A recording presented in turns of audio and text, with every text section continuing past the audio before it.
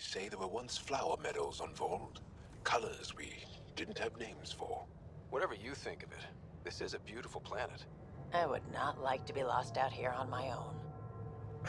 Alright, well, we have, of course, been exploring further on Vold, and we've, I guess, gotten a few viability points, and as we found a few forward stations here. There are a few things in the relatively close vicinity, but, I mean, we'd have to go, I guess, a ways down to find stuff in that direction, or I think this might be the closest additional, or the next forward station. So what I was thinking was we started going this direction, but maybe at this point it makes more sense for us to double back, especially now that we have this spot that we can travel back to later on, and go do what is, from my understanding, the actual main quest. Because if we're just thinking back to Eos, for example, which was another planet we went to that had some environmental hazards, it was going through and reactivating the vault that ultimately started the process of making the planet more livable again. So we might be making things more difficult than they have to be by trying to venture out here when the environmental hazards are at their worst, whereas if we go and do the main quest first, then maybe that will, maybe not immediately, but at least at some point, start to make it easier for us to navigate through this area. So for that reason, I think we probably do jump back and take on a Trail of Hope. Is this the best spot for us to travel to? I don't even know. Can we go straight back to the Tempest? We must, right? I mean, either one is, I guess, maybe roughly equidistant.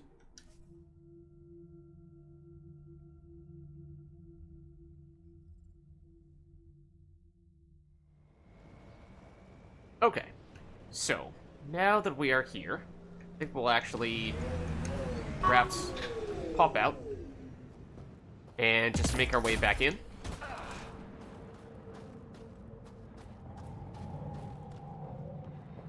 Oh. Container here? Oh, alright. Sure. That's worth a little bit, I suppose. Might have even picked up a few things for us to sell when we were out there. I don't remember. There was the person who, at one point in time, said that they would be interested in trading, but I don't remember if we actually found anyone who is willing and able to trade at this exact moment. So I think we're basically just going on through here. Oh, we should also make the main quest our active quest, I suppose. That would probably make the most sense. Wait, it's under priority ops? Trail of Hope. Yeah. Okay, so meet the resistance on Fold. In the Null system, the Moshae has been betrayed by a spy and taken to an impenetrable Ket facility on Vold. A resistance squad has been assigned to take you to the remote location and to infiltrate the facility with you. Meet them outside the resistance base on the planet. We're currently in that resistance base. Kind of curious. I mean, we didn't look that far on the map, but is it theoretically possible that you could just take the Nomad out and get to that location without even speaking to these people at all? And if so, does the game completely break? Or is this technically in a different area on the planet that is inaccessible through any other means? So this is the only way you can actually get to that exact spot? I don't know. But given how we were starting to... Oh. Welcome home, brother. Oh, hello. Given how we were starting to head out there in that general direction, I suppose it was possible we might have been starting to approach that area a little bit. I feel like it is very easy to get lost in here. I say that because I feel lost. I think it's this way? Or we just went back. Yeah, we just went back exactly where we were. Actually, why is it telling us to go here? I thought... Wait, what? Really? I mean, we were following the icon then, I suppose, but... Wait, where exactly is it taking us? Yeah, what? What the heck? Why is it telling us to go here? I'm reading a severe temperature drop. Okay. So, note to self, Environmental temperatures do are not within follow acceptable limits. that icon there. Life support is back online. It is leading us astray.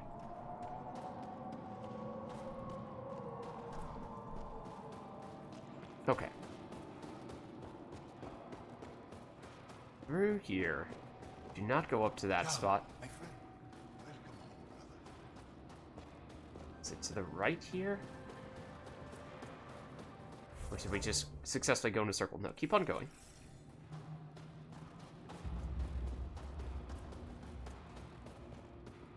Now, this way, yes. Actually, have we checked this little corner here? It is pitch black, but I guess there's not really anything there. Okay. This is where we're trying to be. Yeah, okay. Fine. Go ahead. Guys, we're over here. There they are. Okay.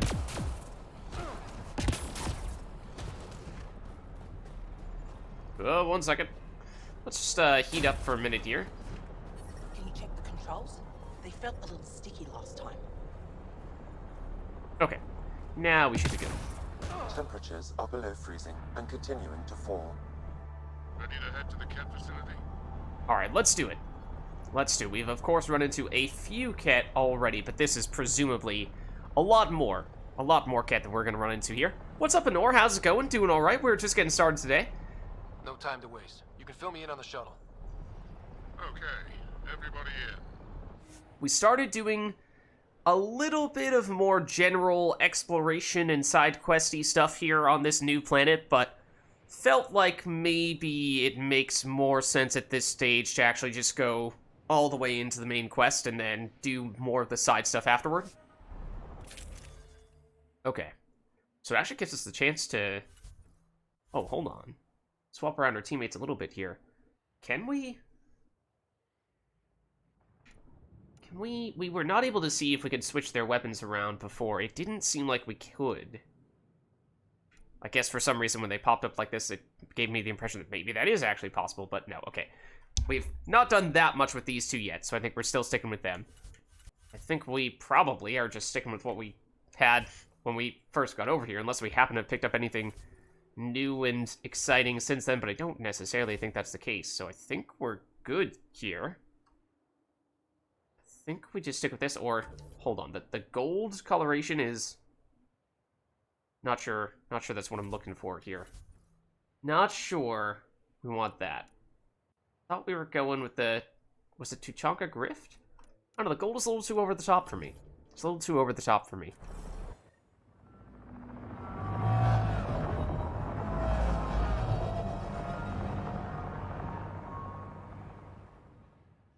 That looked like the little Leviathan background so stuff no one has ever seen from Mass the Effect 3. inside of one of these places. Really? None who lived to tell. Prisoners who go in are never seen again. They have disappeared. That's And the encouraging. Angara slaves, what about them? Sure, we've liberated cat work camps, but never these facilities. We lost so many fighters trying. The price was too high. I like to believe that the Ket take important Angara from here to their home cluster. What? As slaves? I guess. Death is better. That may be. And slavery is death. There's always hope. I mean, this is rather negative. Life without freedom is just pointless. What you guys are going through is a nightmare. It's why we're excited to be part of this mission. We're here. And let's be quick, this storm's getting worse. Once we're through the shield, you take point. We'll look for Moshae Sepha. Let's just try to stay safe, okay? But Pathfinder, no one joins the Resistance to stay safe. So we're here to rescue Good luck. Radio me when you're ready to go. this important person from this Angaran species that we just recently start. Oh, okay. We Do we even whoa, know what kind of we force do have we a can lot of them expect? with us. Not a clue. Stay close. Don't draw attention until we have to. They won't expect us to disable that shield. Might give us an edge. Our intel says there's a system node to hack on an interface point near here. Somewhere. Scales our top cat hacker. Okay, hold on. Things to scan, perhaps?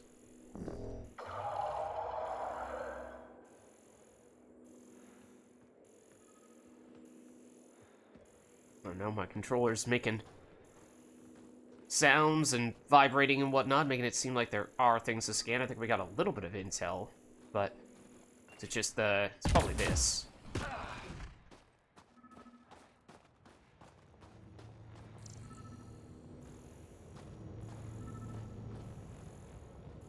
Eh?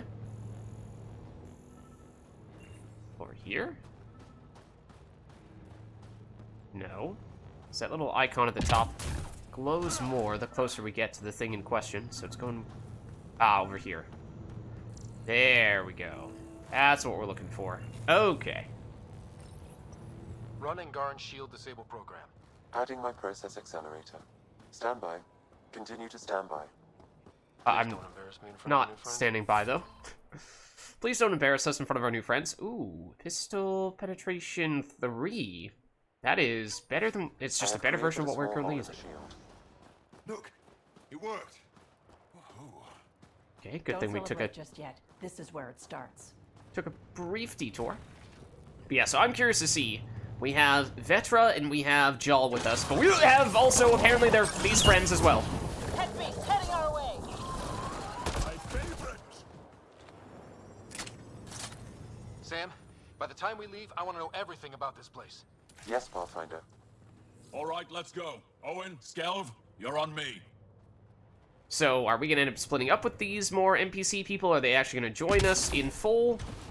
How much can we trust them to make meaningful contributions is basically my question. Or are they functionally just going to disappear at one point during this mission? I feel like that is usually what happens in games, right? When you have these more sort of like one-off friends who happen to be helping you out. Can we go in here? Oh. What is this? Now, admittedly, this was just me being inquisitive. And just so happened to come across this. I didn't actually think we were going to be able to do anything with this, but that might in fact be a sneaky way in. They made it sound like there's potentially the option to go the stealthy route here, and that might give us some advantages. So that might even be the preferred way in, rather than going through the main door, which is probably over there. Oh, no, they're both locked up the same way, I suppose. Do we know anything about the interior? Oh, I guess. Oh, in fact, that's the main way, and this one is perhaps a smaller room. Okay. Let's check this out. Do we, like, punch our way through this thing? It is not letting me punch it. Do we shoot our way through this thing?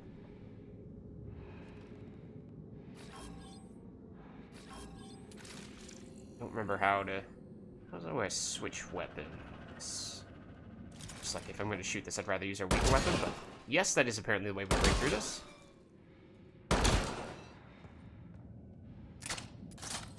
So much for stealth.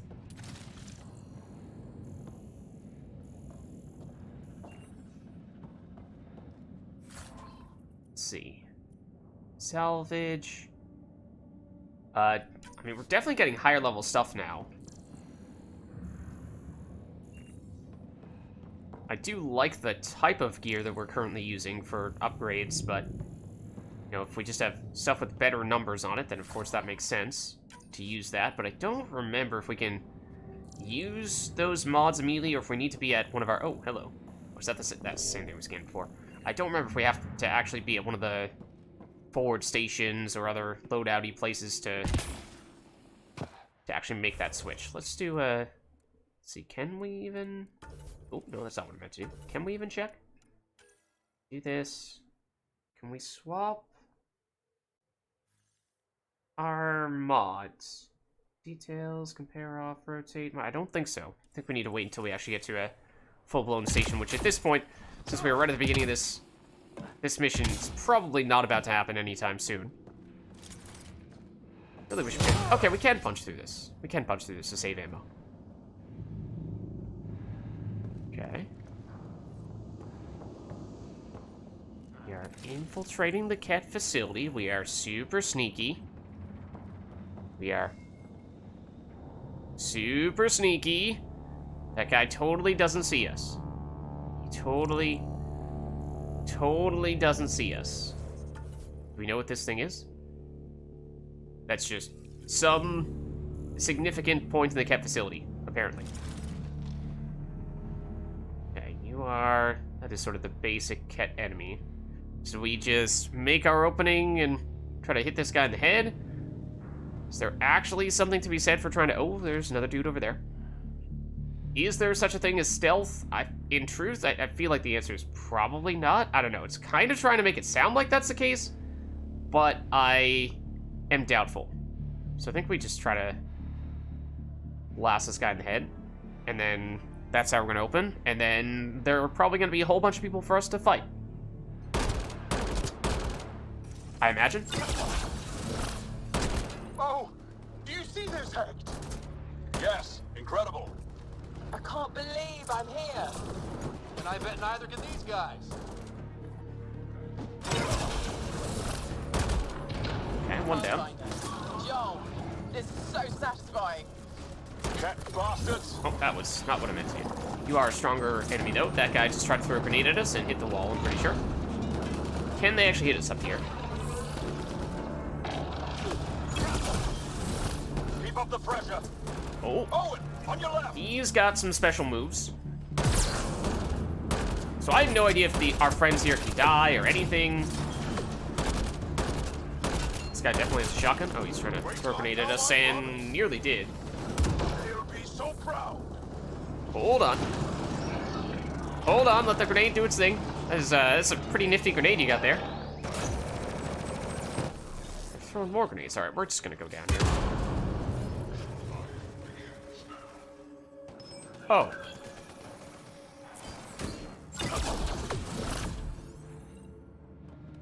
I've stared at the outsides of these places so many times. I can't believe we got in. Our people's things are here. Abandoned. From the prisoners. Do we have time to... Can we just look around? I would certainly like to. Sezik, find a cat console. Hack us away into the heart of this place. On it! Yeah, that's the super bad dude, because he's got the full halo. Alright, this seems like the main thing we're supposed to interact with. Ket holographic recording, pre-recorded projection of Archon, approximate date of recording, T-minus 50 soul. Okay, let's, before we do that though, see if there's other stuff we can scan or loot. Because we're in a freaking Ket facility.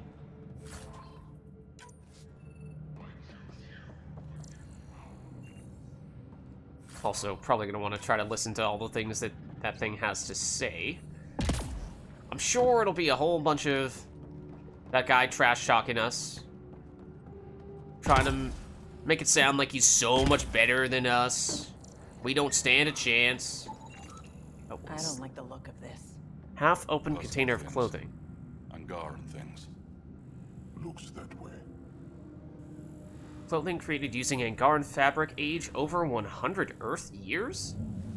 I was under the impression that this Ket's occupation thing was more recent than that, but this might suggest otherwise. This clothing is well worn, stained by the luminescent rains, common to Havarl, and weakened by molds and daily usage, or unless they're 100-year clothes that the Angarans that they captured had just been wearing for 100 years. I mean, what kind of clothing lasts 100 years in use? The items have been repaired many times. 23 names are stitched into the fabric. Oh, no. Okay, well... yeah, that starts to paint a bit of a picture, I'm afraid.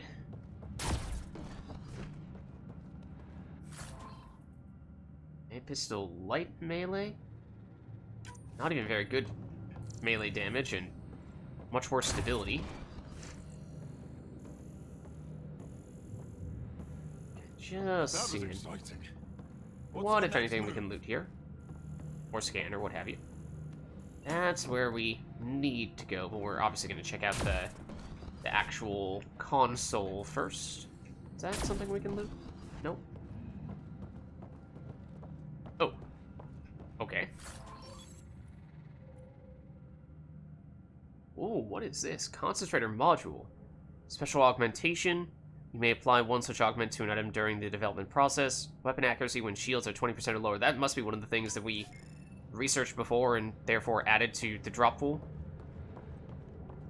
I doubt that would have popped up otherwise. Okay, now let's interact with this thing. I mean, I at least assume we can do that.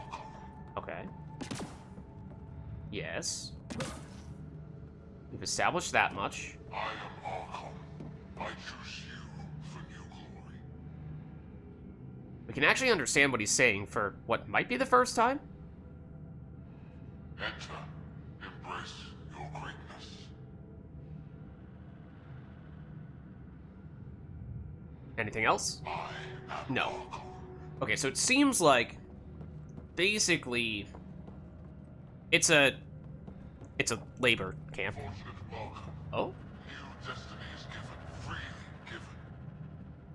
It's a labor camp. They capture Angarans and basically use them for manual labor. Oh, what is this? And then that Archon guy, as leader of the Ket, is trying to make it seem like the contributions they're making are really important, that they're helping someone, whether that be the Ket or somehow he tries to twist it into making them think that they're helping the Angarans, who knows, but obviously it's not exactly going to be the best of working conditions here, I would be willing to bet. If anything, if that 100-year-old clothing that has been repaired numerous times is any indication. If anyone gets this, please tell my family that so far, I'm fine. Benji and Stala and I are on a dig when we were captured. Were on a dig when we were captured.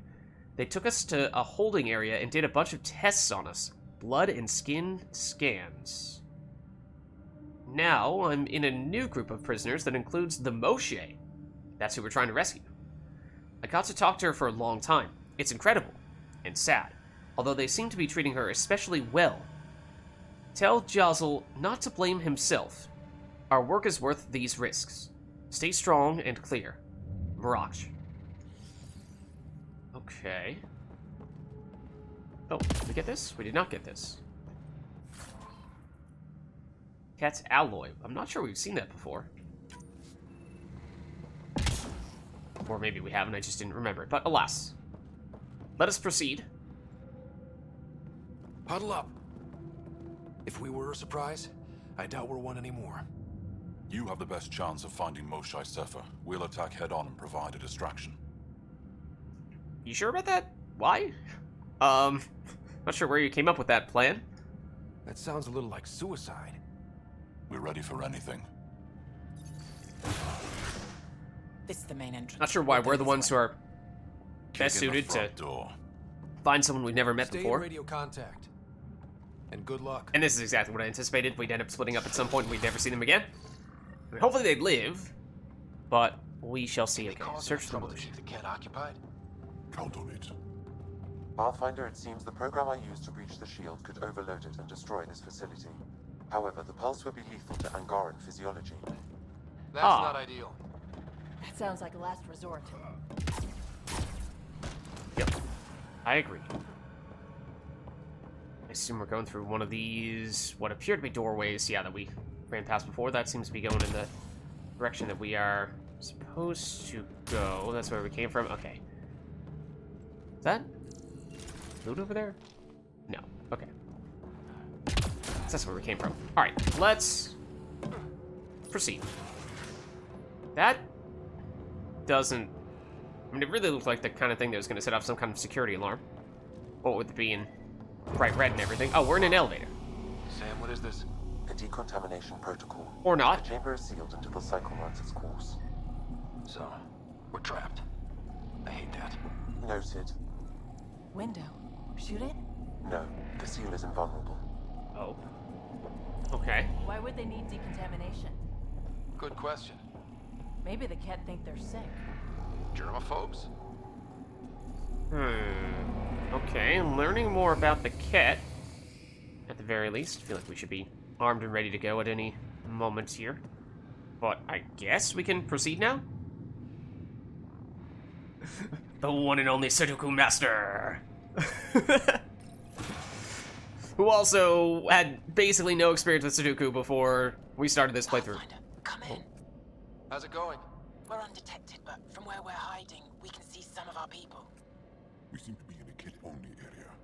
No Moshae yet. Understood. We're just discussing our next move. We'll be in touch. Okay, there's obviously a big bad monstery thing over there. Can't tell what, if anything, is over here. Okay, and we're trying to move. I mean, technically, we might even be able to. We could potentially cloak and just walk right past this guy, and that's apparently a staircase. Search for the Moshae. Okay, I mean, I think we just fight this, right? Again, I can't tell to what extent we actually can try to stealth our way through this mission. It every once in a while feels like they're trying to imply that that is an option, but I think we just do this. Okay, it can cloak as well, by the way.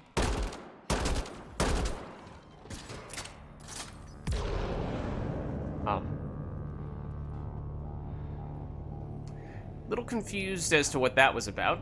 Is that Jaal trying to shoot through the wall at the enemy that we had already killed? So that's kind of what it seemed like. Okay, we'll just head back here for a second, see if there's anything hiding in this corner. That is... Ooh. Okay, I mean, this is not the correct direction, per se, but it does beg the question, what is through here? The answer appears to be loot. Could be wrong, but this looks like a classroom. Guess facing the front of the class is universal. What's that thing against the wall? Stasis pod. No idea. Stasis pod would be my hypothesis. Stasis pod school. That's weird. Transport? Maybe they are sending Angara back to the Ket homeworld. Pod of Ket origin. Use unknown, possibly medical. Pod input suggests that it connects to a larger system. Traces of both Angaran and Ket genetics are present. That's weird.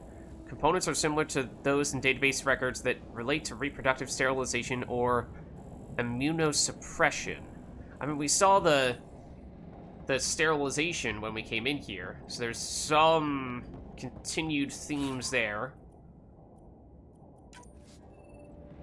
But the fact that it had combinations of both Angaran and Ket's DNA was concerning. It's like, are they doing some mad science experiments where they're trying to fuse Angarans and Ket? Because that's messed up, man.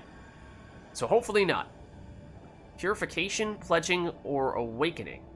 For the Chosen, which of these is the most important step? Chosen is the name of the basic enemies for the Ket. We've seen that much. But that did seem like kind of an odd name. It sounds so special for what is the basic enemy, right? But maybe there is a deeper meaning behind that name. Which is most important for Archon? For all Ket? For you? At what point are you done and relieved of duty? Pain is proof of harmony. True.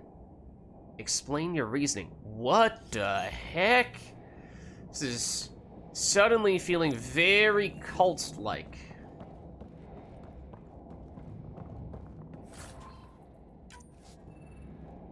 Very cult-like.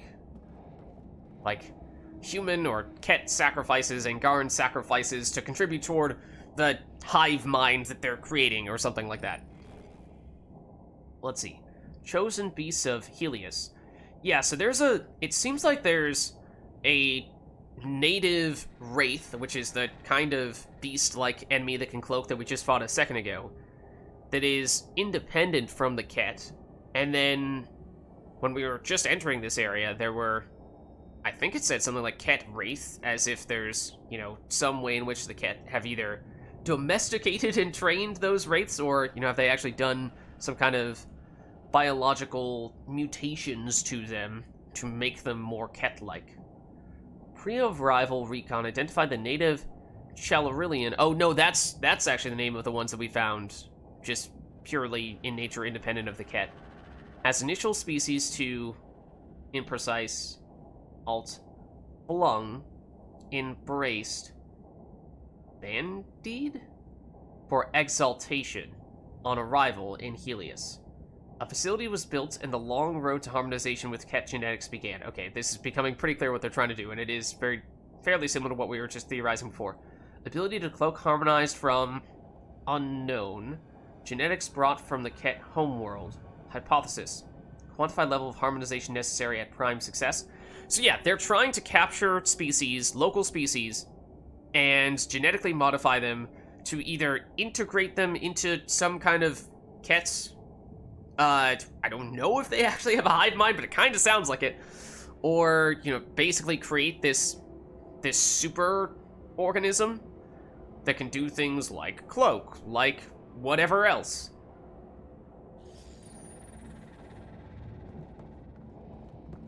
So they are getting more experimental with living creatures than perhaps would otherwise seem acceptable, I guess you could say, by most standards.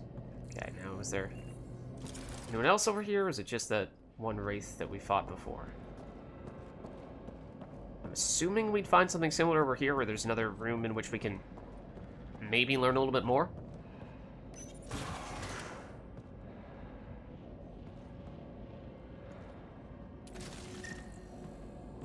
Okay. Where is everyone? Okay, let's stay sharp. Nice setup. They all sleep here. Some kind of commune. Should we toss the place, John? Whatever that means. It doesn't sound violent enough. Okay, so it's a probable gathering place. Inscription translated from Tonazet through and yeah, an exaltation is apparently the process that they are, or the word they're using to describe the process through which they biologically enhance creatures of some variety. They're definitely doing it to the wraiths, and it sounds like they're doing it to themselves, the Angarans. You know, that we learned a little bit about the unique biological characteristics of the Angarans. They have some kind of electrical stuffs that I guess we haven't got a fantastic explanation on it yet, although we could maybe look in the codex for it. And I guess that could be reason for them to try to integrate that into their superorganism. Quotation is inscribed at each place. A smudged residue marks the area under each inscription, as if foreheads were pressed against the surface there. Oh, no. Oh, dear.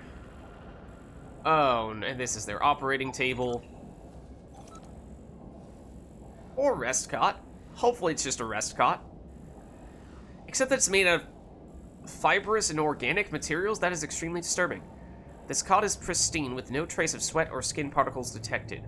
The materials used to construct it are not represented in any Angaran database, suggesting the item came from outside the Helios. So yes, the cat came from far away.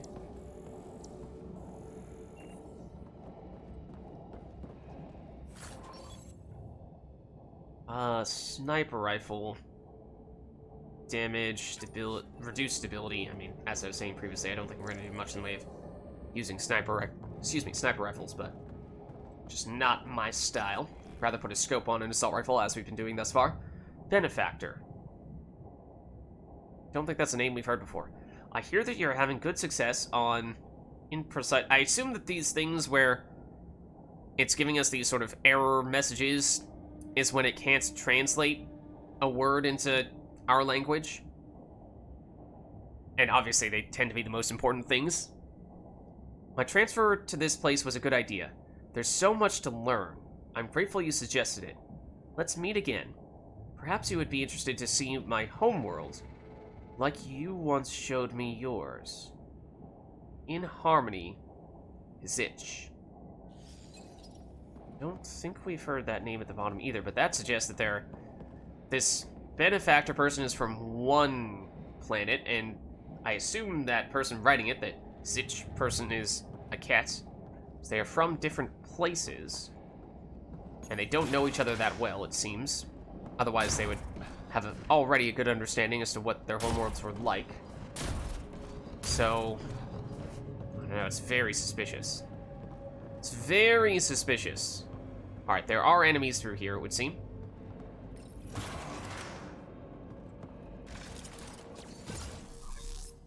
Let's get these guys without much of a ruckus. Looks doable. Want to pop up again? It's not best timing on my part. Oh, you're a super dude. But then you cloaked or something. Oh, is that a friend? Did I just try to shoot for a second? Over there? They're the chosen, as we were saying. Oh, I just totally whiffed on that. There's the ability that I was trying to save for the super enemy. Here's one of their grenades. I think there's a dude over there. Yeah, hold on.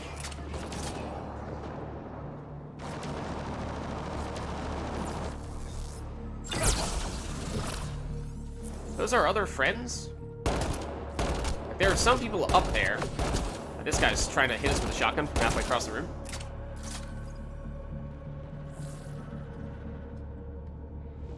I think the enemies are dead. Or is that just Vetra who is getting very aggressive? It might have just been Vetra getting very aggressive. There was something here that we were theoretically capable of scanning. Maybe that was just as we're getting closer to the location there. Oh. These, I think, are the bigger enemies that we may have only started seeing now in this mission. Keep moving. Which way's out? Check that console. Cat destined. Enemy Andromeda, a Cat field commander who deploys a smokescreen to hinder enemies and provide cover for its troops. Yes. That much was noticeable. Shotgun damage, plain and simple. It's not bad. Can we go through here? We cannot. See, I think that's the first time we've seen them. We saw one or two earlier in the mission, but I don't think we had seen them on other missions. Oh, hold on. Seemed like there's something else we could scan here for a second. Oh, that. Cat's core encryption tech. Intact bioneural core. Primodidactic relay. Immediate forensic system deconstruction. A networking device of uncertain purpose, but clearly reinforcing a Ket model of biomodularity. It is of immediate value, and the potential for research insight is profound. They seem to be messing a lot... Oh, we can go through here. They seem to be messing a lot with very biological experimentation rather than purely electronic experimentation, which more often than not is the direction that experiments seem to go. Oh, that's Archon. Or image of Archon. Ket holographic device. Scan of the log suggests this is a holographic system used for contact with the Archon and Ket hierarchy. Okay, is that the name of their government, the Ket hierarchy? If you can access the terminal, I will download the log for that holo. Pistol accuracy, I don't think that's all that necessary, at least not for our current pistol. Unless we get one that is significantly less accurate.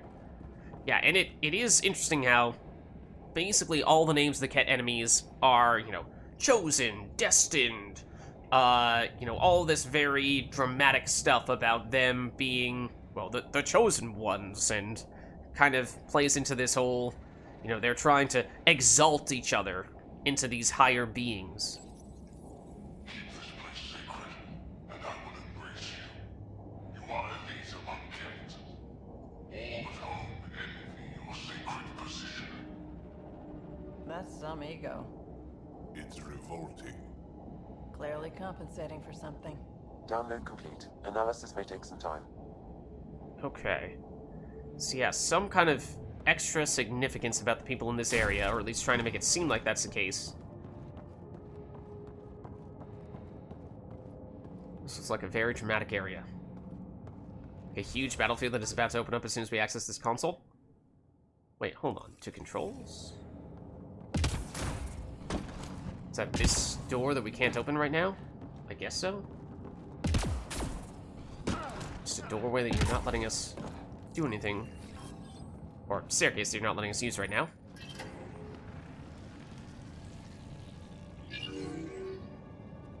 What? What is this?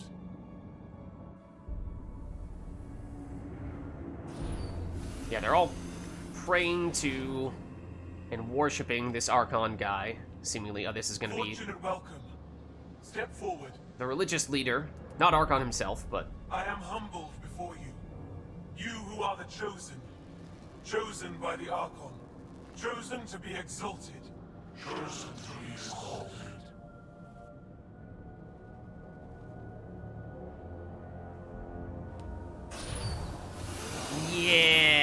don't think this whole exaltation thing is all that great.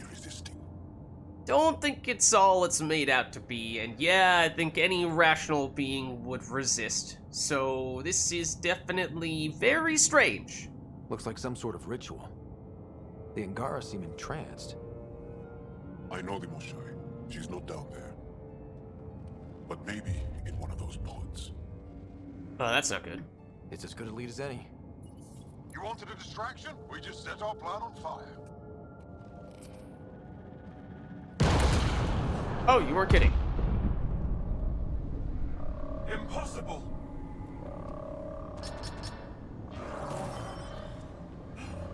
Archon, Explain. we've been breached. I will defend the temple. Wait. Is the Moshae among these? No. It awaits final exaltation. Then proceed immediately and bring it to me.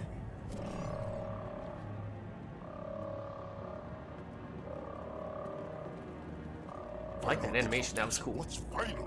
What are they doing? We have to save all the Angara. Yeah, definitely. We're here. Let's do everything we can. Thank you. Something That is very wasn't clearly planned. up. Plans change. Come on. Let's see where those pods go. Alright, I assume that Did you we're gonna have to fight those people out there. Okay, now we can go through here. just call them the Chosen? Chosen for what exactly? Could they have come here because they wanted to? No, of course not. I don't know what's going on either. Whatever it is, we need to get the Moshae out of it. Yeah, it does seem like they're being basically, I don't know, drugged or otherwise mind-controlled to not resist. Basically just easily submit to this basically biological processing that they seem to be trying to do, the Ket seem to be trying to do to the Angarans. And most importantly, to the Moshae, this important Angaran.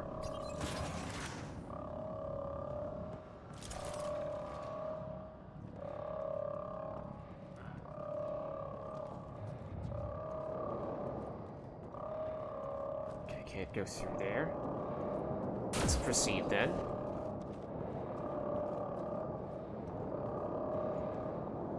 Expecting enemies at some point.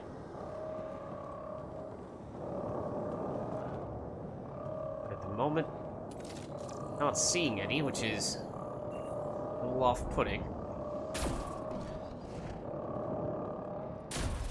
Can't go through there either.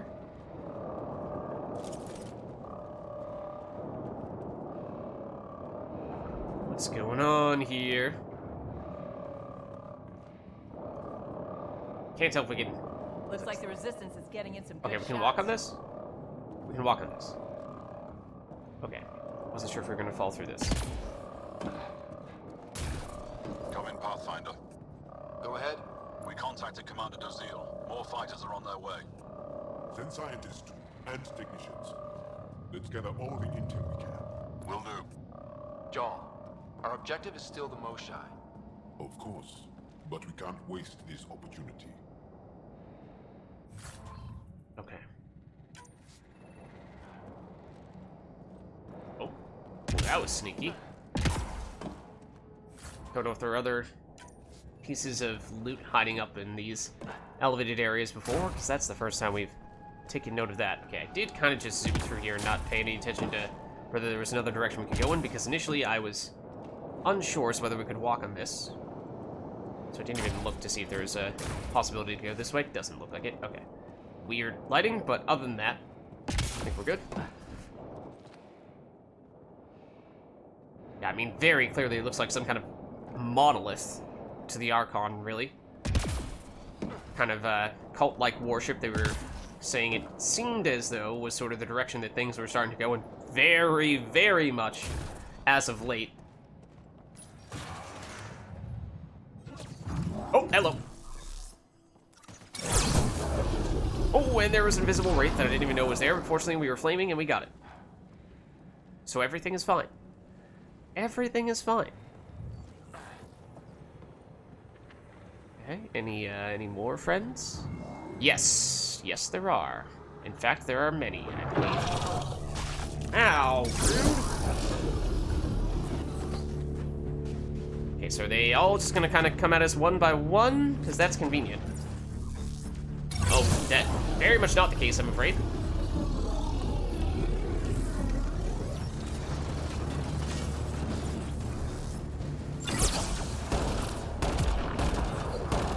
Is he dead? I think he's dead. Like to cloak first, and then anointed. Don't remember seeing anyone with that name before. Okay, definitely a lot more enemies than we were running into in prior encounters. Couldn't tell if there were people coming from behind us or if that was just Petra.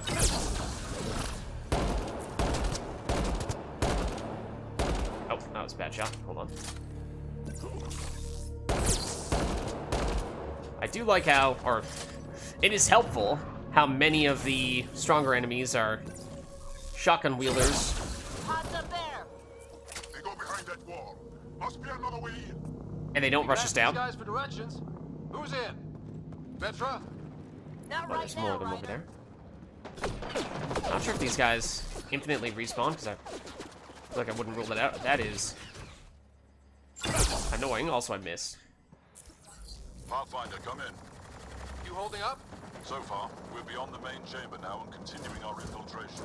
This place is crazy. What are you seeing? It's like a... I don't know, weird... church. Yeah, that We kind of found a checks group out. of prisoners who were entranced or something. Couldn't convince them to evacuate, so we had to leave them behind. Yeah, those seem like mini bosses of sorts, because we just Sam, got any experience luck for figuring out how fighting this them. place works? Yes, Pathfinder. I am making progress, but the Angara have no intel on this facility. Should I prioritize differently? Are you in peril? Keep at it, Sam. We can handle the peril. Okay, well, let's take a second here. Pick up, I think, some drops? Or not? Thought I saw some stuff over here. I'd rather not holster our weapon right now, but thank you for asking.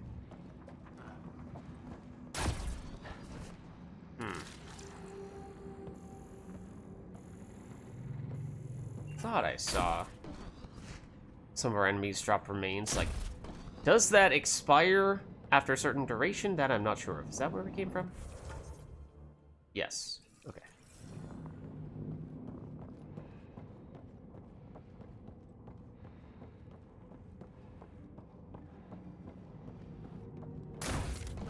The remains go away after a short amount of time, because there were definitely some remains here from the mini boss that we fought, so I feel like that might even be the case.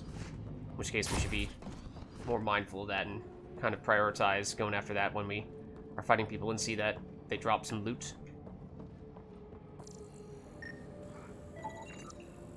Okay, another encryption tech core of uncertain purpose.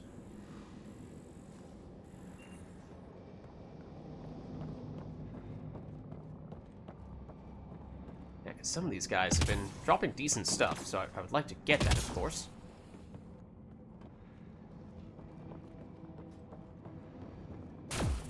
Quality of loot has increased.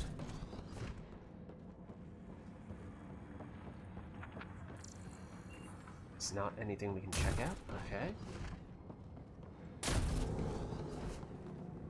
That's not a that might be an explosive.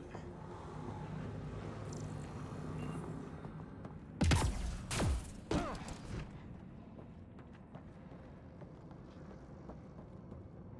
was something here. Popping up a second ago.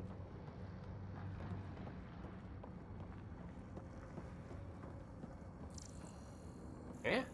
It's definitely something we could have interacted with. I saw it pop up. Or was it just this little light? Eh? Vaulting that cover? Weird. Feels like there should be more to interact with here. Again, in part because of the loot from the specific enemies dropping. Eh, that was surprisingly quickly that happened as well. That's definitely something we can loot. Melee damage, okay.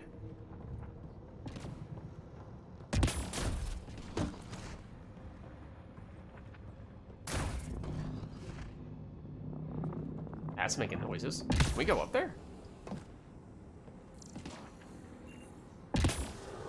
Practically.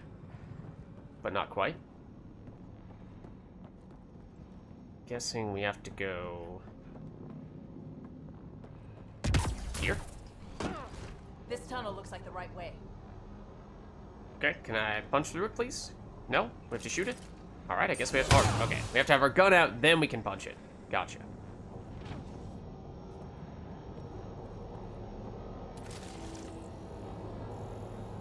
Okay, didn't really have to pull out the scanner to know that we're probably supposed to activate this console, but thank you for asking.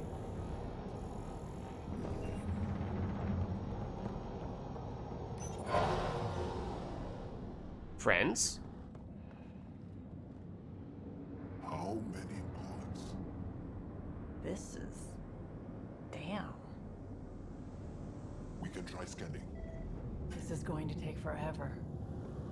Okay, so this, of course, does remind me of the collectors back in Mass Effect 2. Angaran female, healthy, 176 centimeters, never given birth. Okay. Female basic. Plus foundation 9. And I'm pretty sure that is DNA. I mean, yeah, those are the letters for DNA. At least in humans. So I'm pretty sure that's what that's supposed to be. I guess Angaran physiology is similar enough that that is still the case for them as well.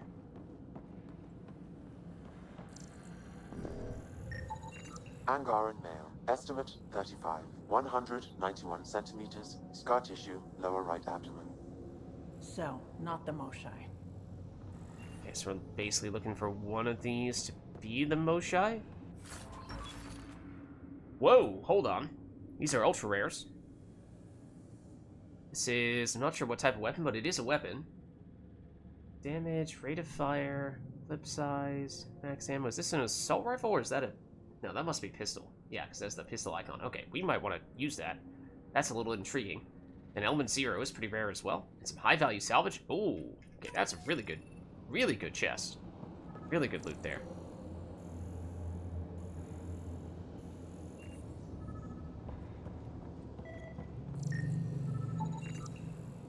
Okay, more of that stuff. No luck finding anyone near her age. I assume... If you find a console, I will try to access it. Yes, I'm sure there's a console in the middle. And that's probably the Moshae, or one of these ones in the middle is probably the Moshae. I assume she's probably, you know, an older, wise woman. I believe they said she's a woman, or at least implied it. Or maybe I'm making that up. We are not getting research for those, are we? Suppose it doesn't make much of a difference in that case if we do scan them. No. Recent acquisition, that's a little bit disturbing, to phrase it that way.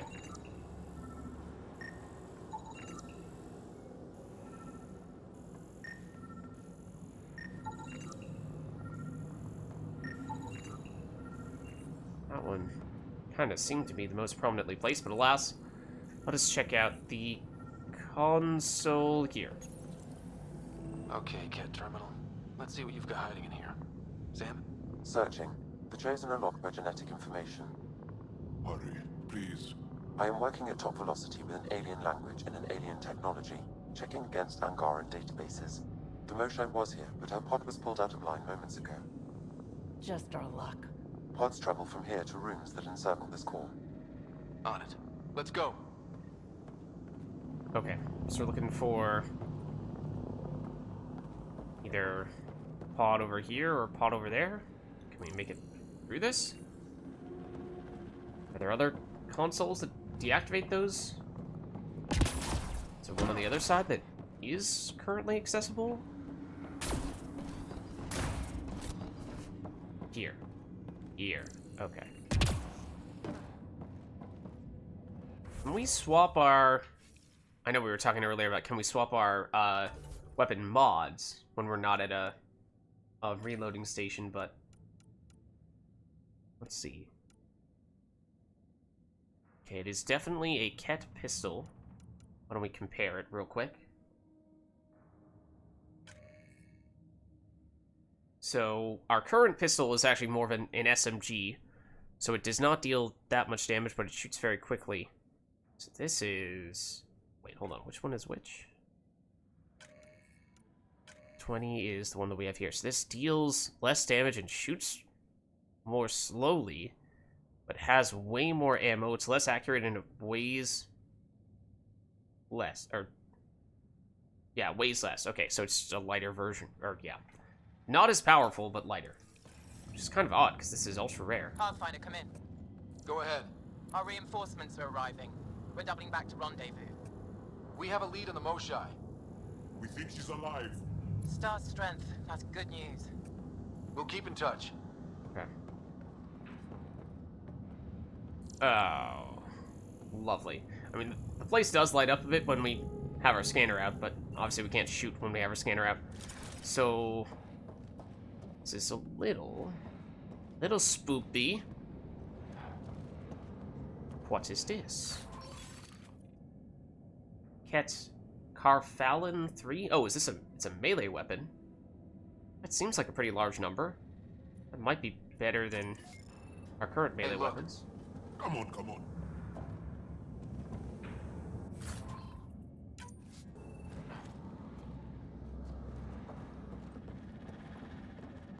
Okay, you know there's gonna be some of the wraiths in here. They're gonna cloak and try to sneak up on us, right? That's totally the way this works.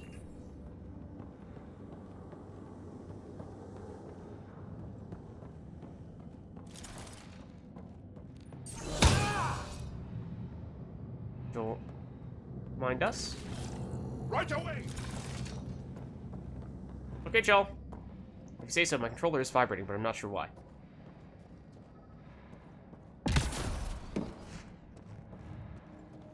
Nothing on that side. Can't go through the door. What about this side? We can't. Okay, that seems like the way, so to speak. Or is this? Let's check our map. That definitely is. Okay, so let's go... This might be a bonus room of sorts then.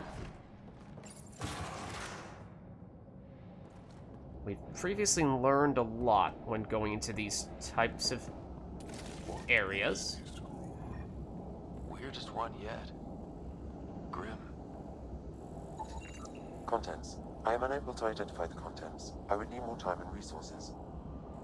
Pod structure still of Ket origin, traces of Angaran biological matter present, damage to the hatch mechanism suggests it was hastily dismantled. Angaran blood and decomposed matter from an unknown occupant remain. Yeah, they're doing something to process the people. They are doing something to process the people. Protein sludge pack, oh man. How did you know that's what my snack was gonna be?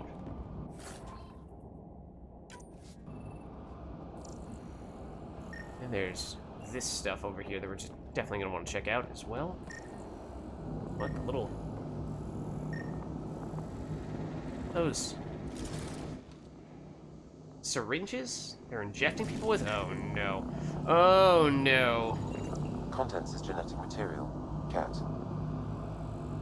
Oh no, that can't be good. Ket device, residue of contents present, contents require more in-depth study. Initial analysis of residue suggests a complex interfusion of Ket genetics and unknown foreign vectors. Yeah, I mean they're combining a whole bunch of different species and injecting DNA or other components of the species to try to build superhumans and, or well, super Ket and stuff. Super organisms. Which is not cool, especially when you're brainwashing people and using them as live test subjects. So that appears to be what we're dealing with here. This is probably going to be a pretty major encounter. We cannot save the game. Right, we are not allowed to save the game during major missions. I don't know why I even thought we could. Decontamination protocol. Get down. That's true. Sam, can you do anything about this yet? Working on it. That's gotta be the Moshae. And the important dude we were seeing before. Oh no. Are they gonna infuse with one another somehow?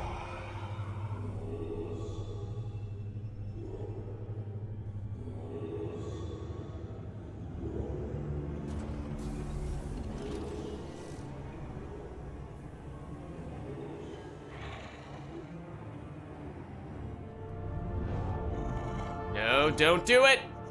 Don't do it! Oh, that can't be good.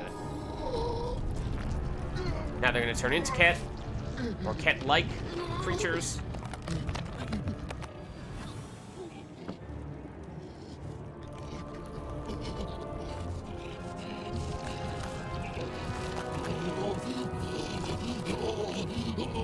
That looks fun.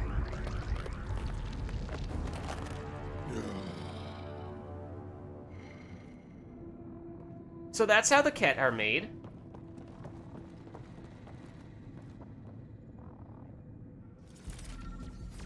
No, wait! Save the Angara! Be careful! Don't kill him! Joel, he's shooting at us! Y'all, I swear to you, those Ket are gonna get what they deserve. Monsters! Villains! Time to die! We're gonna put you assholes down!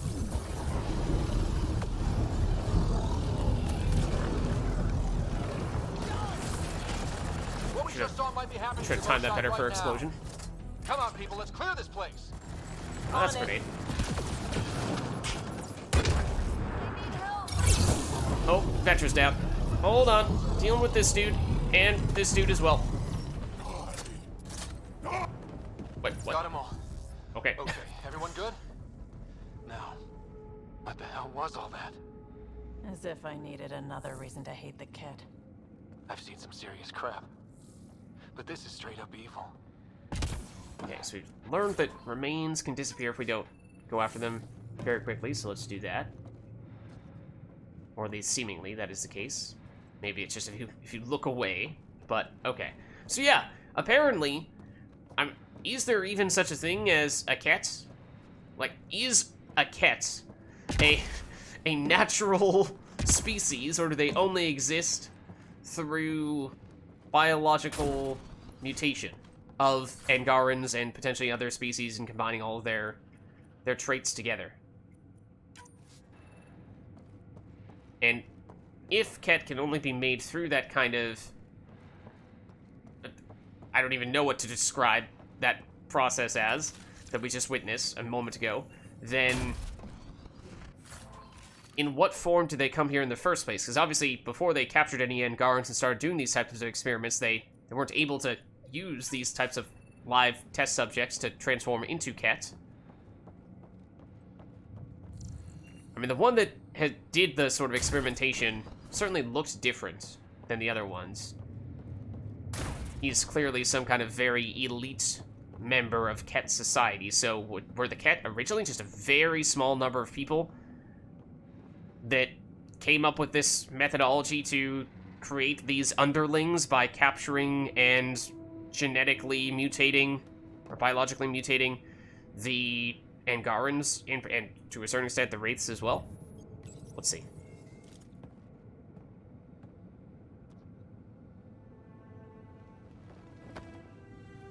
Joel?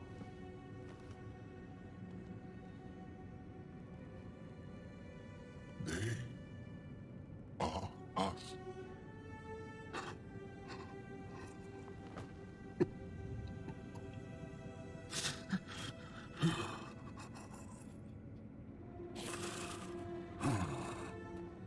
I'll keep scanning for the Moshae. She's gotta be here somewhere. We'd better find her fast. They are us. Yeah. How many have I killed? Not knowing. Ryder, I did not know. I mean, we obviously didn't know. Joel, the blame belongs with the Ket. There's no comfort in that. No. But maybe fuel for the Resistance. Maybe. Ryder, Joel, I got her. She's here.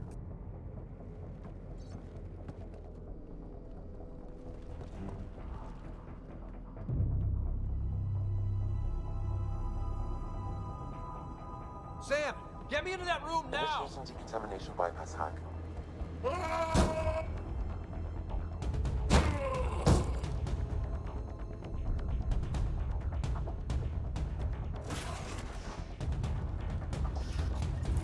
Okay, hello. How's the Moshae?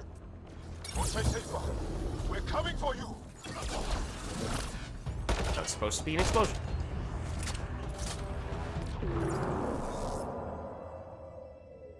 Is that all of them? That's very quick.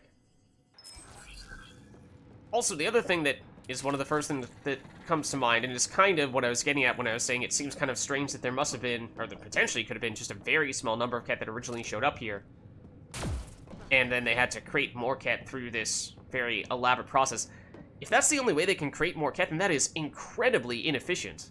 Like, how do you build a society if the only way of reproducing is by capturing your enemies and then mind controlling them or sedating them in some way so that you can then stab them with syringes to forcefully convert them into one of your people against their will? That just seems like that would be so unreliable to do that, or so difficult and time-consuming and resource-intensive to do that. You know, if the only way they can do that is by setting up facilities like this, then how the heck do they have an entire army of Ket? You know, unless there were a bunch of Ket that came here in the first place, but then if that's the case, how did those Ket come to be when they didn't have Angarans to mutate? So lots of questions. Lots of questions.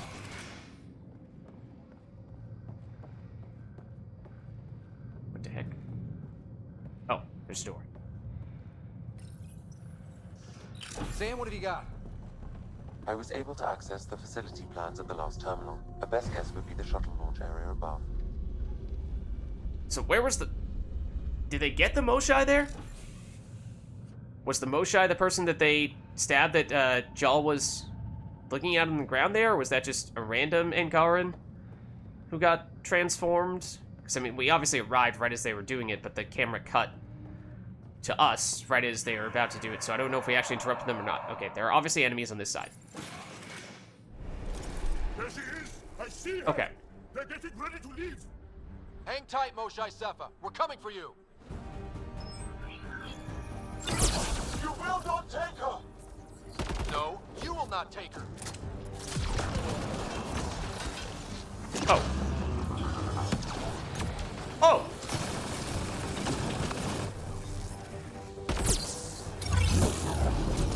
Protect the chosen one. Don't really want you down here, do I?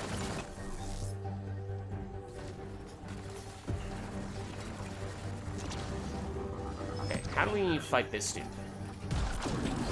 Dodge during dangerous situations? Uh-oh.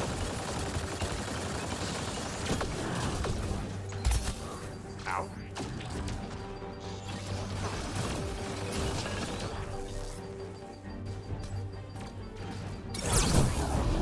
Thought there was... Yes, there is a dude over here.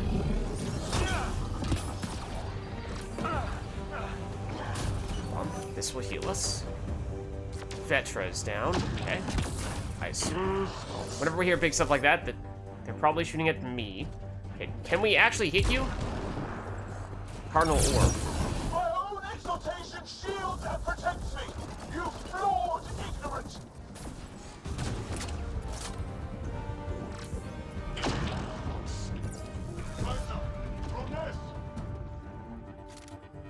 Where's that orb? That was supposed to be a flame. Also, ow. Ow! Oh, Jawl's down as well. Okay, hold on. We need to get some friends back. We do not heal when we're in cloak, for what it's worth.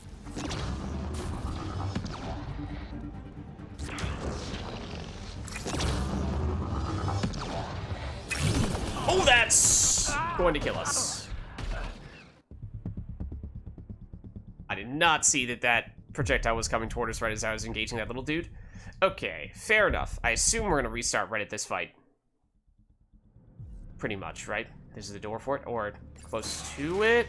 Yeah, okay. There she is. I see her! Okay, we rushed in more quickly than I would have liked to have rushed in. Moshae, we're coming for you. So we're gonna get flanked here. Will the other enemies... No, you will not take her. He is the main enemy over there, but there will be more powerful dudes over here as well. He shoots the big projectile things at us.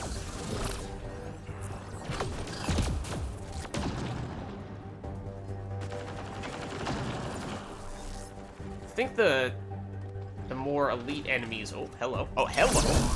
My own exaltation shields and protects me! You flawed ignorant! There's the fire combo. That should be useful. The chosen one!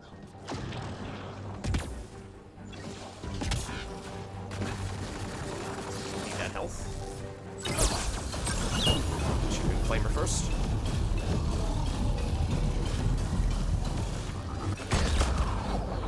Oh! Hold on.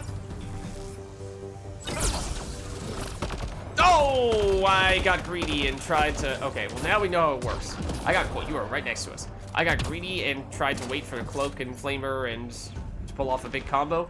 When it looks like basically you need to destroy that shield and then fairly quickly thereafter it will recreate the shield. So you can't delay too long.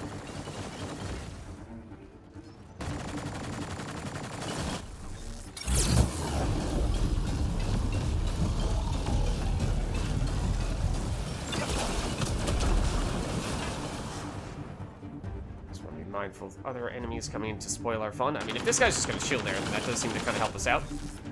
So he does not seem all that keen on using any big abilities at the moment.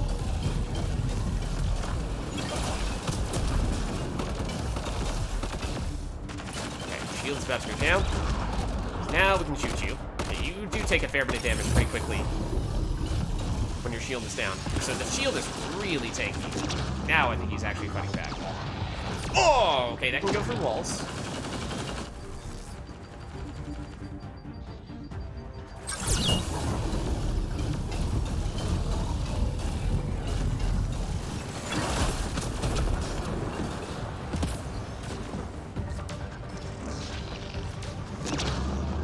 And look out.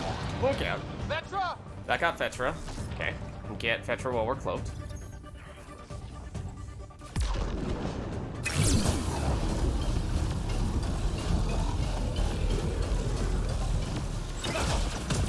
Explosion while we're at it. Oh, Vetra again. Vetra, come on. Can't micromanage you that much.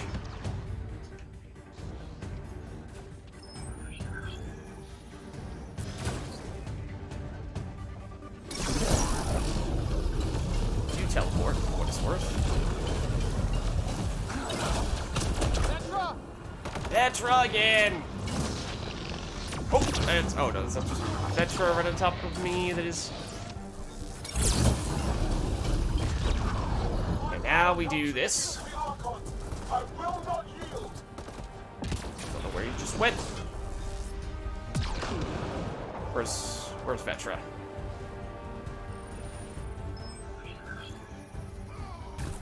Jaw, I feel like just got hurt a lot. Oh, there are more big bad dudes of other varieties. Jaw just went down. Confirmed. Ow. Please stop doing ow. Leave me alone. So this is definitely the biggest boss fight that we've had thus far. Oh, you're right on top of Jaw. That does not make it easy to get Jaw back. And that's gonna hit us. Oh no, it's not gonna hit us.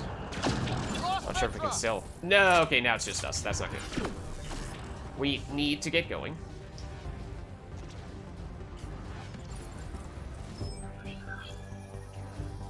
I assume that they can't see us while we're cloaked. Ow. But that may not be the case. We lost Vetra! God, guys. I think we might need to do more to take these guys out. The friends? Oh, the big dude is right next to me, though.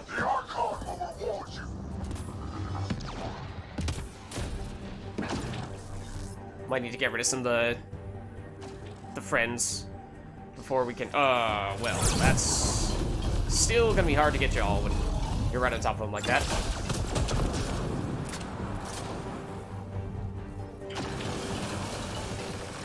Just casually. Oh, there are remains here. I'm trying to revive Jawl, not melee.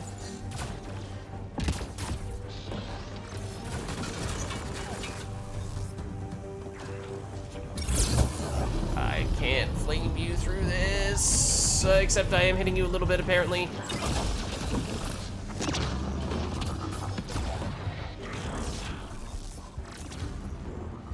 Where's that going?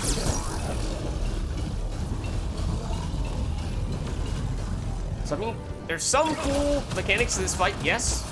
But at the same time, it also kind of just feels like this enemy has a ridiculous amount of HP, which is kind of annoying. It's like, okay, you made your point.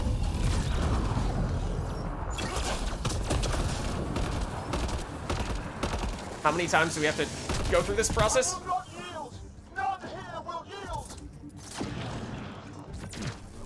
Now you have more friends, don't you? Maybe? Maybe not. Just casually get a Thawkin while we're at it. Thanks for stopping by, Nor.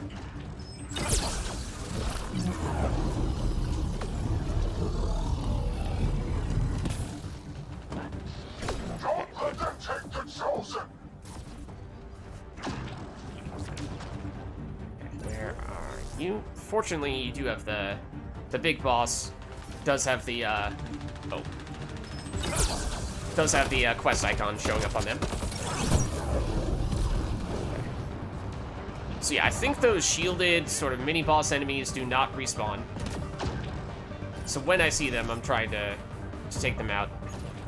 Because I think when they are up, that has generally been, they've been killing our friends pretty quickly. So I think it is much easier to focus on the big boss once those guys are down. I don't know where that's going.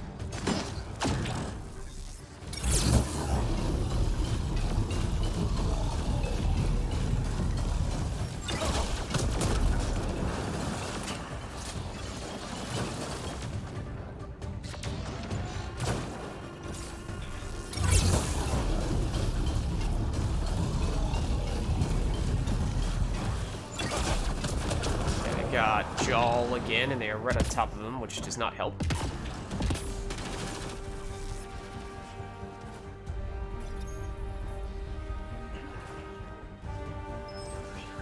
Oh, you're right here. Hello. This might even be the last one we need to do. Well, I don't know. We'll see. So you put the shield back on so quickly. So quickly. There we go. Oh, do we still need to get the orb, though? They did get the orb up? Okay. The main enemy is dead, but they spawned the orb right as they were dying. The orb still survives. But it can't, I don't know if it can do anything by itself. I think it's just a defensive shield, so we're just gonna casually chill over here for a second and take out an inanimate object. Okay, let's see. What does this big guy drop? A Dawn? Is that a shotgun by the looks of things? Okay, it's an ultra rare shotgun, so hopefully that is good. Does seem as though those Pathfinder items that we got early on, though, are quite good after all, so apparently they're better than some ultra rare items, as seemed to be the case with our pistol, or machine pistol. What I did like, we are currently, or were, I guess, yeah, no longer using the assault rifle that we got from,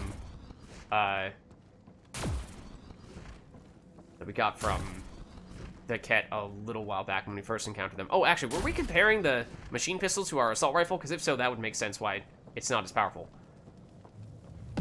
That might be the reason for that. Yeah, it's probably still better than our Predator, because our Predator is just a level 1 Predator, right? If it's not better than that, then that is concerning. Okay, let's just take a quick look around. So, yeah. I would say, oh, okay. Apparently lots of stuff for us to scan. Sort of, except I didn't actually press the scan button. We just learned things. Oh, okay. A little more loot. We are getting a little bit closer to our item limit, so we forgot to sell stuff before we started this mission, which is potentially going to be a bit of an issue. But yeah, we'll try scanning over here, see if we get a bunch of research and or more loot as well. Just get random loot popping up, or random scanning stuff popping up? No.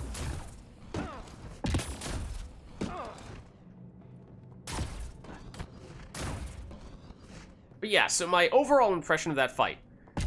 Interesting mechanically, in that you have to take out the enemy shield, the main enemy shield, before you can damage the actual mini-boss, or full-blown boss, not mini-boss, full-blown boss behind it. But just felt like, I mean, I get it, we did raise the difficulty a little while ago, but it's like, how many times do I have to shoot this thing? Like, we had to go cloak, full flamer, and then detonate with a fire explosion possibly as many as 5 times before we could break through that drone once. And then once we did that, it was just like a second or two with the shield down before it came back up. So we couldn't even use fire combo on the boss. So it just felt like, you know, it's not enough opportunity to take out to deal damage to the boss, even when we'd broken through the shield.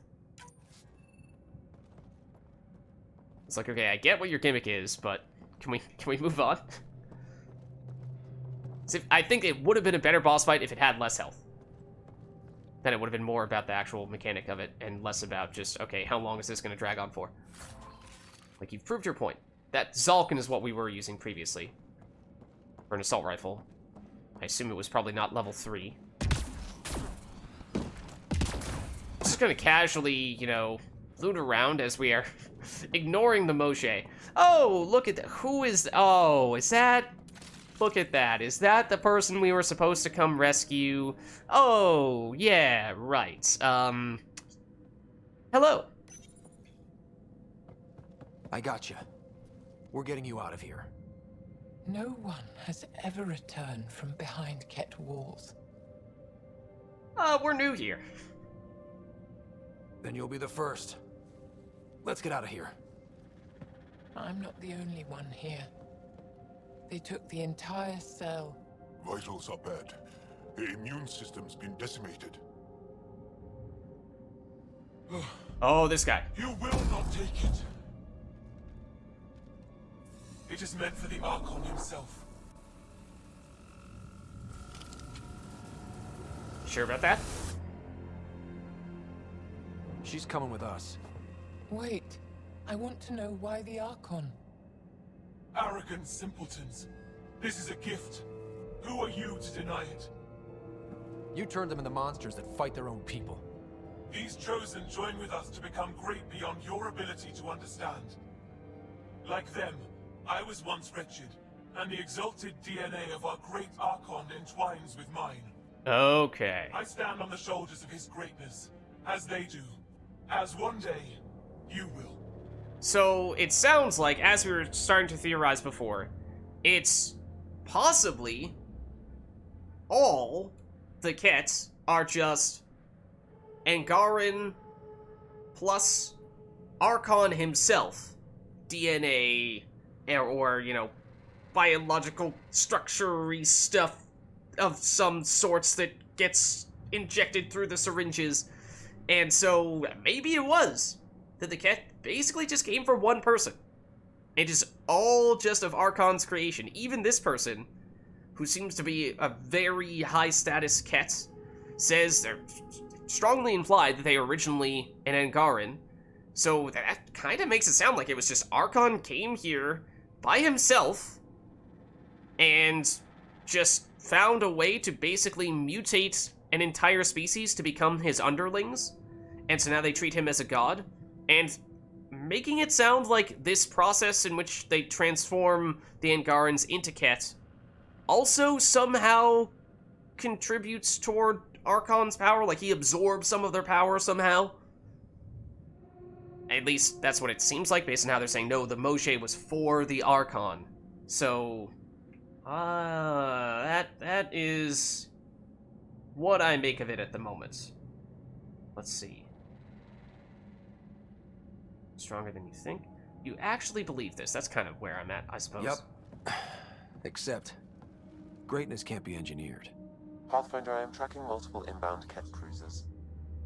You will all be exalted. Sam, is there an off switch to this horror palace? I've accessed the EM field. I can overload at your command. You promised you would get our people out. There's no time to open hundreds of pods, let alone help the Angara inside. Wait. Leave my sacred temple intact, and I will open the pods of the Chosen. Take them. Just leave this holy place standing. Okay. No. Even if I die here, this place must be destroyed. We can come back to destroy it. Let's free these here now. If your plan fails, the Ket will simply fill this place again. With respect, our compatriots are also here. Our fighters, our scientists, our strength.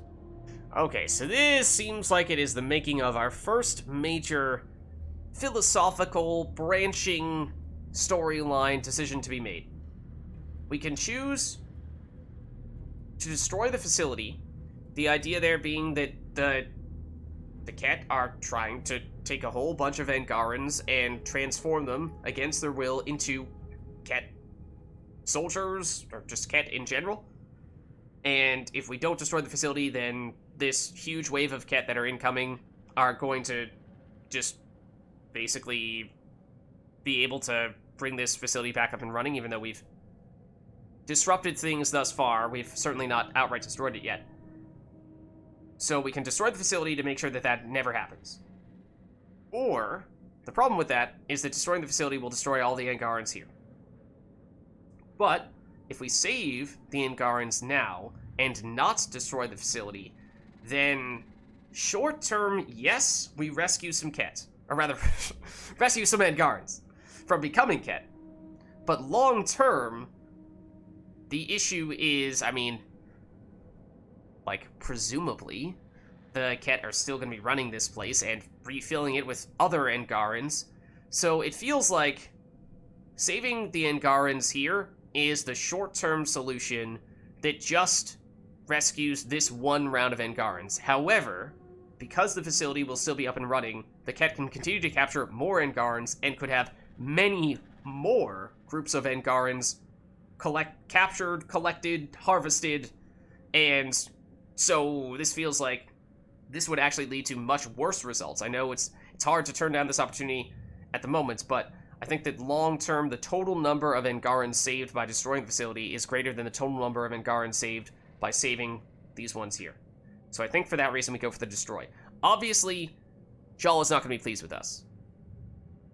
Sam, prepare to overload the EM shield, but wait for my go. No! I mean, if the Ket leader is... All the Ket will suffer the same fate until my people are free. If the Ket leader doesn't want us to do this, that probably means it's the right decision. For extraction.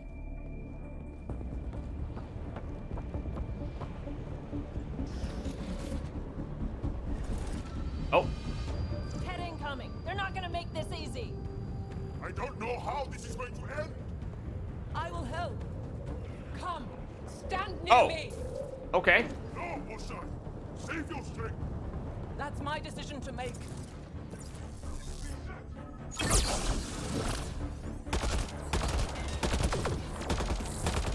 Can't really see them very well. Forward. Follow me. Oh, that's Metra that I just tried to flame. Oh, she is also going in a direction that I was not going. It's also the wrong order of operations.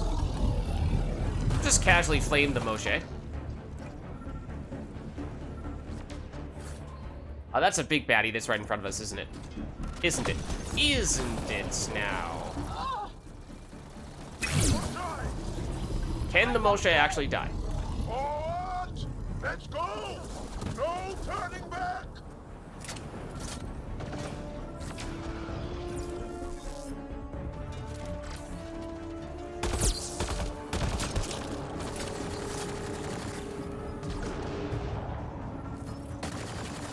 Okay, that's another big dude.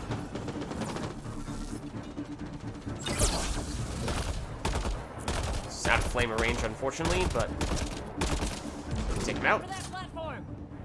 Yeah, good idea. Better position. Just casually look around real quick.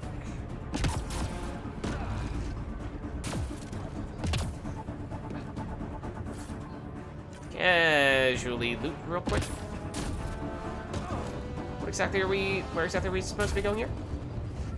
Just helping the Moshae. I assume there are more Ket incoming? Huh? Oh, I mean, we can scan this dude. What's his deal? Biologically similar to the Ket chosen, the Anointed are armed with heavy plasma cannon that drives enemies into cover. This is true. Okay, yes, but also what are we supposed to do here?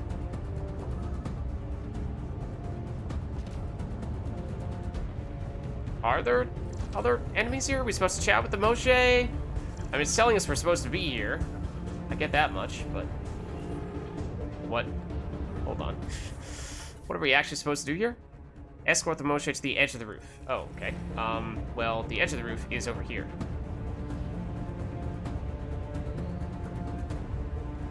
Moshae? Moshae? I mean, I guess while we're at it. Just casually loot some more stuff. See if we missed anything, you know, but... I feel like that's not... It's definitely not what we are supposed to be doing right now. Oh, I was very alarmed by Vetra's appearance there. Anything nice hiding back here, perhaps? What happens when you go in the opposite direction? I mean, I'm curious, but at the same time, I think we've already kind of proven that not much happens. Okay, let's proceed and let's see what we can... Oh, more remains. Okay, sure. AR receiver. Oh, is that the penetration mod, which we are actually using on our current assault rifle? If so, then that's nice. Okay, Moshae. Do your thing. Whatever your thing is, do it.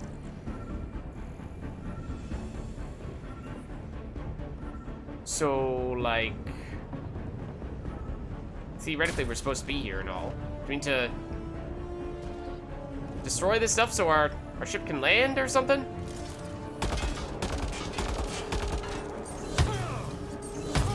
No.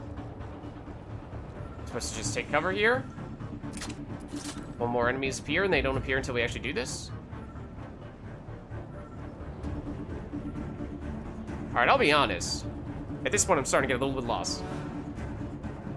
Not really sure. Down here? Ah, okay. Well, I mean, no, this is just loot. This is not quest stuff. I mean, we'll take it, but... It's not quest stuff. This is odd. I thought this was going to be like some kind of generator that we could activate. And that was the answer that we were looking for. I mean, this is the edge of the roof. Even more so than this is. Is she bugged?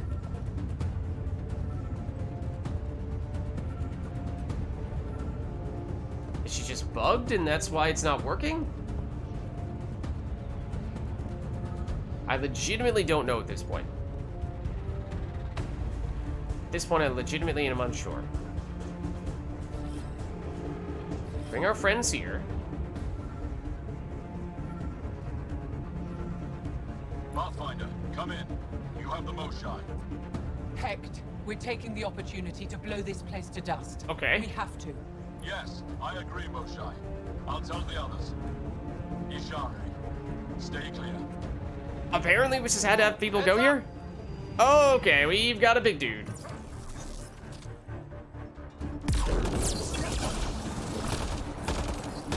Shuttle, come in. Could really use a pickup. Sorry, I can't land. Hold on to the edge of the roof. We'll figure it out from there. Okay.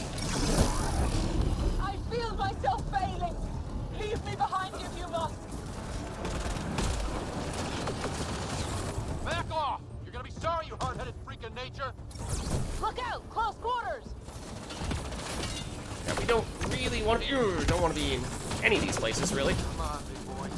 Can we...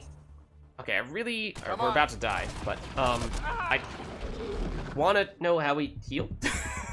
I want to know how we actually use our healing item, because that is the moment in which I would like to use our healing item. Okay, now where are we gonna have to restart?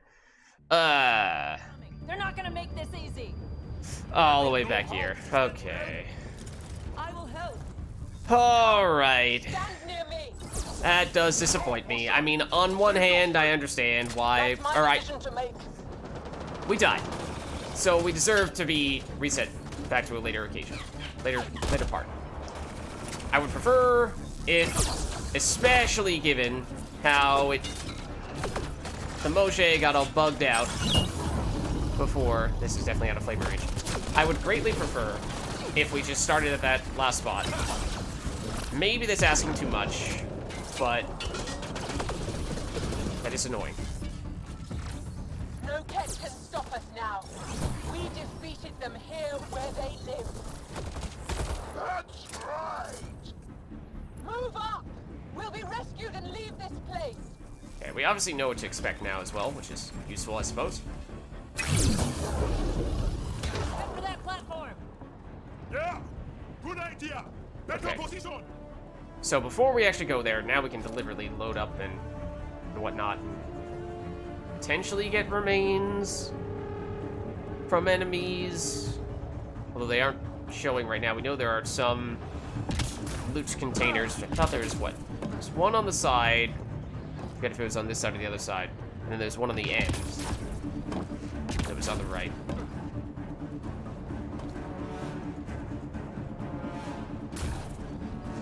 It's not here. It's not the end of the world if we don't get it, but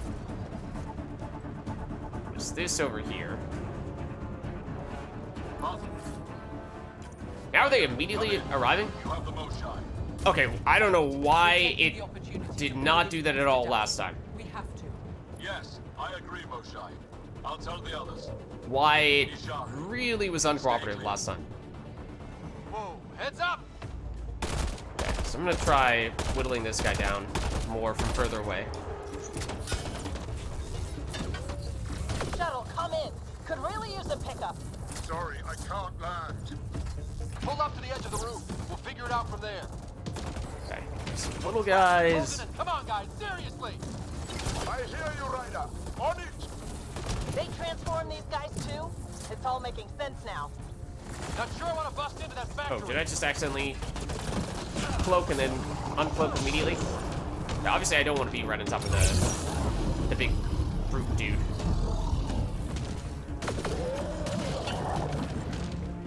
Back off! You're gonna be sorry, you hard-headed freak of nature. Look out! Close quarters! Oh, there's someone behind us. There are multiple people behind us. Oh, there's this dude right in front of us. That's why.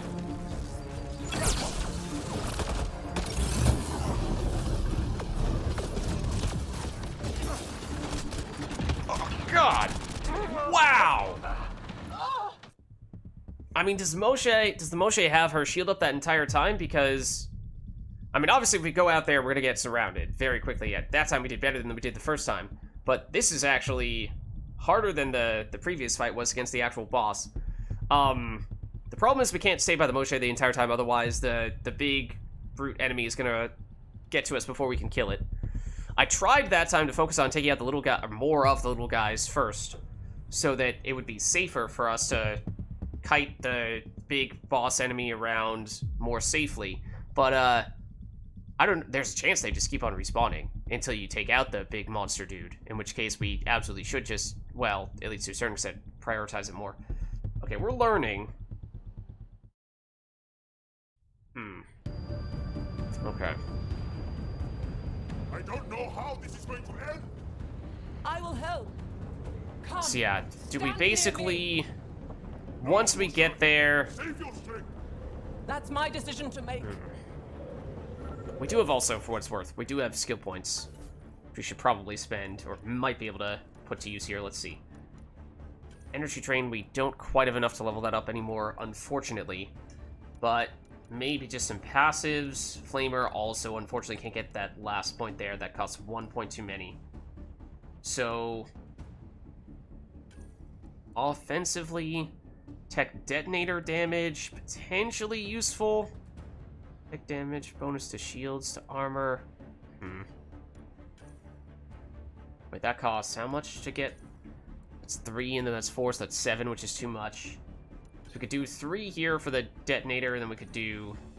What's this? Increase tech power force with each skill point invested in tech. It's 15%. I'm not sure that's going to be big enough of a difference maker to change much here. Team shield delay reduction, team shield regeneration. That feels like that is much more useful. So we are getting rushed down very quickly here. So I think we do that. I think we go that route. And all these ones that are based on how many tech points we've invested, they don't quite go up. But okay. So be it. We're a little bit stronger. Let's confirm those. Let's go to... Jal has 4. Which means we could give him... We'll make enemies deal less damage for 5 seconds. That sounds kinda intriguing. Or they take damage over time. That feels like that's not significant enough damage to be worthwhile. So I feel like we do that.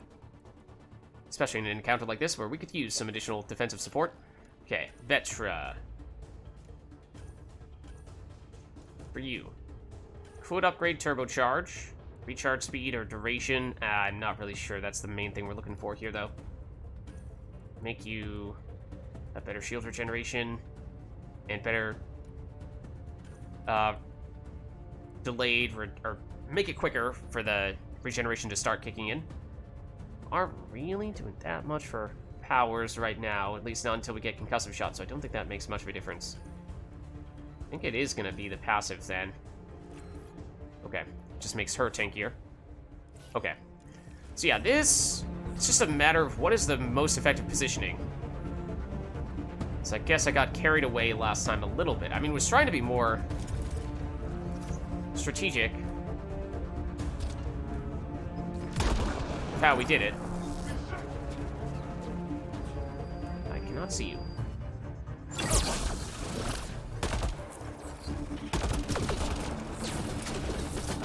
Like, for this part, we seemingly can be just pretty patient. These guys probably would eventually get to us. They will definitely get to us eventually, by the looks of things. That was poorly aimed. That's not... person... Alright, they were not located where I thought they were located.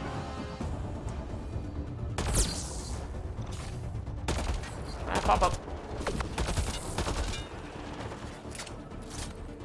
Yeah, because Moshae... The Moshae keeps in a good spot here. She doesn't advance until you take out the other enemies. That's still a big dude, isn't it? Where, though? Or not. Oh, there is a big dude up there. I assume his accuracy is not great from distance.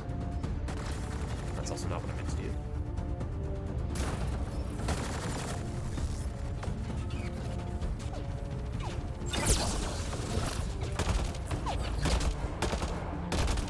Don't have that much HP.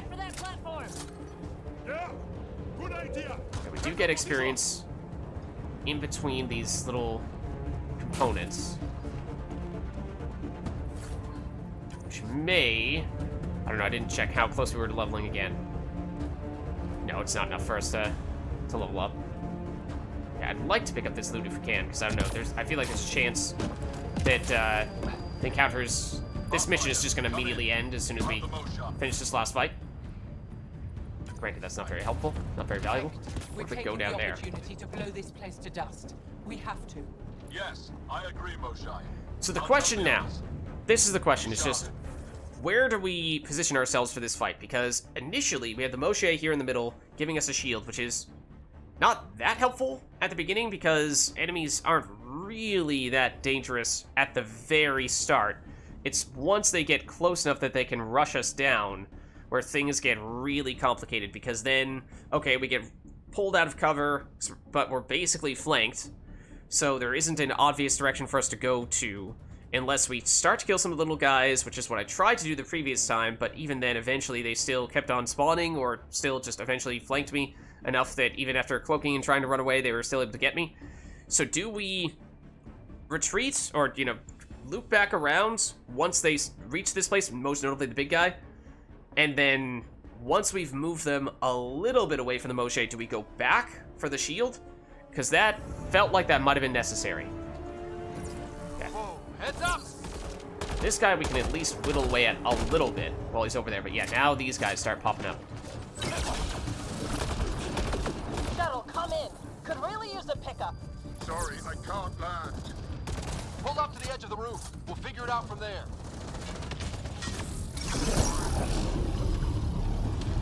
Okay, we got rid of one of the big guys. That's the very big guy. We have a grenade coming over here, so that's obviously not safe for us to be up here anymore. But now there's more of them. So now do we go back to the Moshae? I think we will.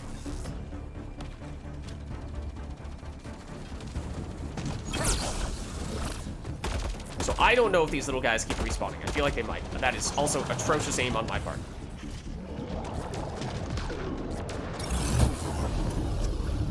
So I feel like at least to a certain extent we need to try to get this guy down. Back off! You're gonna be sorry, you hard-headed freak of nature. Like, now we need to go. Look out! Close quarters! But now this is the problem. Now these guys are an issue. Boy. Come on. That's not doing much when he's got the shields on. Can he hit me through this? Yes, he can.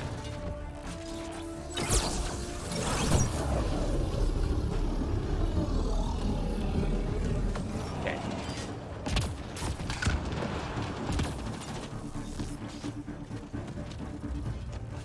I feel myself failing! Pathfinder, Come get us. We're ready for extraction. on our way. The storm's getting worse. We need to leave. Now. Oh! Hold on.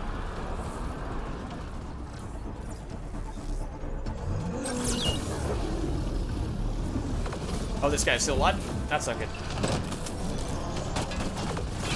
That's very not good. Ryder, they're not going to stop coming. Okay, head for the shuttle. Move, move. Okay, that is also worth noting. Oh, there's multiple of them as well?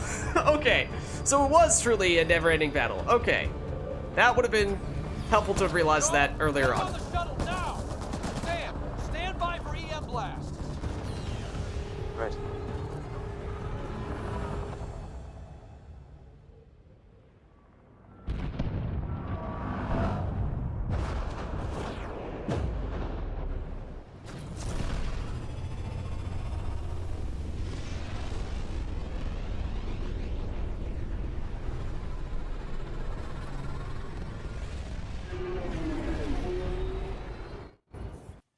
I'm sorry we fought. What we saw will set our cause on fire. Yes. My broken heart can't even process it.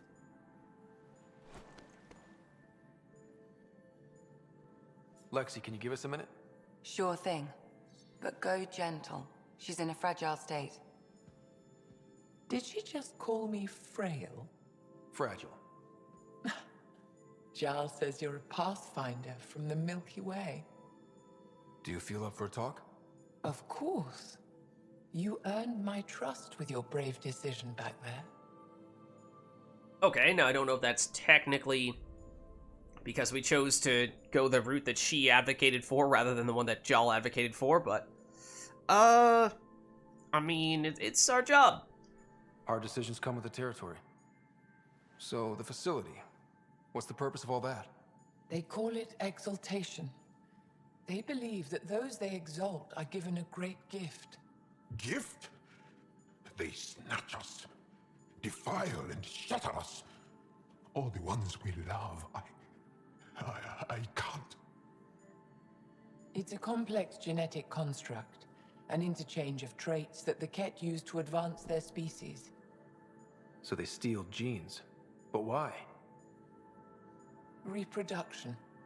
Domination, tyranny, annihilation. Yes, and yet, the Archon didn't take me to his ship to transform me.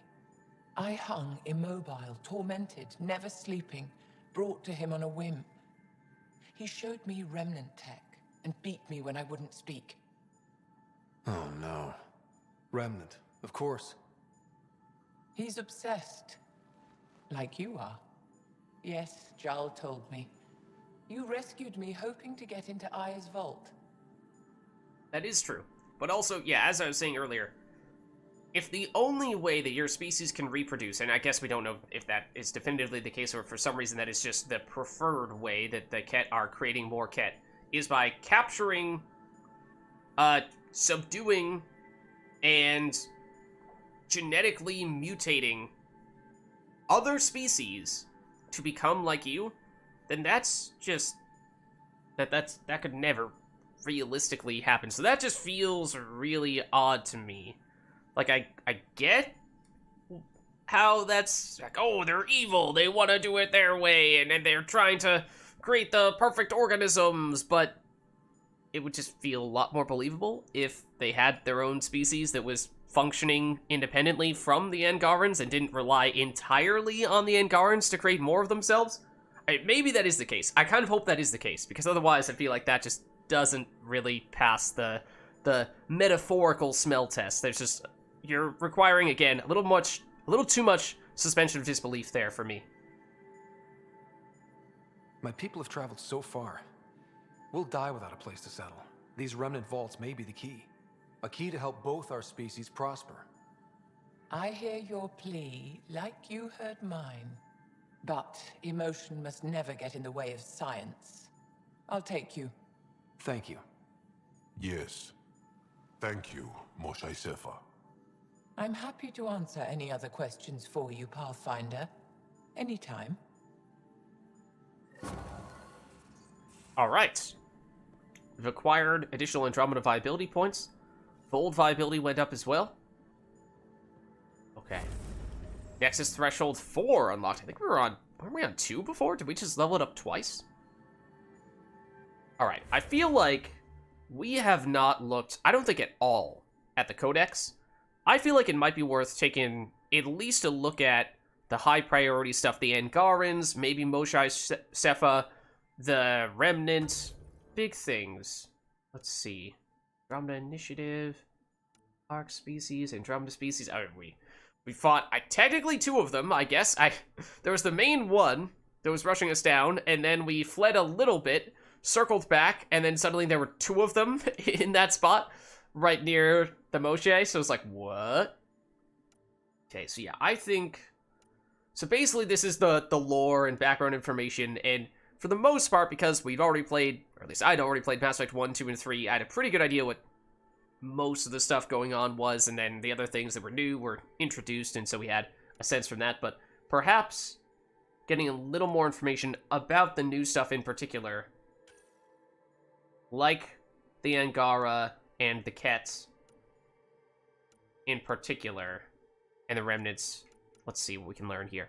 So, data on the biology, culture, and history of the Angara species.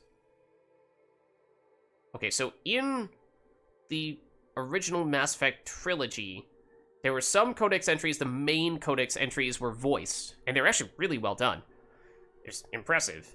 Whereas there were more minor entries that were not voiced, so it looks like, unless this is considered a more minor one, as if nothing is voiced in Andromeda. So let's see.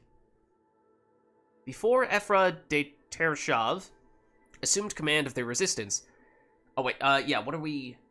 Angara, Ephra... Okay, this is about Ephra specifically. Okay, that's not necessarily the place I would like to have begun, but he does seem to be the leader right now, so sure, we'll learn a little bit more about him. So yeah, before Ephra de Tereshov assumed command of the Resistance, he claims it was a disorganized and ineffectual group of zealots who were sliding into irrelevance. In fact, Jal explains it was the Resistance failure to protect Ephra's family from the Ket that drove Ephra to join the group, with the goal of turning it into the effective guerrilla army it aspired to be. Resistance distributed literature explains that Ephra's single-minded dedication to his cause became evident when he led a successful raid on a Ket slave labor camp. Although, I guess, unlike the raid that we just did, he was still unsuccessful at rescuing any of the slaves, because, as we've heard numerous people say, this is the first time anyone has ever returned alive from Ket capture. reporting that Ephra's resistance forces liberated hundreds of Angaran prisoners before wiping out an entire battalion of Ket sent to stop the attack. Alright, so that's just blatant contradiction from what we've heard from numerous people. So, okay, that feels like that was an oversight. According to Jal, Ephra is feared by his resistance subordinates and respected by Angaran leaders, but he remains an isolated individual. He keeps no close ties by design. Everyone in the resistance is expendable, and Ephra is said to understand too well the pain that comes with losing those closest to him. Okay, so technically he's not the leader of the Angaran government, but he's the leader of this military group, the Resistance, which obviously is the primary group that we are trying to assist with their war against the Ket. Alright, so what am I most interested in? Mostly the Angara in general. Hold on. Here. The Angara are the only known sentient species local to the Helios cluster. So yeah, there's the Ket, but they do not appear to be local, native to the area. Scattered across numerous worlds, the Angara are reuniting as a people. Though much of their culture and scientific knowledge has been lost, the Angara continue to rebuild and resist the Ket conquest of Helios. From our cultural exchanges, we know that the Angara have a unique control over electromagnetism. So that was kind of the thing that I was alluding to before, that if the Kets are trying to capture a bunch of different species and collect desirable traits about them to combine to create this kind of super organism, which probably is, something that is ultimately meant to superpower Archon, since he seems to be the one behind all of it, then the electromagnetism seemed like the kind of thing that would have attracted the Ket's attention toward the Angaran in the first place, unless every single Ket is just required to come from a mutated Angaran. Specialized skin cells and organs allow them to generate and control electromagnetic fields artistically or unleash them in combat. Okay. That would be kind of cool to see other ways in which the Angarans do that, or Angara do that in other contexts, because we've heard people mention that, but never really seen it in practice. Oral histories describe how ancient Angara were tribal and nomadic before settling in cities. Many of them still live in large, tight-knit families, and workplaces have a guild-like organizational structure. Politically, the Angara remained divided. Attempts at a reformed government were disrupted by the Ket. Approximately 5 years ago, a coherent resistance movement emerged on Aya, the first to draw unilateral political support, with the goal of driving the Ket out of the Helios for good. So, okay, there's not necessarily a full-fledged, cohesive government across the various Ket territory, or, come on, mixing Ket and Angaras. There's not a cohesive Angara government across all their various settlements. It's kind of more independent from that, like city-states, that type of thing. And so, although the Resistance is primarily a military movement, it is a little bit unique in the way that it is uniting Angara from different areas under one common cause. Okay. And let's learn about the Moshae as well. I think those are kind of the big things that I wanted to read up more on. Part scientific genius, part cultural icon, Moshae Sefa is treated with an almost religious reverence by everyday Angara. That's certainly what it seemed like. To the point where it seemed like she was almost a prophet of sorts. Although that also seems like the kind of thing that Archon is doing. Treating himself as some kind of god or prophet that, all these people that are being exalted are supposed to praise and look up to and cherish, and, the whole Ket structure is designed to basically just do any and everything that the Archon wants. And maybe that's why the Archon was so interested in Moshae Sefa, but let's see. So, her technological innovations have touched nearly every facet of their civilization, and were instrumental in the construction of Aya's capital city. So how old is she? I thought we theorized at one point that the Angara they lived to be roughly the same age as humans, and I thought that we kind of confirmed that at one point. And here it is saying that all this stuff is based on contributions that she's made. So, she's probably not a teenager, but is she, someone who has lived to 3 times the age of the usual Angara, and therefore has had that much more time to develop all this stuff and make all these contributions in the first place? So her analyses of the Ket threat have slowed the enemy's conquest of the Helios cluster by informing the tactics and goals of the Resistance for decades. Okay, so at least for decades. From Jaal's recollections, the Moshae chafes at her celebrity status and prefers to work in solitude. Unlike most Angara, Moshae Shefa doesn't belong to a large extended family. She claims she has never married nor borne children, focusing on her life's work of unraveling the mystery of Remnant technology. Okay, so she is also very much focused on the Remnant. Her goal, stated in many of her writings, is to unlock the secrets of the Remnant for the benefit of all Angara, helping them to overcome the Ket and restore Angara civilization to its pre-Scourge greatness. Okay, so, I mean, that certainly seems like there's a lot of overlap between what she's trying to do and what we would like to do as well. So I think that's most of the big stuff, at least on the Angara, that I wanted to just learn a little more about. And the Ket, I suppose, as well. Stated on the biology, culture, and history of the Ket species. We've certainly learned a lot more recently, and we just fought one of these fiends. We've only seen, I guess now, 3 of them, technically, because there were 2 in this encounter. Fiends are monstrous beasts with heavily armored carapace. Unlike the stealthier wraiths, fiends are besieging units that attack head-on, scattering enemy forces and destroying entrenched enemy positions. Yeah, that's pretty much exactly what they did in that previous encounter, which is what made it so tough, because there were so many other enemies around that as soon as we were rushed out from our cover, there was not a very safe place for us to be at that point. They attack non-Ket without appearing to need orders. Some scientists believe fiends respond aggressively to an absence of Ket pheromones or similar cues. They are not sentient, at least they don't think. A fiend's carapace is permeated by dense cartilage that makes it both strong and flexible, and acts as a shock absorber for incoming fire.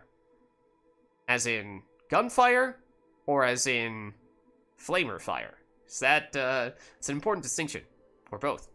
Preliminary study of their nervous system suggests that nerve transmission is dampened above a certain pain threshold, allowing a fiend to detect injury but not be slowed by it. Reports of fiend encounters are often accompanied by casualty lists, and the militia advises that only a well-armed and organized team should handle a fiend at full rampage.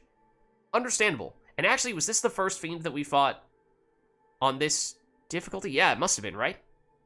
Because the one that we found on Eos, we were back on normal. And they definitely did seem tankier this time.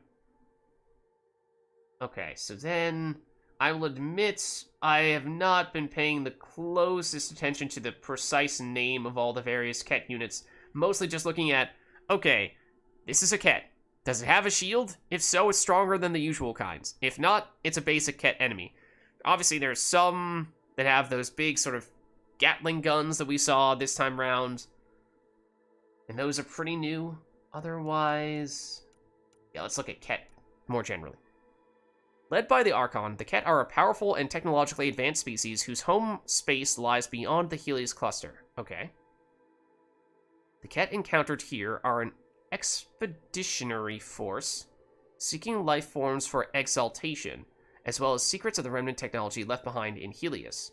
Evidence suggests they arrived in Helios roughly 70 years ago. Okay, that was also something I wasn't sure about, because it seems as though this was a pretty recent thing, in the grand scheme of things, that the Ket arrived. But does that mean that they arrived 5 years ago? Or, in this case, actually 70 years ago? That, I guess, makes more sense, because the Angarans have been split up. I mean, they were already on multiple different planets, but what we were reading about the Angara said that, you know, they've been pretty significantly separated to the point where, you know, they don't have any sort of cohesive organization spanning across multiple different planets anymore, which you would think it would take some time for those kind of ties to break apart. So, as we have learned, Ket multiply and replenish armies via exaltation. So I'm guessing this is something that we just learned, this second paragraph here, where the Ket take desirable genetic traits from other life forms and incorporate them into the Ket genome. The donor life form, in return, is mutated with Ket DNA. Ket view this exchange as an almost sacred process of self-development, though our scientists disagree. Okay, hold on. So it's not just that Angarans are transformed into Kets. That was certainly the aspect that I focused on. Yes, they are also stealing characteristics of the Ket or rather, of the Angaras and the Angara and the Wraiths, and using that to improve the general everyday Kets, or just the elites, you know, the boss that we fought in Archon. You know, is this all just to make one superhuman being, Archon, as powerful and as perfect as possible? Or is this something that is designed for all Ket? Because yes, there were clearly those two aspects of it. They're trying to improve the Ket, and they're also trying to turn, or later on we realize they're trying to turn Angara into Ket. But what wasn't clear during that last part was, okay, are they in the process of absorbing the good things from that they want to collect from that Angara, or was that just purely, hey, this is how we make more Ket? It's just, we transform Angara into Ket. So it wasn't clear to me that they were doing both of those things simultaneously, which is what this seems to be suggesting, which also suggests that Kets did in fact exist before the Angara. It was not just this one dude, Archon, who was unique somehow, just spontaneously existed and out of nowhere, and was the only member of his species until he started genetically modifying other species to become like him, and the Ket became an actual full-blown species. Anyways, we'll learn more about that, I'm sure, but... Okay, so those were the big things that I wanted to check there. Then maybe just looking at the big overarching stuff for Remnants as well. So let's see if we just have Remnants in total. The Remnant. Okay, and then we'll leave it at this. Just looking for the big picture here. Remnant is the umbrella term coined for technology, structures, and autonomous bots that have been sighted across the Helios cluster.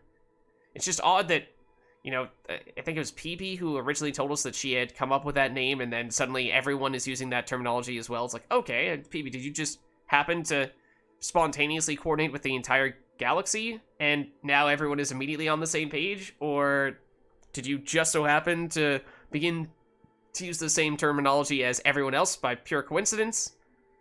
Again, it's just kind of odd little things where it's like, you know, when you think about it, that doesn't really make sense that just all conveniently happened to work out that way. Seemingly abandoned by whomever created it, that's true.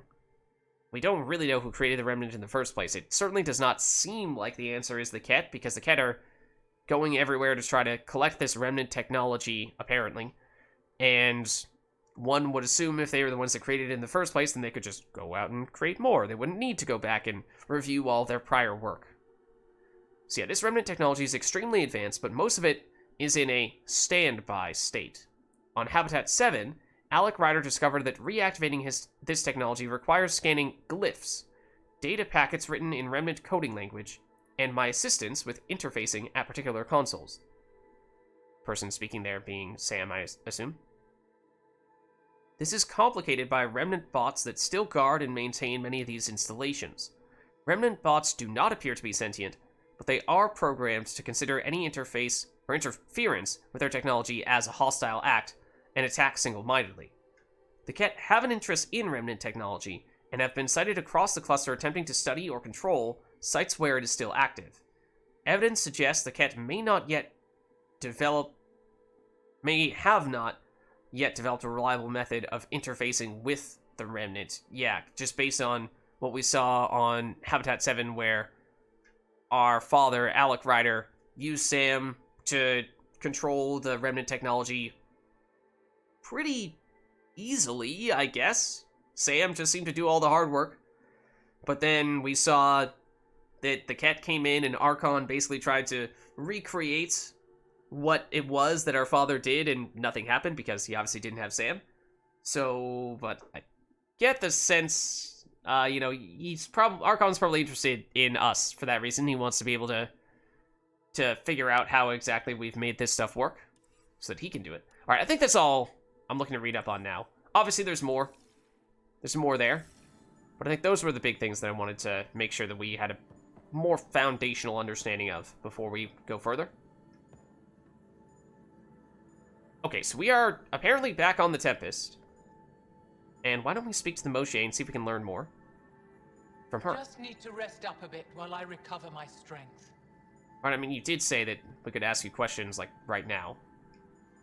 Just need to rest up a bit while I recover my strength. Despite everyone else saying that we ought to Have give you a second. email at your terminal, Pathfinder. Okay.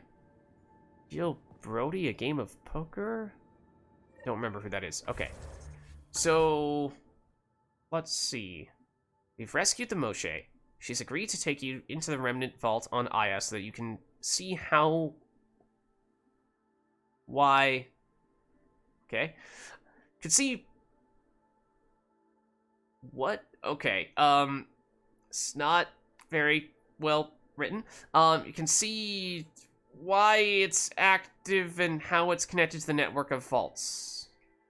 I guess is how we should read into that. This has been a very complex quest, I suppose. All those components that have built up to this. Alright, checking our map.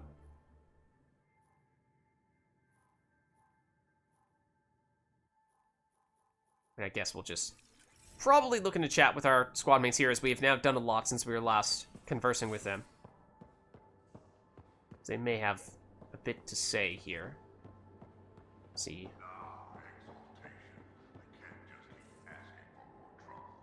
Really looking forward to kicking those guys in the teeth. Oh, it's the Engineers Guild, right.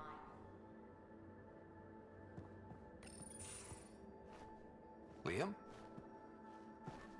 You're working pretty hard. Your butt's up too much. All the It's time. bad form. Started young. So you're doing like Smart half little push-ups. kid. Got angry a lot.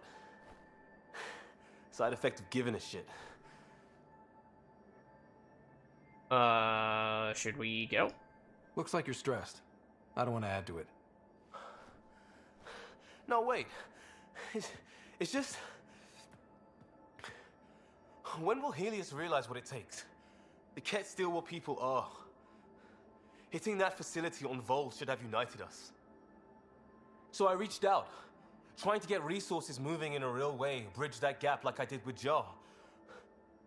I can't get permission coming or going. The Nexus, Aya, everyone is all can't take risks with outsiders.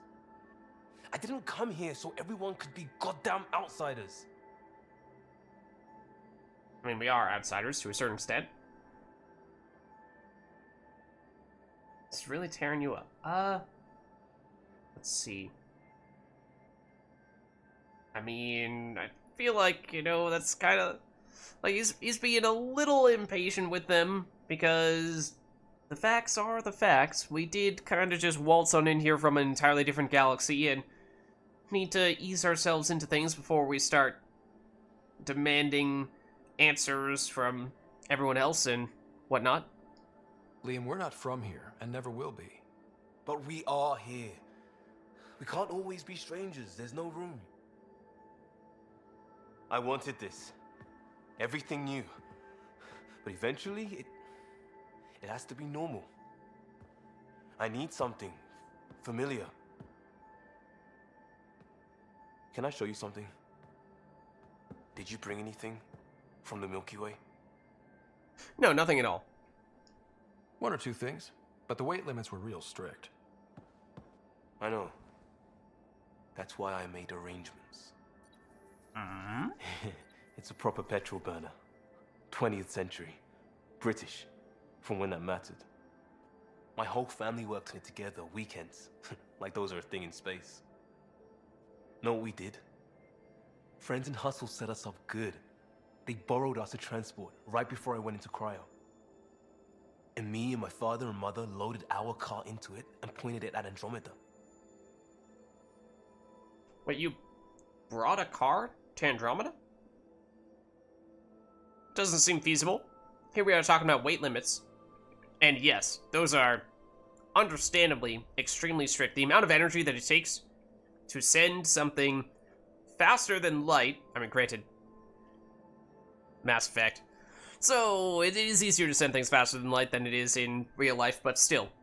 The difficulties of sending things incredibly far at incredibly fast velocities means that any large, satellite, usually, the stuff that's going the furthest nowadays are just satellites, they're not manned missions, but they need to be super, super light. So to casually just sneak a car onto this type of thing, this type of mission feels like that's not feasible. But seems like Liam could use a little support right now. It's a nice gesture, but you know you won't see it again. Oh, it's a couple million years away at standard light. Oh, no, The okay, it's important back thing in the is, Milky Way. it's coming. Okay. Oh, it's Always coming. They sent it. I got you. I don't know what that means.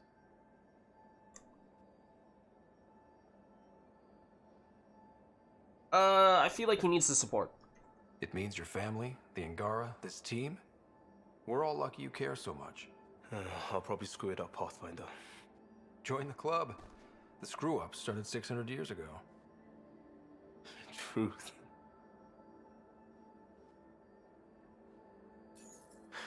This will be home. It has to be. I won't let being outsiders stop that. Okay, good. Seems like that was starting to get to him. Okay. I would still appreciate if you'd put a shirt on. But... okay. So I don't know if other squad mates are going to have similar types of in-depth conversations. Looks like pictures of the exaltation chamber. Yeah, the Ket are using some Angaran-made medical equipment. Could be a lead. I just want an edge on those Ket bastards. If they ever got their hands on Sid, I'd... well, imagine if it was Sarah. Sarah's an adult. No, that's not really the way to react to her sister being captured by antagonistic aliens. I don't know what I'd do. We're all that's left of our family. Same here. Sid was so little when our father left, and I was... well, her age now.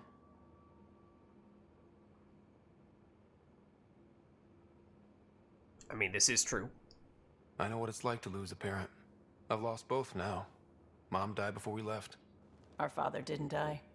Or maybe he did. We don't really know. He just didn't come home. He was involved with some bad things. Bad people. Eventually it caught up to him. There was nowhere to run. Not like a whole new galaxy. Is that why you came here?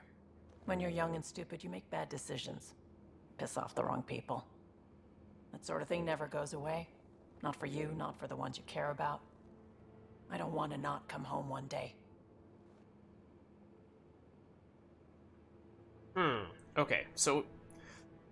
do have the option to go for the more romance approach. Again, I still feel like, at this point, we don't really know our squad... I mean, we know our squad mates a little bit better now than we did when these types of things were first showing up.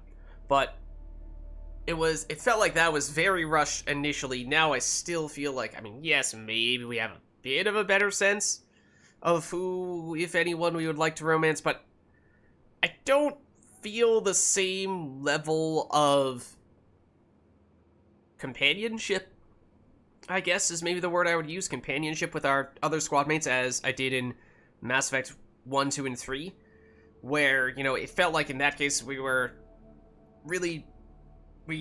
became good friends. I mean, obviously, initially, the squad mates from Mass Effect 1 did not know each other much at all, but, in this case, it almost feels like, if anything, people should know each other better and should start off with more chemistry because we all signed up to go on this mission together.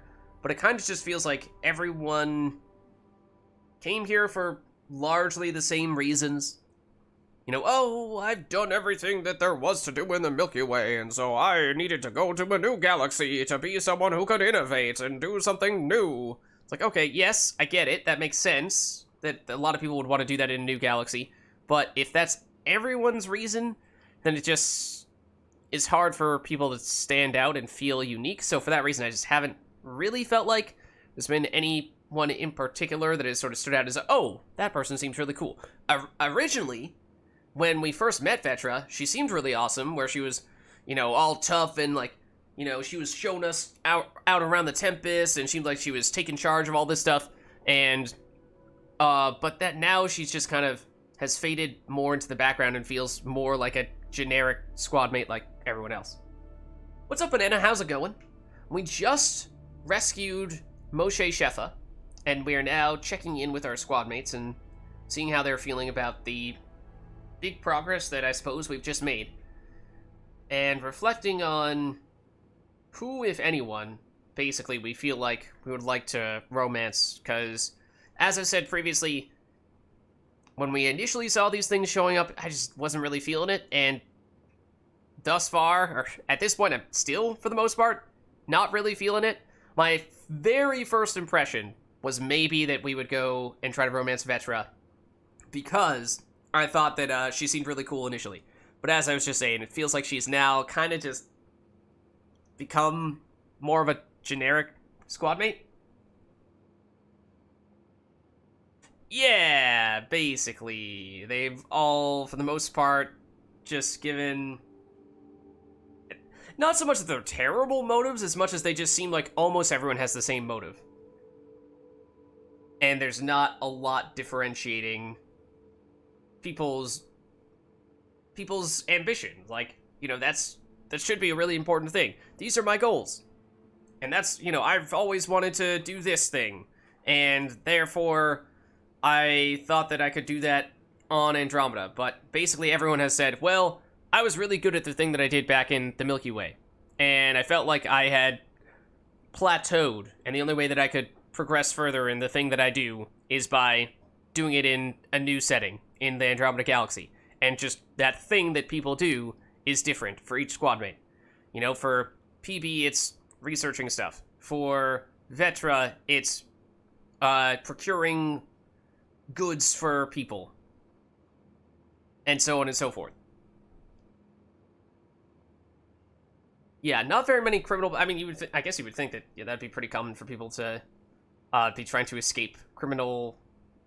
or the punishment for having done crimes in the Milky Way, which is kind of what Vetra is alluding to here. I don't know. Basically, I guess what I'm getting at here is I feel like if we don't just make an executive decision to romance somebody early on, then I'm just never going to be feeling it, and it might just never end up happening. So despite the fact that I'm not quite or not nearly as much thinking that Vetra is someone we would want to romance as I was thinking we might at the very beginning, maybe we just start going in that direction, because otherwise that might just never happen. So, sure. I guess we'll romance Vetra. I guess not necessarily because I think she's the person that I'm most interested in us romancing, but because if we don't romance her, then I don't know who we're going to romance, because no one else feels particularly inspiring. Come on, you're strong. Smart. It'll take a lot to keep you from coming home. Strong, smart, but maybe just lucky. Luck runs out on you. I won't.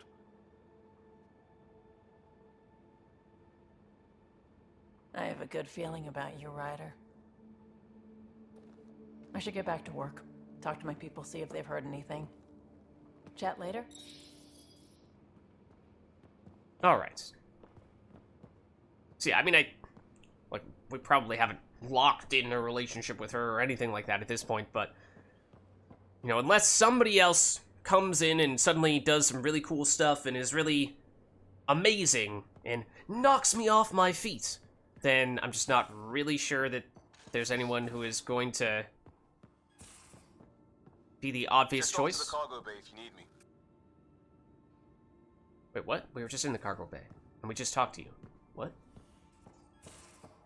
Liam? You were the first person that we spoke to.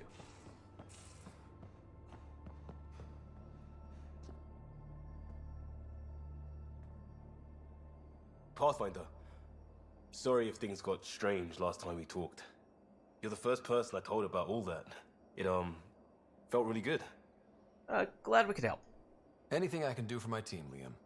Stuff like that goes above and beyond Pathfinder. At least I hope so. Anyway, made me think we should do more just out and about. Off-ship, like the market on Aya. I've got some contacts and some things I'd like your eyes on. But mostly, it's a day out. Something familiar.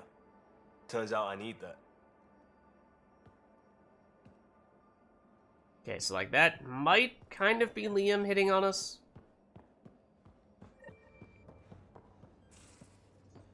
Maybe. I don't know, now that makes me want to check back in with Vetra, see if she's something else to talk about. I thought I hated the Ket before. Then we learned about exaltation. I can't even begin to imagine how Jal feels about this. Okay, I've already asked about these things, but... Okay, so Sid is your sister. I was curious about you and Sid, being on your own from such a young age. Yeah, I really wouldn't recommend it. Okay. How did you survive, just the two of you?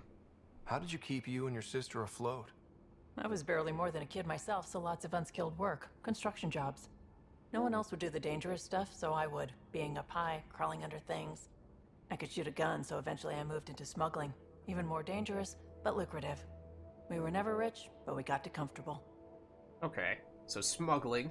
Confirmation that yes, she partook of some somewhat illegal activities. Current crewmate ranking is hard because we haven't even done a mission with everyone yet. So from a combat standpoint, I can't speak to everyone at this stage. But from a purely just character personality standpoint, I'd say probably Drac is up there. Jal is probably up there. I wanted Vetra to be up there, because again, my first impression of Vetra was good, but I feel like she's sort of just faded into the background and become less unique as of late, so my opinion of her has probably faded quite a bit. Other than that, who else? Cora was kind of middle of the road. Obviously, she's sort of, as a human and someone who came with us on the initiative, she just seemed like sort of standard, this is the person you're supposed to know a lot about because theoretically you've worked with her before. Then there was the whole, oh, she doesn't ever stop talking about Asari stuff, and that got a little grating over time, so she may have dropped a little bit as well. Liam, I don't have a particularly high opinion of. As I said, it just feels like some of the conversations with him just go in very weird directions. Also the fact that he is constantly sort of like showing off, trying to do push-ups and whatnot, and constantly has a shirt off and stuff. That was like, okay, God, dude, just chill, okay? Then who else am I forgetting? PB, we haven't brought PB yet on a mission, so I might know the least about her. She just seems kind of obnoxious to me, is kind of my first impression of her. So I'm not a huge fan of PB either, so I would say probably Drac and Jal are the ones that are at the top of my list, at the moment at least.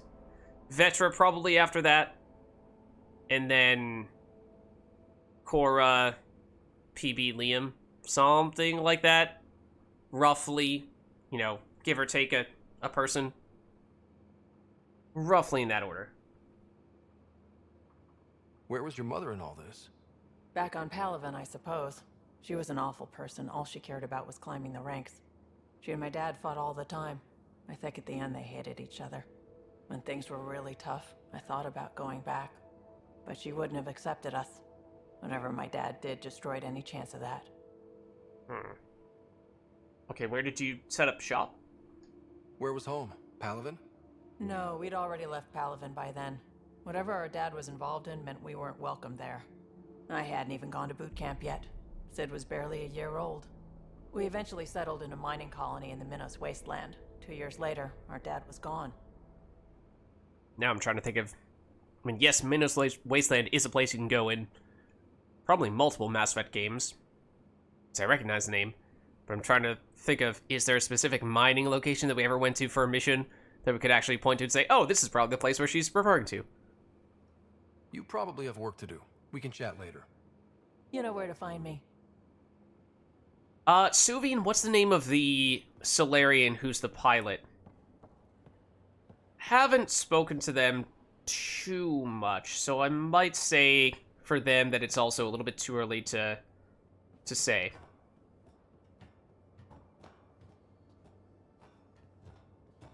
Oh, there's the Asari doctor. You have AVP outstanding, Pathfinder. Oh, true. Wait, that's true. We should do that promptly, right? All the stuff that's timed. Let's see, but that is upstairs. Is Gil not in here? Yeah, we should do that. Technically speaking, we should do that next. I can't help thinking that Asari reproduction and Ket exaltation are similar in a lot of ways. Oh no. I can see it. The cat What? take other species' genes. Asari take other species' traits. Sort of. PB, don't tell me we actually agree on something. Changed my mind. They're nothing alike. Okay. So, yeah, the thing that, I mean, they sound so similar to the Collectors. Just the way that the Ket are going about their business, their general plan is like almost a carbon copy of what the Collectors did in Mass Effect 2. Oh, no, that's not as time sensitive. Let's go strike teams and see, we might have some that, nothing that we need to get the debrief on. Okay, so we have some bronze ones. I think for the most part, bronze is sort of the level that we need to be going on for our teams right now. Mission trait scary? What? All right, let's see. So, got reports of hazardous materials at one of the facilities. Dispose them. What's remnants? And I think we have a team that specializes in remnant, right? Oh, no, you are now both an outlaw specialist and a cat specialist. Okay. You're level 6. You're level 4. So your chance of success is 85, your chance, or 86, your chance is 81. Just see what the other options are. This is outlaw. Okay, so we have someone who is an outlaw expert, so we should go. Oh, no, you're. Wait. We have. You're what? Ket and outlaw. Okay, so remnant we don't have a specialist for. We have plenty of specialists for Ket, but we only have one specialist for outlaw. So we should probably send our outlaw team for this one.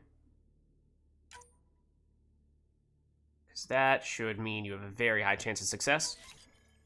And then for the remnant one, we don't have any specialists.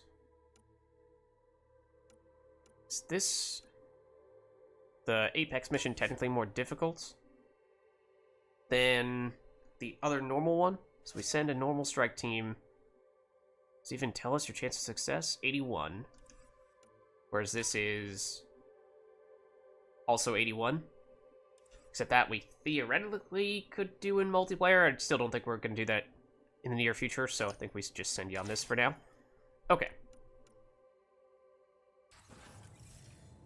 I may need to look into that, because I have realized that there's a lot of stuff that is just on timers like that. Between the strike teams and also the AVP stuff, it's... At first, I thought, okay, that's not that bad to just pop back over here in between missions and try to pick up whatever it is. Let's see, we get Milky Way research from here. Just pick up whatever items or research in this case we need. But when you have multiple different systems that are all on slightly different timers, then it just becomes a little more of a nuisance, I think, to keep track of all that stuff. And you can come back and redo or set up one of them for the next round, but then okay, do I just twiddle my thumbs for 10-15 minutes while I'm waiting for the next one to be ready, or do we just go out and do another mission, and by that point everyone's going to be back and ready to go? Let's see, we have the increased research data gained. Reduce the amount of time it takes to gain research points. I think we might look to go... Did we start doing the military stuff yet? We have not. Because there was at least something here. Get the additional experience. Getting that early feels like that could be useful. And I don't think this contributes toward unlocking this, does it? Oh no, these require viability on various planets. Where was the... This requires either munition, hunting parties, special forces, or reconnaissance. So yeah, I think we take one of these. Consumables, organic materials, tech materials, hidden caches. I think we go for tech materials. So yeah, is it just like a... Oh, we immediately get it? Okay, sure.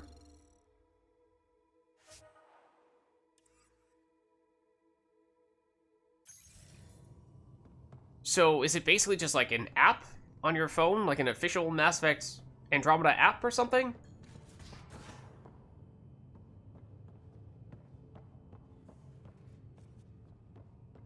But yeah, to go back to the previous question, for other people who are not full-blown squad mates like Lexi, Suvi, and the Solarian whose name I do not remember, that's probably a pretty good explanation, pretty good context for it. Yeah, I just don't think we know them well enough to really understand, to know them enough to say, like, oh, well, I like this person, I don't like this person. Lexi we probably know better than the others, just because she was also someone that we spoke to back on the Hyperion as well. And I do kind of like the Lexi Drac angle is kind of funny, but okay, I want to hear what y'all has to say about that previous mission. Jal? Not talking to me? I get it. I can't imagine how you're feeling. I'll just go. Don't. You saved the Moshae. I won't forget.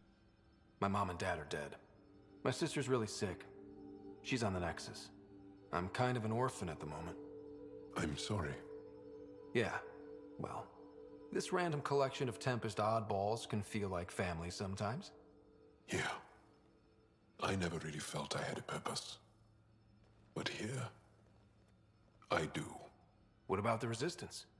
My place in the Resistance is not what I'd like.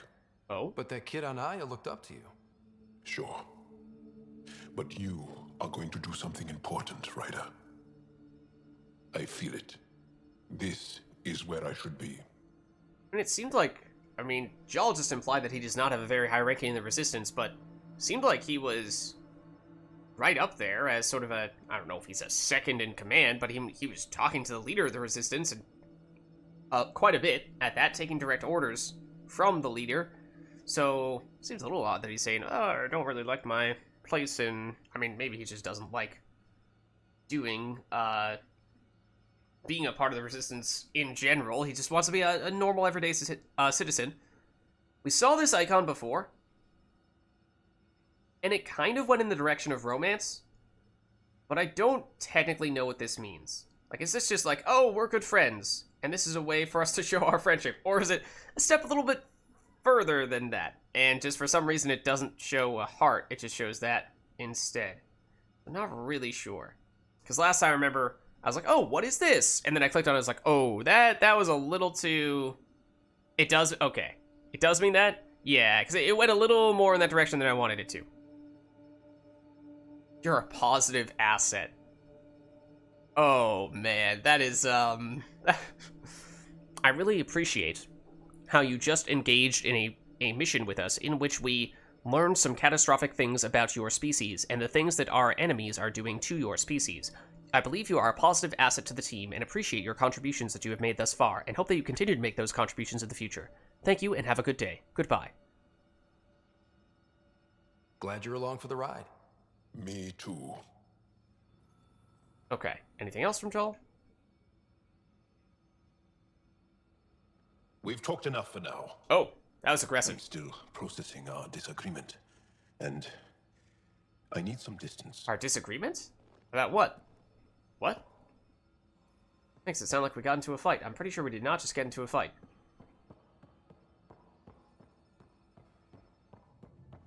Okay. So yeah, it seems like just about everybody has some unique stuff to say about that previous mission. Understandably, it was a main mission. Report from the Nexus. Population's growing as people wake up. Lots of hopefuls waiting for a home. Bradley will have all the help he can take. They'll be starting crops soon.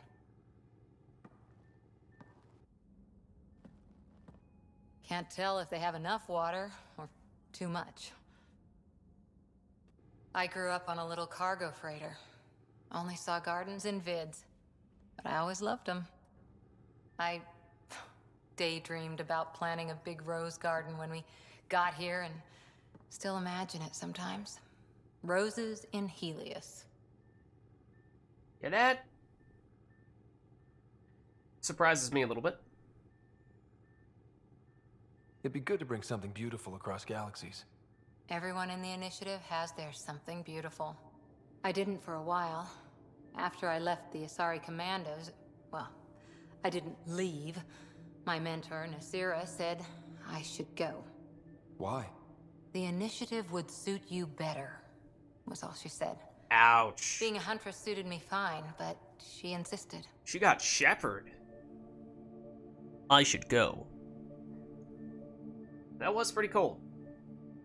That was pretty cool. Wow. You fight side by side and then she gives you the brush off? It hurt. One big kick out of the nest. Still, that's familiar. When your biotics are honed into Huntress-grade weapons, people can be weird about it. The initiative seemed better. Just didn't see how I'd fit into their brave new galaxy. I never fit anywhere before. Then I met some jerk named Ryder. Talked about traveling to Andromeda like he was teaching you how to see it. Okay, I mean, we've definitely asked you this before, but sure. What part of that vision made you want to take the plunge? A civilization where everyone had a place, even AI, or an overpowered human biotic. Your father said, I get being different. Now imagine being welcome and making others like you welcome too. When I was 13, I could warp a steel girder. He made me wonder, what if someone had told me that's okay? I guess her dad could inspire people. He gave you a dream to work toward. He was good at that. Who doesn't want to belong? Especially somewhere like the Initiative. So I gave the Initiative my all. Kept thinking of the niche I wanted. My rose garden. I thought I knew what I was going to be. This is about not taking over as Pathfinder? Didn't think it would still sting. Nasira, your father, even my parents. They leave, I'm left without answers. Nowhere to stand. Okay, so Cora is just odd to me. She has all these different aspects to her character, probably more so than maybe even everyone else on the crew. She was, yes, one of the original members of the Pathfinder team. So she has that angle where she's sort of like, you know, the standard human that you would expect to be engaging in this kind of project in the first place. However, she also has this somewhat unique background where she was previously training with Asari as a powerful biotic. Okay, that's unique. Then she also has this thing where now she also really likes gardening and stuff. But the problem with Cora, at least the way I see it, is that she's all these different aspects of her personality, which is nice, that's cool, that's something that I wish that other characters had more of, but they just don't seem to tie together at all. There's nothing that seems to explain why.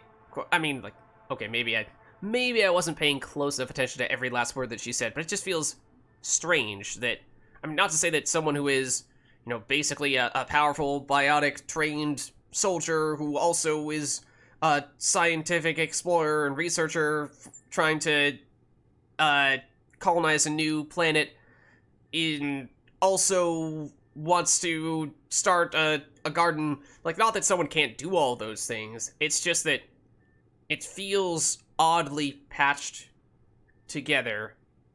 And it's sort of not as if she has this one big overarching goal that's like, this is what I want to achieve in life, and these are the various ways that I like to do it. And that could give a more meaningful explanation as to why those are the various things that she likes to do. It just feels like that's sort of the big thing that's missing for so many characters. Also, I do know Cora's family. I know that's like kind of a spoiler, so I have deliberately not outright said, but yes, I do know. I do know who Cora's family, or specifically one of her family members, is. So yes, I know what you're alluding to. I get that. We've all had a lot of disappointments lately. You're doing well. For having no training, being your second isn't so bad. And if that remnant tech pays off, maybe someday I'll have roses too. Okay. Oh, and why don't we see if there's anything else Cora has to say? That Archon. Arrogant son of a bitch. Maybe that's redundant for a cat. I mean, at least we know the enemy a little better now. He's also the first Kett who bothered to talk to us. That's useful intel. True. They can communicate. They just prefer to open fire. So, what else is new? Never actually confirmed? Okay. Let's see, any word on the Asari Ark? How's the search for the Asari Ark going? Won't know until we talk to those Asari on Eos. Any chance of swinging by? Okay. Okay. I mean, this is not fully grayed out. Are you just going to say the same thing again if we do this again? How's the search for the Asari Ark going? Won't know until we talk to those Asari on Eos. Any chance of swinging by? Okay. See you later, Cora. I'll be here. Alright. So let's see, we've checked in with you. We've not actually spoken to Lexi, have we? I don't think we have. Going through the readouts from the Kett facility, I've never seen such advanced genetic technology. Frankly, it's light years ahead of our capabilities. Yeah, it's kind of crazy how they can just casually inject someone with a couple of syringes and then a few seconds later they've changed to a different species. That is ridiculous. That is insane. We didn't really talk about it from that angle. We did say a few reasons why it felt odd, but that is definitely one of them as well. It's like, oh yeah, by the way, welcome to being a Kett. Like, again, the comparisons to the Collectors in Mass Effect 2, where at least in that case it was like, okay, well, yes, the one species was very, very much specifically based off another species and was just its maybe slightly modified version of it is underplaying it, but whereas in this case it's like, I'm pretty sure that the Kett and the Angara are still fundamentally completely different species that somehow a couple of syringes can just completely fundamentally change, which just feels like that is okay. In a matter of seconds. How is that possible? I'll let you get back to it. I'll be here if you need me. With technology that is light... Wait, did she say that is light years ahead of us? Light year is a distance, not a time period. Unless for some reason the fact that it is from a long distance away is meant to imply that it is more advanced than ours, but that... Oh, okay. Didn't catch that at first, but that does seem odd. And it raises a question about how that happened then, that they had such advanced technology when they can't even, can't even converse with the remnant tech like we can, so in some ways they are not as advanced as we are. Makes you wonder if maybe that's why they are going after the remnant tech in the first place. Ryder, exaltation? I never imagined we were fighting Angara. Yeah, it's, well, sort of. Like, they're really not Angara anymore. They're no longer Angara. The Kett changed them into something else. That's the atrocity. We have to stop the Archon, whatever he's up to. The more we learn, the more I realize how much bigger than me this all is. It's humbling. Alright. Thanks for chatting. We'll talk again later. You know it. Okay. Then, let's see. Who have we... Oh, did we level up again? Apparently we did, because we have 5 points. Okay. I think we'll wait until we are next on the ground and more in need of using those points, because we have 5, I think I just saw, and that's not enough to fully upgrade a couple of our skills, and so it might be best if we just wait until we can do that. We've not spoken to Drac. Read the mission briefs. This isn't good, Ryder. The Archon's dangerous. I've seen people like him before. He is definitely a threat. He's definitely dangerous. So dangerous, I'm not sure we're ready to deal with him. Take him out. All we need is a plan. From where I stand, the Archon thinks he knows what's best for us. Problem is, he can follow through on it. That exaltation the Kett do, it turns people into slaves. He can do that to us. He has that power.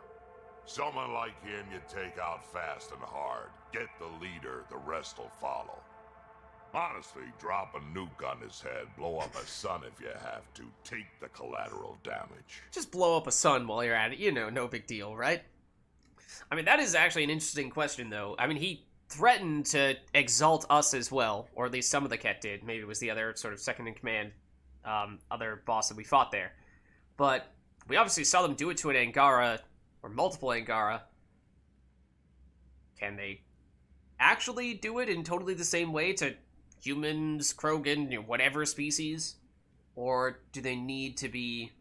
do they only currently know how to do it to Angara, or maybe some other species that they have more experience working with? Sacrifices are inevitable. That feels like the phrasing there is incredibly out of touch, given how... given the mission we just went on. That might be the single worst way to phrase this, but I am curious to see how this plays out. I hope it doesn't come to that, but exaltation seems almost worse. If he has his way, there won't be anyone left to save. You don't mess around with this kind of thing. Ends badly, each and every time. Another galaxy and there are still despots. When I was on security duty at the relay, colonies were attacked all the time. We trained the colonists and they started fighting back. Raiders didn't expect that. The Angara already know how to fight. But the Archon, he's got an army to back up his crazy. Do we have our own army? That feels like that's a bit of an overstatement, but yeah, it feels like this is more the answer we're looking for. We're the new variable here. He can't predict what we'll do. That is an advantage, so long as we play it right. You keep thinking about how you want to handle this. We'll only get one real chance at it, won't we?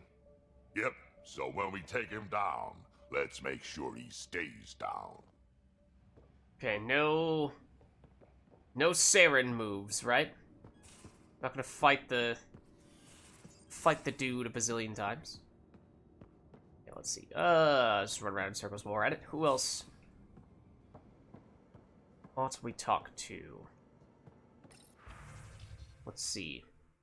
Mental wellness. Given recent events, it seems like a good time to refresh you on the Andromeda Initiative's mental wellness program.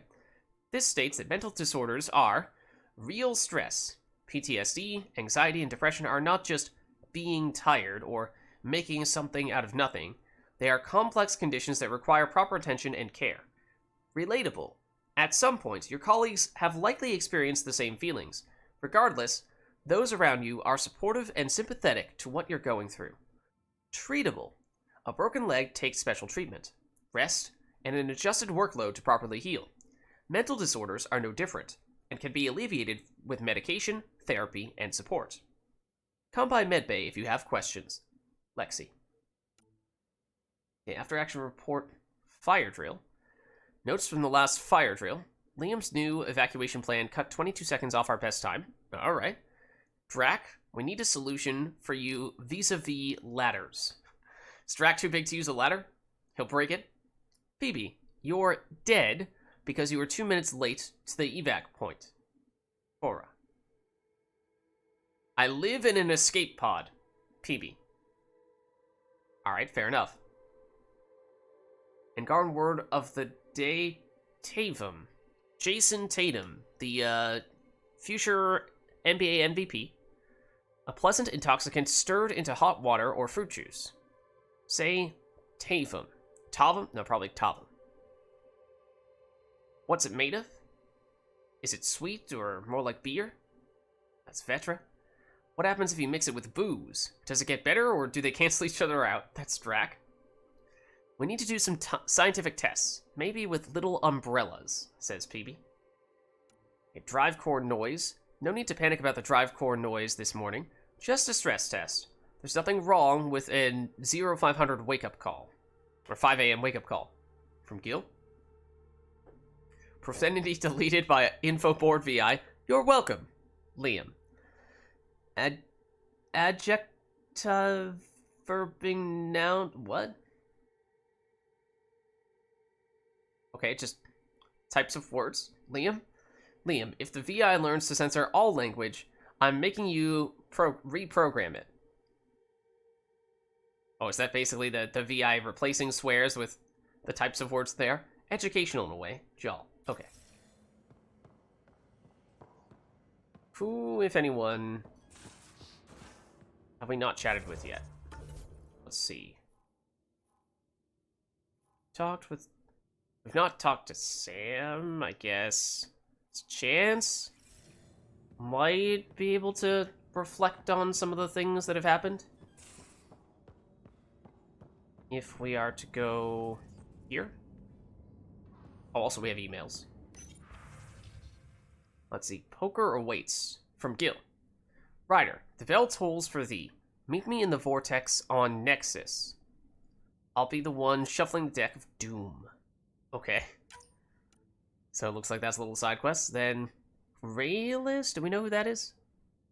Greetings, Pathfinder. My name is Rayless. I serve the Angaran Resistance. Some of our scouts have returned with interesting information about the Ket that I'm certain will intrigue you. I will wait for you on Vold. Please come soon. Rayless. So, I mean, the actual official quest, the main quest on Vold was quite short, to be honest, comparatively speaking. So there's definitely still a lot of stuff for us to do there. I mean, we started exploring a little bit before we did the main quest, but I kind of thought that we'd be running around a little bit more in that area, so we'll probably be back to all the main planets, yes, but still have a lot left to do on Vold, I think. Let's see, stress tests. Hello, Ryder. This is from Callow. Quite the rescue. The Tempest isn't intended for these kinds of operations, but she's performing splendidly. Not that I encourage you risking your life for stress tests or anything. Still, well done. I spoke to the Moshae when I happened past Medbay. She left an impression, I must say. Patient, but remarkably driven. It's easy to see how she withstood the pressures of torture and that place. Sometimes I wonder what my people could do with a bit more time to be patient. Hello. Alright. Once again from Gil. Worked for 42 hours straight. Ship's humming. Called it quits to get a little shut-eye. I'm wide awake here. Figured I'd use the time to practice my poetry. Didn't know I practiced poetry? Neither did I. Probably because I don't. But here it goes, okay? It's weird, but... Helios, are you? Healing us? Or will we regret ever coming because the Kets are forever bumming our space? Wait a minute. Is that actually good, or has the analytical sphere of my brain fallen asleep? It's passable. Once again from Gil. Man, he has a bunch of stuff he messaged us about. You know how I'm out here searching for me true purpose? Yeah, poetry, ain't it? Helios, are you healing us? Sheesh. Thanks for listening from Liam. Enough said. Okay. I assume that's because of our talks? Yeah. Vetra as well. Thanks for listening to me. I hope I didn't come across whiny. Could my life have been different? Sure. Could have had a dad, a mom, a rigid upbringing and great prospects in the Turian civil service, with the stiff collars and yes sirs to go along. What I'm saying is, different's not always better. I don't regret anything, or what I've done to get where I am. Don't regret coming here either. Vetra. Still have to pick up the pie jack. We still need to pick up the pie jack. Okay. I think this is just changing our gear, right? So we have... Okay. Picked up a bunch of quests here. Guess we didn't technically have the quest for the monkeys in space, which might be why we missed the opportunity to pick up that pie jack previously. Alright, Moshae to Aya is the main one, though. Suppose we can... Oh! Callow, settle down. Check in on these two. This isn't a good reason to get excited. What's up? You guys aren't fighting, are you? Why would I fight with my best friend?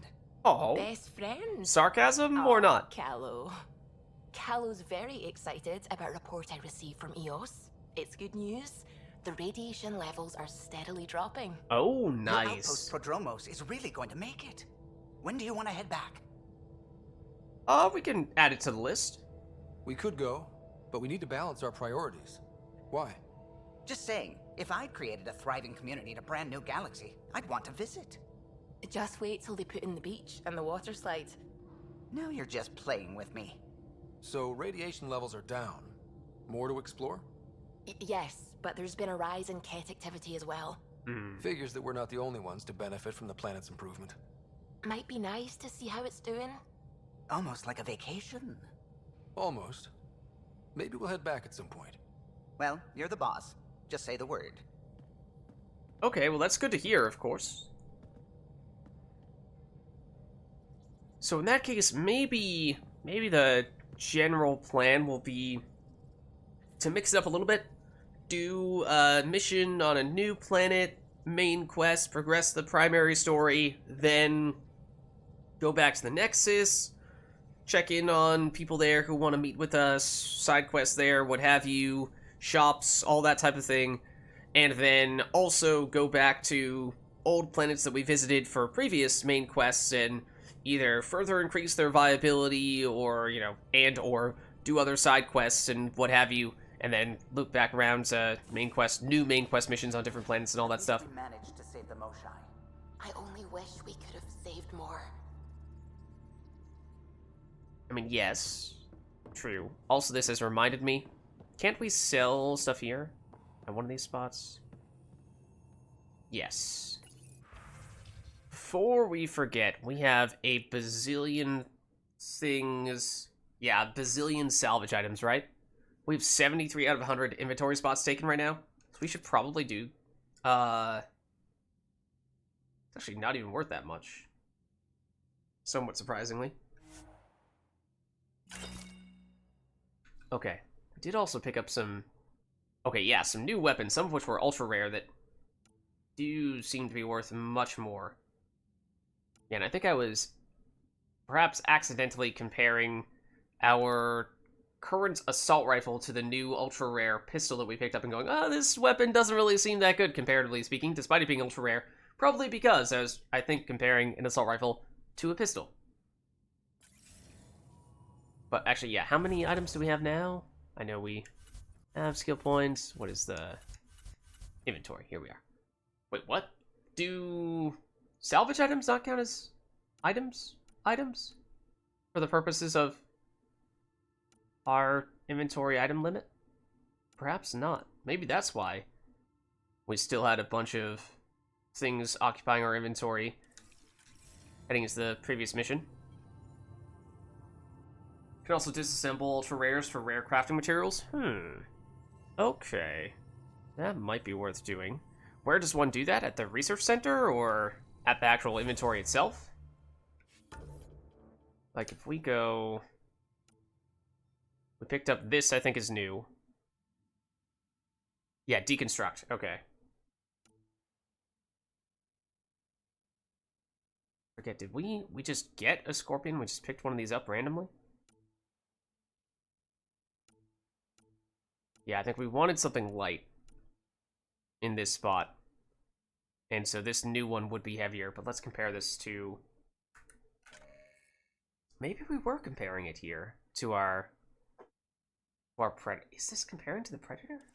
Hold on. Predator here. Compared to this.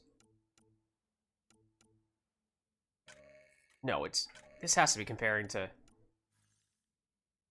our assault rifle, because even when we do this... Wait, hold on. Do that? Do that. Yeah, why? Because, like, the Predator compared to the Predator should not be showing up at all.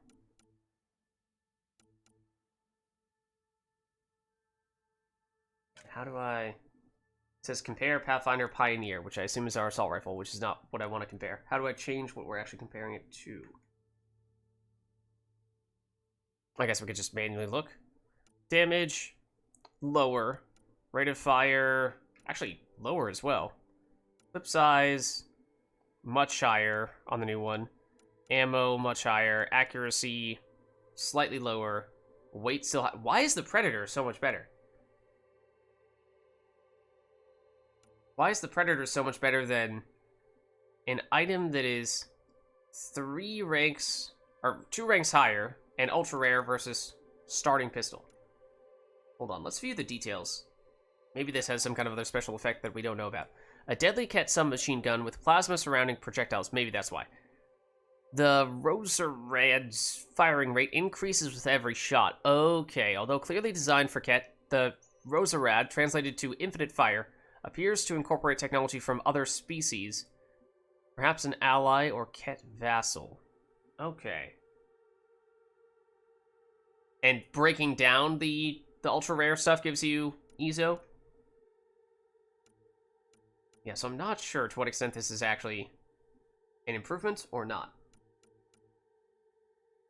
I'm not sure. I think we can... I mean, Scorpion is nice, but it is quite heavy, isn't it? So I'm not really sure we're going to be using a level 2 Scorpion for that reason. So we could deconstruct this, or we could sell it.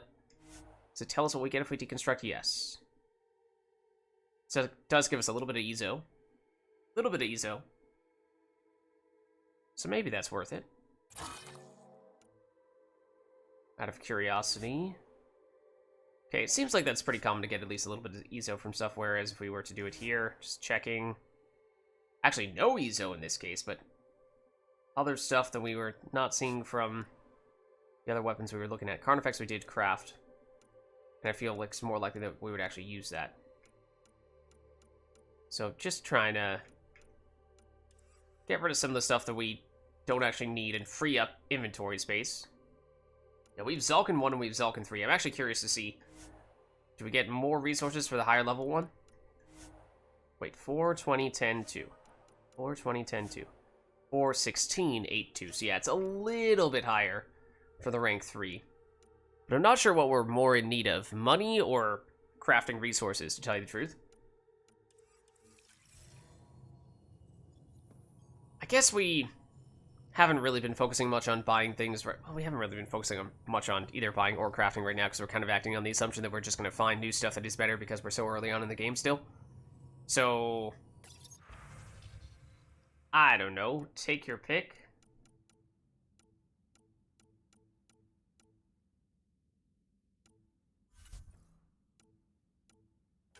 Shotguns, we did pick up. I did not look at the stats on that one, but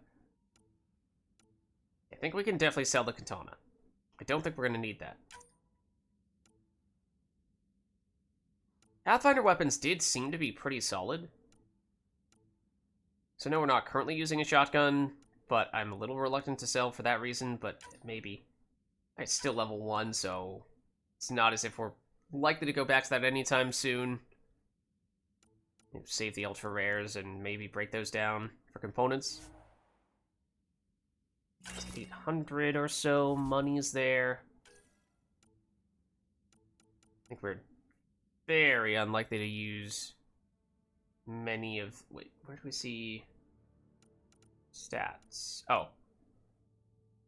There we go, just at the bottom. Yeah, okay, so let's... This... That doesn't even do anything for us. Could always sell the materials as well. Okay. That's a good point. So maybe it is better to break things down in that case. Maybe that's the right middle ground approach. What if we just destroyed our only sniper rifle? What if we just did that? Okay, Omniblade 3 we can probably break down. Omniblade 1 then. Cryo one is cool. The damage is less, but it does prime for cryo-y stuff. Damage is better for this. Wait, let's read more. The Carfalon blade can directly inject the user's hand with a variety of neurochemical stimulants. I'm not sure we should be doing that. The Carfalon reinforces the body's reward mechanisms, allowing a combatant to overcome pain and fatigue after successful strikes. The weapon's ability to adapt to various species suggests the Ket occasionally give them to favored vassals. That's weird. Yeah, I imagine, you know, like the higher level weapons are going to sell for more, of course. I think we'll still deconstruct this. And as we were just seeing before, you know, that higher level stuff is also going to give us more resources. Oh, the mods also count as taking up spots. Okay. Okay. I think we can get rid of the 8% melee damage. I know we are technically currently using... Oh, are we not allowed to deconstruct it because it is currently in use? Fair enough, I suppose. Like, that's good. That's very good, and we aren't using it, but we should. I think we just picked it up. Don't really think we need the accuracy that much, but we'll just go for the pure accuracy. Maybe we keep the pure accuracy when we destroy this. Is that better than one we were just seeing before? 42, 1.06, 44. What? Yeah, it's just better.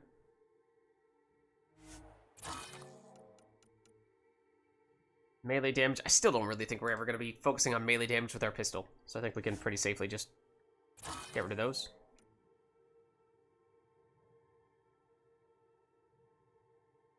Yeah, early game weapons better turn to Omnigel, like with Mass Effect 1. That makes sense. That makes sense. Do the mods even give us anything, though? Like, I'm not even seeing anything here. Do we just sell mods? Because I'm not sure that we're getting anything in return. Everything else told us we were getting things, right? Like, if we actually go for items, it tells us... Well, we can't do stuff that we currently have equipped, but... It tells us these are the things you're getting from it. So it looks like if we destroy mods, we might just get nothing, which obviously is not worth it.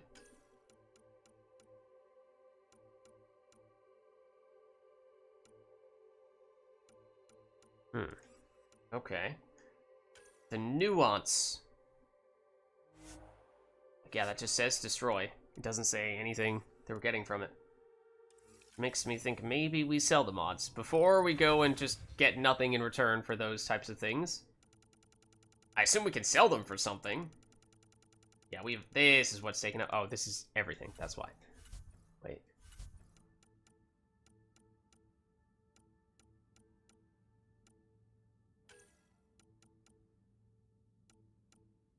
Like if we do this, we can at least get something in return. Shotgun damage is nice. Yeah. But we have a level 3 version of that, though. Ugh. Yeah, I guess we don't really have a good second mod yet. Don't love that. I guess we'll keep it, just because it's higher level, and it is at least meaning that we have a second mod. Yeah, so that's not going to be a huge difference maker, but just don't really want to be throwing out mods for nothing in return. And I think we are possibly just outright never going to use sniper rifles. So if we are concerned about meeting our inventory limit, then I think being more aggressive with selling sniper stuff is probably a good way to cut down on how many things we have in our inventory. Yeah, that's just a better version of this. No, it's not. Not necessarily. That reduces stability, this does not. That reduces rate of fire. I think we might have already just destroyed the basic versions of these. Stability is actually not terrible. There are some instances where, for assault rifles specifically, that could be something useful. Might hold on to those. We're a little over 50 items in our inventory now. And the ones we wanted to sell here were ones that we currently had equipped, I think.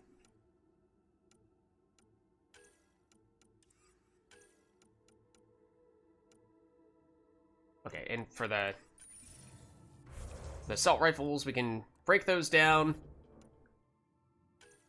I think that's still better to do it that way, because we will get materials out of this. I think safe to say the Avenger 1 and the Avenger 2 are probably not going to be our preferred weapons there.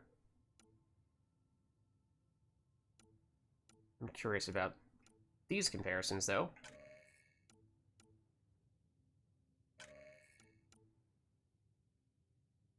Higher damage, worse rate of fire, more ammo, worse accuracy, lighter. Much lower damage, but much higher rate of fire. Better ammo, worse accuracy, a little heavier. Okay. So yeah, that might be worth testing out a little bit.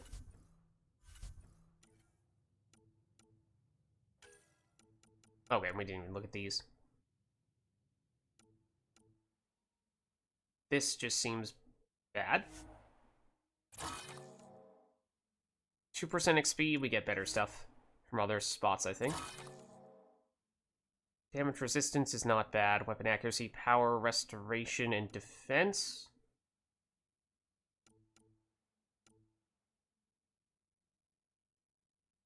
I mean, if you want to min-max, technically you wear this every time you're trying to sell things, but that just feels like that is a little too onerous to do that. I mean, this is not bad, but still, at least for as long as we can, I feel like getting a nice little bonus of experience early so we level up more quickly will pay dividends long term. And then once the going gets tough, we'll obviously start breaking out the stuff that more directly contributes toward our combat. We'll swim in credits in no time. Okay. Okay, honest question, how the heck do I use consumables? We've not used a single consumable the entire game thus far, and there absolutely have been times where it would have allowed us to live. Like, restoring current shields to maximum.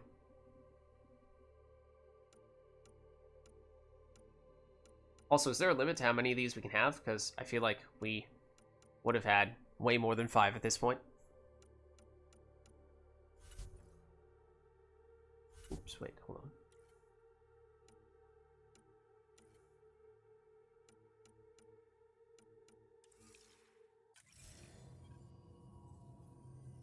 And now I already forget what I totally blanked out and forgot what question I asked. It's... You have to equip it in the loadout slot and use it in the quick access menu. I totally forget what question I just asked you.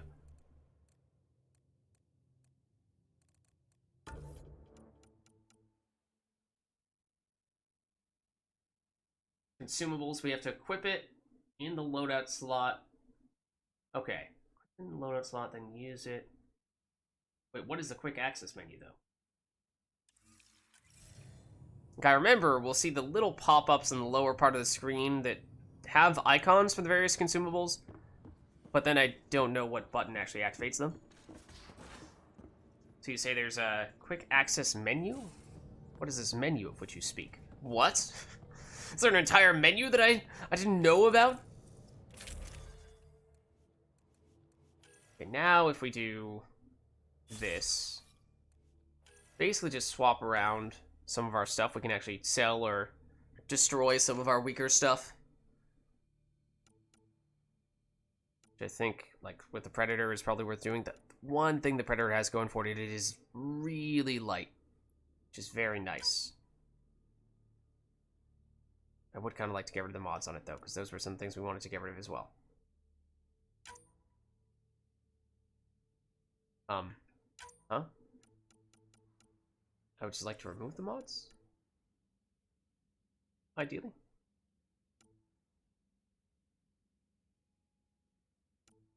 But apparently I can't do that. Yeah, see, like, this starts giving us a slight power recharge penalty. Do we have any assault rifles now that are lighter than the one that we currently have? The Zalkin is slightly. So that gets us to minus 1%. Maybe we can live with that. And then we go...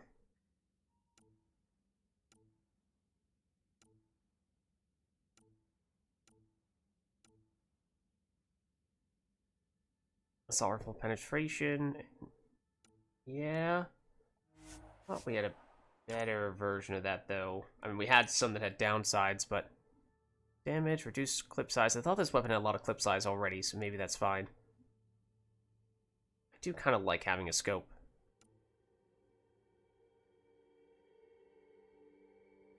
I just have ridiculous... Okay, yeah, I was going to say. It's, does pretty much the same thing as the other penetration mod that we were looking at before, so I was wondering if we could stack that, and the answer is no. So you have the penetration. I guess...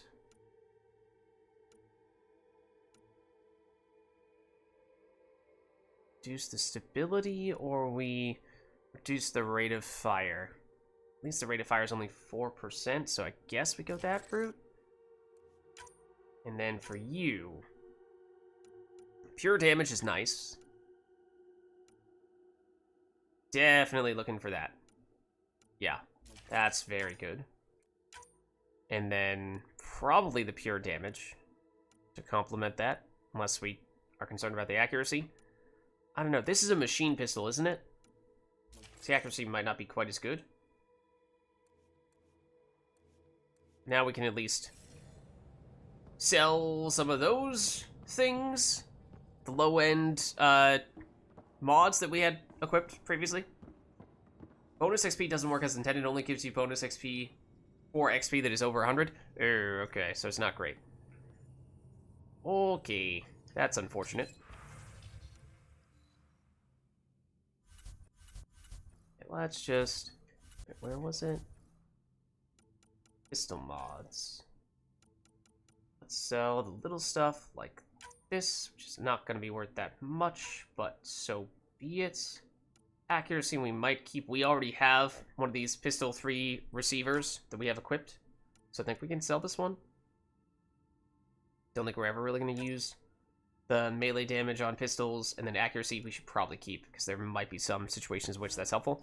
Okay, not a huge difference maker, but we're, again, just kind of reducing the amount of stuff we have in our inventory, which was starting to get pretty big.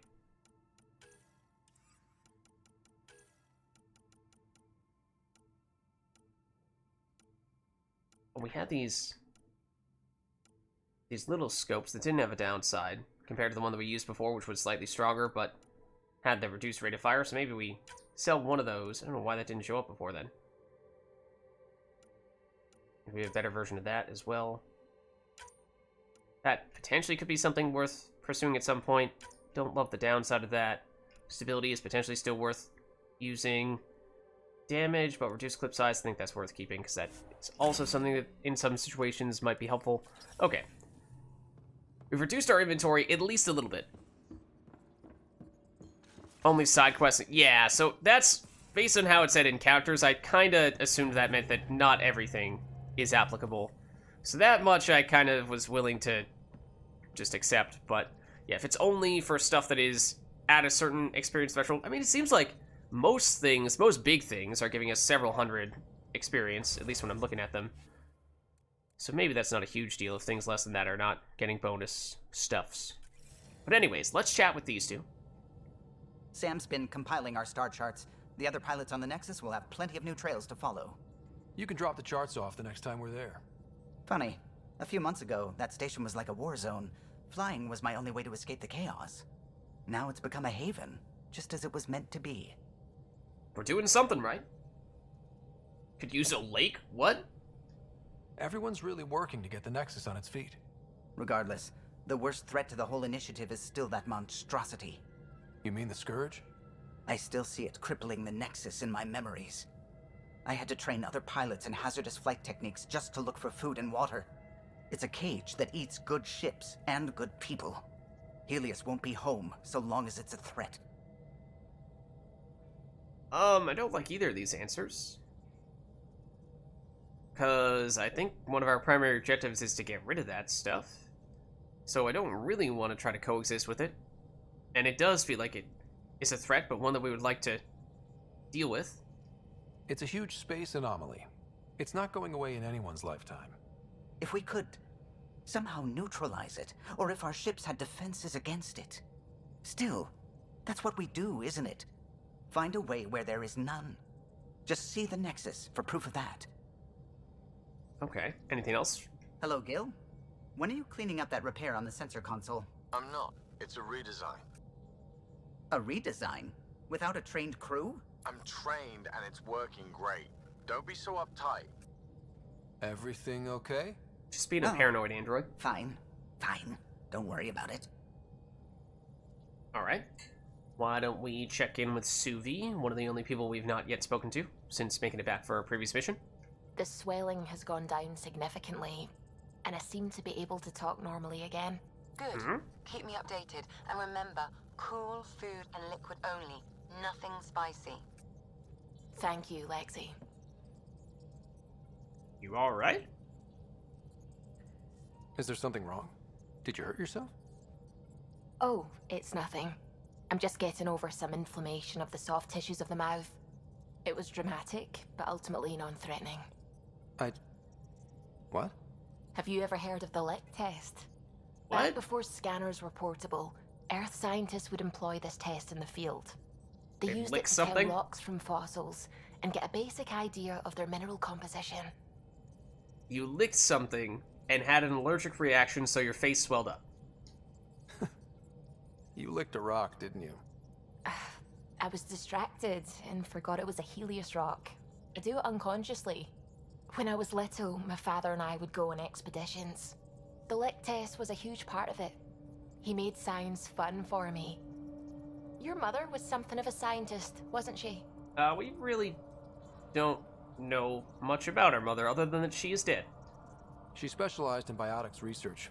Got her start in medicine. I read all about her research, and your father's. AI and implants. They achieved so much in so little time. Sam is an astounding achievement. I left my parents back home. They told me they were proud of me, and then lived out their lives while I slept.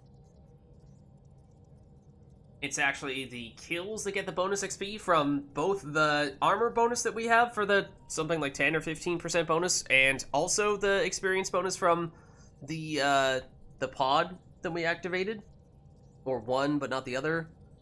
Because, yeah, I've noticed that we get okay experience from when we take out major mini-boss-like enemies, but I honestly haven't even noticed at all if just the average enemy, like the, what's the generic ket? The Chosen? If those give us any experience at all, I haven't really noticed that. Or it seems like, you know, maybe the individual ket don't really give us experience, but once we've finished the wave of enemies, then sometimes we'll get a larger chunk of experience. So let's see. Just remind me what we were chatting with Suvi about. Left my parents back home. They told me they were proud of me, and then lived out their lives while I slept. That's the crazy part. It's like, yeah, your parents, and I mean, even people who are younger than you, I guess, if they did not go with you on the trip to Andromeda, then they lived their entire lives while you were sleeping away in a stasis pod or a cryopod on your way over to an entirely different galaxy. If I were them, I'd be proud too. You came here for the sake of science. That takes courage. Some crazy, but mostly courage. I'm sure they knew that. Thank you, Ryder. I needed that. Anytime. Okay. So, I think, why don't we head back to Aya, which is the main quest thing. It seems like, you know, we've done the hard parts, right? We have rescued the Moshae, and we also, we went to Havarl, the homeworld of the Angarans, and activated one of the monoliths there. It seems like the Moshae component was more directly what they were concerned about. There were a few side quests for things that people on Aya wanted us to do, and we've done, I think, some of those things that were based on Havarl, but I'm not sure we did any of the ones that were based on Vold. So I'm assuming that is something that we can still do later, and that it's not time sensitive, and, you know, we're gonna walk by the person who's like, "Hey, Lids, did you do that thing that I asked you to do?" "No, not yet." "Okay, well, forget about it then. You failed." Hopefully that's not the case. Hopefully we can just proceed to Aya. Not really a holiday destination. True, and that's assuming they survived the Reapers as well. How's it going, format? So yeah, I'm sure we will head back to Vold because, yeah, I mean, just look at this for comparison's sake. 16% viability, there's still a lot of stuff that we have to do on Vold. Compare that to Havarl and Eos that were up in the 70s, I think. So those are comparatively, at least, much further along. Okay, so I think we've checked everything here. And we are basically just heading back to Aya unless there's something else that has popped up in the meantime that is of interest. I mean, so I'm taking this to mean that basically this is going to be mostly us heading back to Aya and just a lot of conversing with the leaders of the Resistance and the Moshae, and less so on the running and gunning, because we had done a lot of that in the previous mission. So then I think we do this, and assuming that, you know, it's not like, oh, by the way, surprise, cat attack. maybe that could certainly throw a monkey wrench into our plans. But then maybe we'll head over back to EOS and check that out, or take a look at other side quests on the Nexus, pick up our... Oh, hold on. Pick up our Pyjack. We should probably still do this first. So we're gonna get distracted if we go and get the Pyjack now. Oh, also, that was not the right button. Fold orbit is steady. Here we are.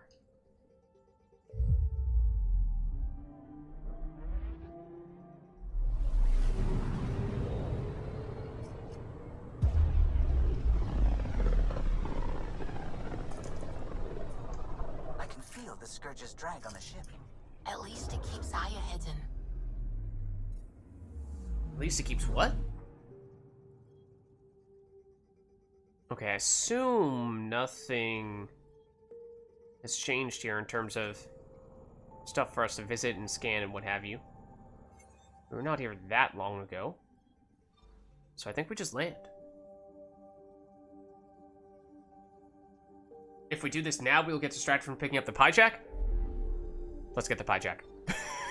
Okay, let's pick up the Pyjack. I take it back. Oh, and I once again have pressed the exit button when I mean to travel to the new system.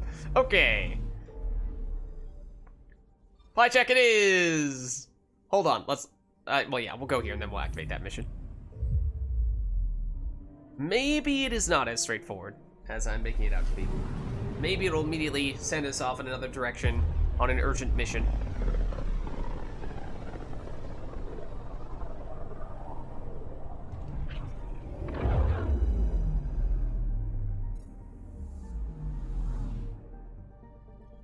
It's been at least a little while since we were last at the Nexus. So there should definitely be some things for us to do there. Besides just the Pyjack, but of course that's top priority.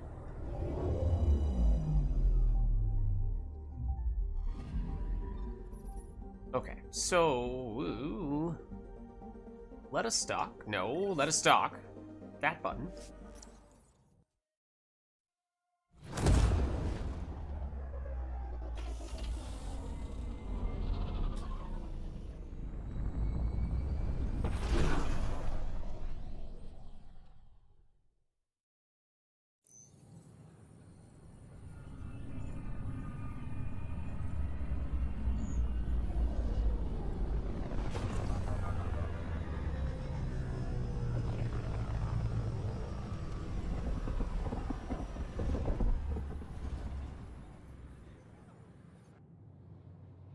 Okay, so let's see, we have several things here that I think we might want to do, but let's first and foremost mark the Pyjack.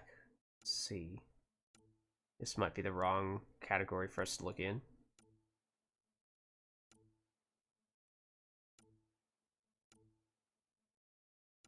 Oh, we do need to do that, but or at least some things that are based on the Nexus for this. Okay, but that was not where it was. Allies and relationships, maybe? Oh. That's not Raylis, is it? Raylis, an Angaran resistance fighter, wishes to speak with you on Vold, because that's the look of the mini-boss that we fought previously. Yeah, we did have... Gil wants to meet us here. I remembered that. Wants to meet us at the bar.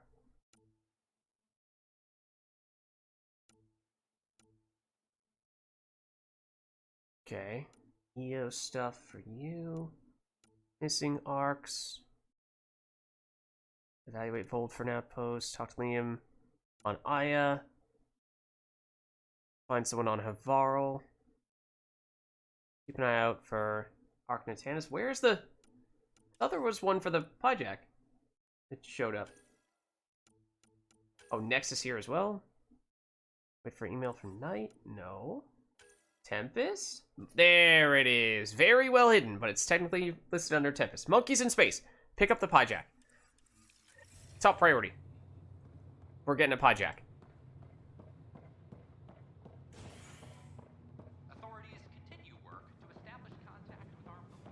Okay. Everything else can wait. I want my space monkey. Oh, hold on.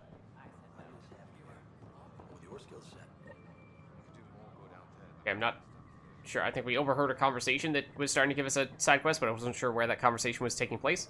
So I tried to double back to hear more about it, but this is what matters. This is what matters. Here we are, one young piejack. Ready to see Andromeda, huh? Sam, can you send a note to Kesh? Make sure our new friend gets delivered to the Tempest. Acknowledged. Nice. Okay. Now we can all breathe. Nice sigh of relief. Okay. Visit the piejack on the Tempest? Sure. But that we can do much more easily on a later occasion. So let's, while we're on the Nexus, take a second here.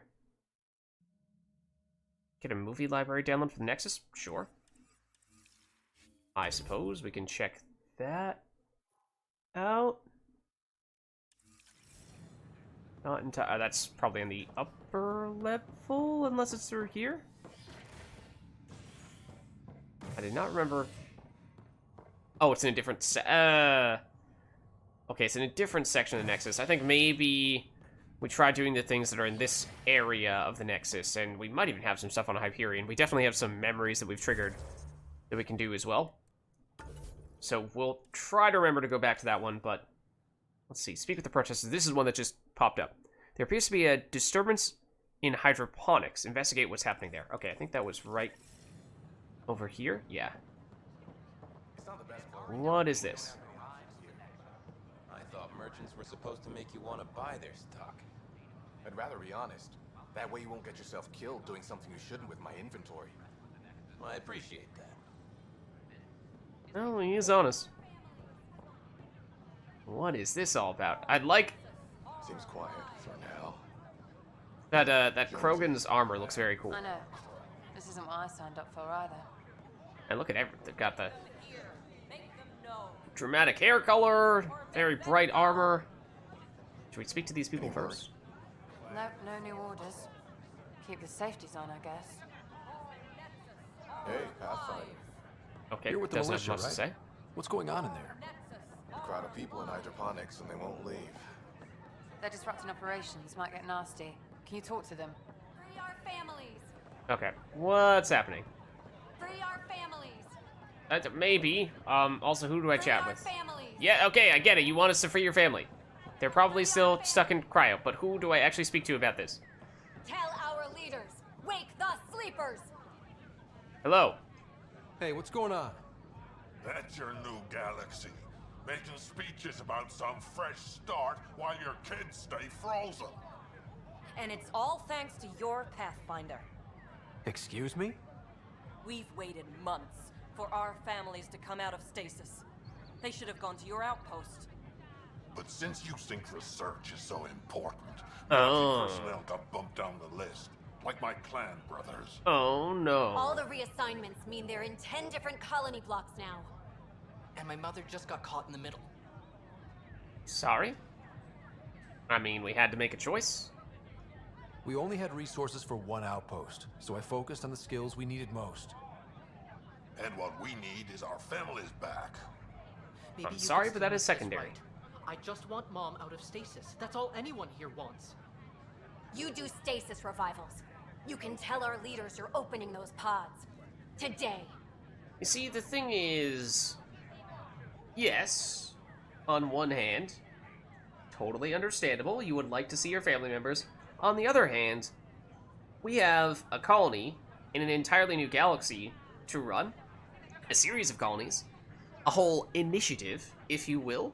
And ultimately, the success of that overarching mission is paramount, and anything other than that is secondary. I authorize whole colony blocks or a few emergency revivals. I can't wake dozens of random people. We don't care whose finger pushes the button. If you can't, our leaders can. And if you tell them, they will.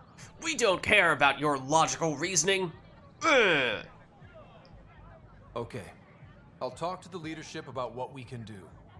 14 months of promises. It's time for some results. We tried petitioning Addison. She ignored us. Screw her. I mean, I don't disagree Start with you with there. Kandros. He sent those 10 soldiers over there. Maybe he'll take us seriously. Okay. Kandros is in the other area as well, where we are definitely going to need to go in the near future anyway. Didn't we have a mission for someone over here? I don't know if we did it, but... or if we've done it yet. Okay, so that's going to send us to the other area of the Nexus as well. That's back on the Tempest. I assume almost none of these things are going to be on the Nexus.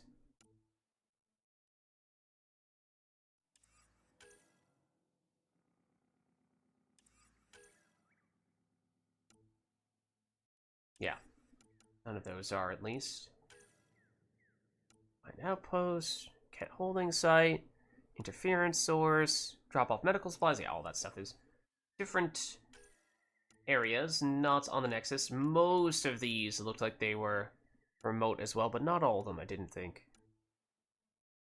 Speak with Addison's assistants on the Nexus. That's also, I think, going to be in that other area. So we might be looking at wanting to swap over to the other section of the Nexus right about now. Just want to see if there's anything else here first. Oh, there was the bars in this area, right? For Gil. At the very least, there's that. Why don't we do that? I feel like there's still a chance that we might just run into new stuff. I mean, we didn't know about this until a minute ago anyway. Look at that guy in the dramatic pose. Dude, put the gun away. Okay? You want the best way to escalate that situation? Just casually draw a gun on all of them. That's sure to end well. Oh, look, it's good. No, it's not good. Liam's chilling here. Free drinks for Pathfinders. I'll make sure of it. Okay, now admittedly, I did not activate this quest to see if there's... Oh, well, there he is. Anyone in particular we want to talk to? Ryder, big news. To start this. I found my purpose in life. Oh yeah? What's that? Thrashing you at poker? Should I deal? Ryder, I can read Gil's vital signs and give you an advantage during the game if you like. Sam, that's cheating though. Alright, so is this legit poker the way I expect it to be Earth poker, or is there some kind of alternate cards or rule set that are totally different because we're in a different galaxy and it's space and it's the future? Don't. Alright. Is this actually poker? You can deal first. Having fun? Getting my ass kicked is what I'm doing. Okay. Poker's lost me several friends over the years. The only one who still plays me is my buddy Jill. I know. Jill and Gil. Fair enough. Yeah, so I imagine it probably means if we do not cheat, he's gonna beat us. If we do cheat, then we might still be able to win. Is Jill a masochist? That's a little strong. The one you mentioned, part of the initiative? Yep. Been awake since the start. Jill's a fertility expert. Heads the initiative CRC. My only real friend from back home. I bet 50. I call. The CRC? Colonial Repopulation Committee. She's always teasing that I'm making her job harder. Says if I'm not making babies, I'm part of the problem. We have that kind of relationship. Okay, now this is another thing that, from a scientific perspective, makes zero sense. Yes, at some point in time, there may be once the colonies are stable, there absolutely will be reason for people to reproduce and to increase the population that is currently living in the Andromeda galaxy. However, the whole reason why we have thousands of people, tens of thousands of people, who are currently frozen in cryosleep and not getting brought out of that, which of course we just spoke to a bunch of people who were concerned about that, the whole reason why we can't just wake people up willy-nilly is because we do not have enough of a foothold yet in this galaxy. We don't have the resources, the systems, the processes in place to sustain a population that big. Which means that reproducing is not something that we should be focusing on right now, because we are deliberately reducing, or at least limiting, our population until we are ready to expand further. So maybe this is a quest that, you can activate at any other point in time, and maybe you would normally be talking to Gil later on in the campaign, and therefore at that point in time you'd have more people out from cryo, and so it's not as ridiculous for them to say that we are also trying to further new children in the Andromeda galaxy, even though that is, at this point in time, during our current campaign, totally out of the question that people would be wanting to do that when we still have tens of thousands of people in cryosleep. It's just weird, immediately after talking about having a bunch of people in cryo sleep with those protesters. So, repopulation is important, but it's very not important right now. Long term, absolutely 100%. Yes. Right now, no. Sounds kind of disrespectful. It doesn't bother you? Nah, she's like family. Supports me unconditionally. We just ride each other like that. You should meet her. You'll see. She's amazing. Another 100. I fold. Another one for me then. Well, that's that. You win. I've achieved my true purpose in life. What will I do now? We'll get you next game. Nah, good game. Good game. GG. Congratulations. Good game. You two. Jill predicted you'd be my downfall. Can't wait to tell her she was wrong. Another streak intact, I'll say. Ouch. Have fun. And thanks for the game. Alright. We have met with Gil. Thanks again for the game, Ryder. Okay, so we may have done everything in this area of the Nexus for now. Might be worth just doing a quick walk around, see if there's any new quests that pop up as we are perusing the grounds. Like this guy we did a quest for, or started doing a quest for at one point. Oh, we should maybe check our map. See if there's anything popping up like... That's just for the tech lab? Okay, it's not as if there's someone there who's trying to give us a quest or anything. I mean, sometimes this stuff shows up there on the map, but I feel like other times we just need to walk closer to stuff, and only then do we actually learn about things that can give us quests and what have you. I mean, this is pretty much a dead end, though. At least at the moment.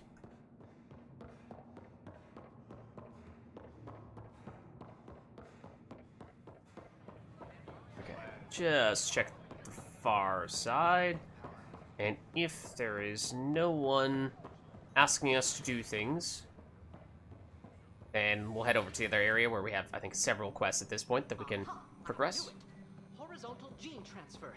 The Ket incorporate new DNA seamlessly into their own genome. Giving all living beings are just a big buffet to steal from. Many species do the same. Only the most primitive do it by force. Oh. She's saying that because she's an Asari. It's like, hold on, what? Why are you making little of what is a pretty crazy thing? Truly a mystery. Okay. I think we are good here to travel to the other area of the Nexus.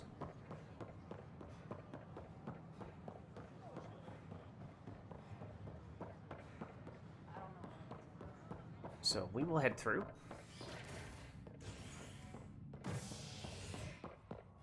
To operations. Convicted murderer Nilken Rensis exiled for his role in the killing of Security Chief Hiram Reynolds. This is HNS. Yeah, we did do that. That is true. That is a thing that we did.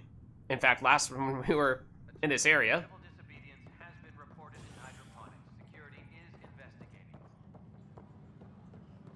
Okay, so... And all these people with their guns drawn. To boost our morale. Oh? Something going on here? Pathfinder, maybe you can clear this up. How can I help? My friend Jory was on EOS the first go-round, barely survived. Now they want him to go back. They're saying the conditions are improved, that it's safe now, is it? Wait a second. That guy's voice. It's a character. Is he Nihilus? Well, obviously this character is not Nihilus. Is he the same voice actor as the voice actor for Nihilus? Is that who it is? Sounds so familiar. Maybe that's who I'm thinking of. But I mean, it is comparatively safer. Is it safe overall? That's maybe a different question. You can believe the reports. EOS is becoming a livable and sustainable space. Going back to reclaim it will help heal your scars. See, Jory? It's going to be okay. Thank you, Pathfinder. I'll do that. I mean, yes, there are still some things that are dangerous there. Broken arm doesn't lie. I told you she fell. The doc says that break is a textbook case of being hit with biotics. Hard. Then they're lying too, because she fell. Did you come 2 million light years to be a scumbag abuser? Or do you want to grow a spine and admit you fucked up? Well, okay. It's, interesting from that, Durian who was just walking around there. Okay, there's obviously stuff over there, but there are, I think, potentially numerous things for us to do. Oh, that's Addison's. Oh. May I have a word? Alright, yes, we'll talk to you, and then we'll go over to Concerned Citizen. Then we'll go over to the quest that we have highlighted right now. What is it? You're out there, facing the Ket. We hear only rumors making them out to be monsters. Yeah, it's true. Maybe they just don't understand us. Do you think peace could ever be possible?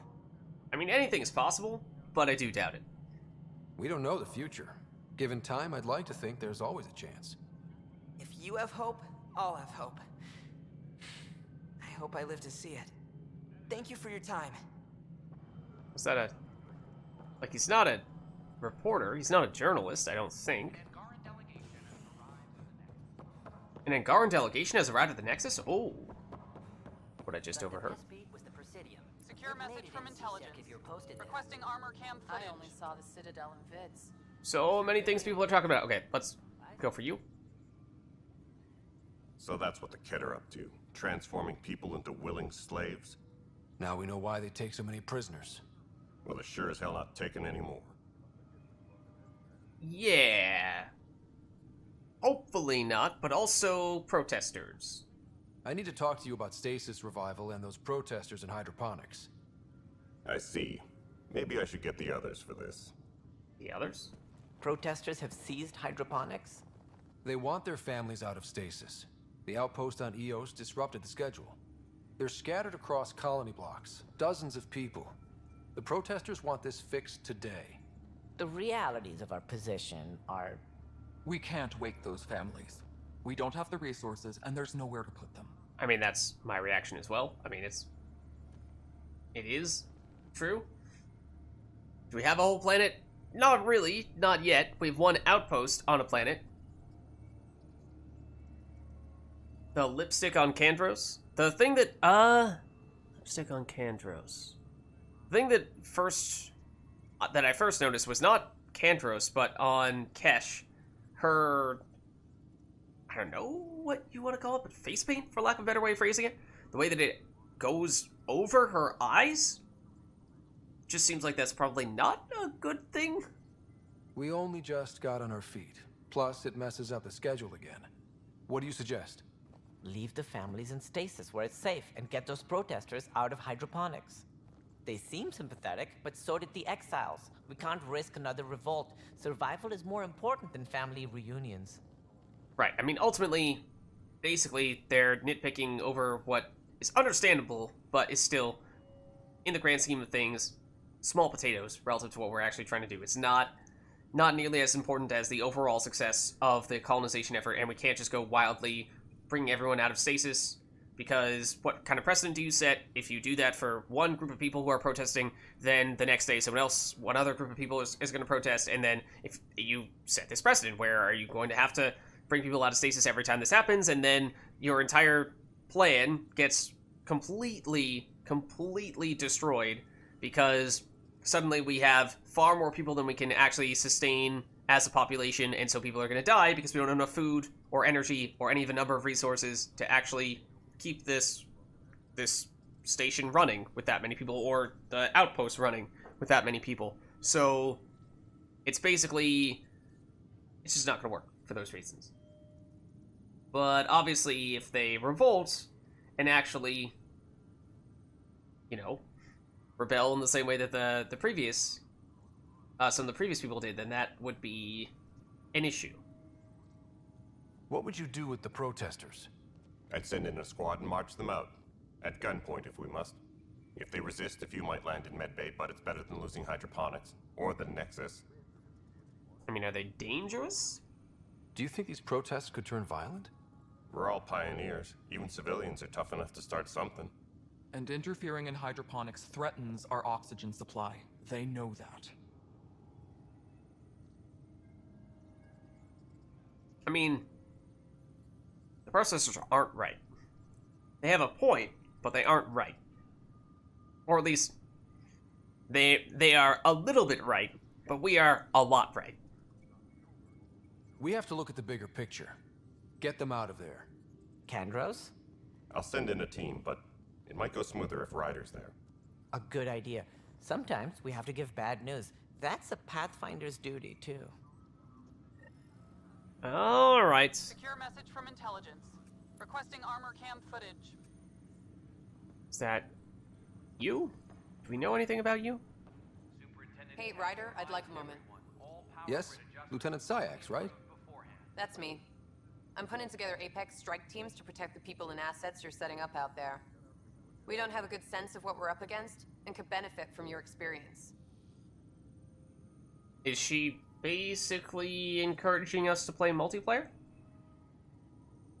There's no replacement for first-hand experience. I agree, but your insights on the assholes out there would really help. You'll see. Apex will make a difference. Assist on Apex terminal, gather intel on enemies. Let's see. You saying there's something new here? I assume you guys still need time. Yeah. We didn't do that long ago. Okay. How many points do we have? Not enough to recruit another team? No, we still need a lot more before we can do that. Alright. Supply request is in.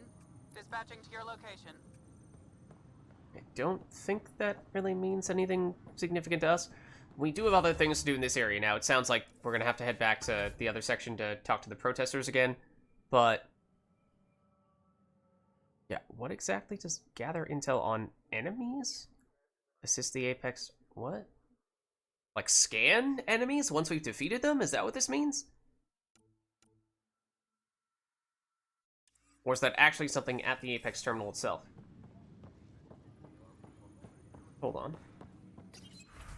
Is there some other aspect? Don't have any rewards.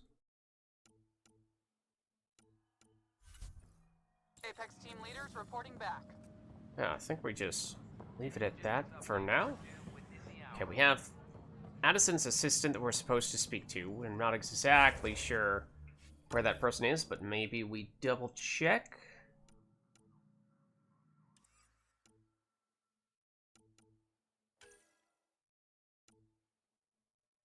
I mean, also this was in this area. But I'm not entirely sure where. Okay, we'll grab this.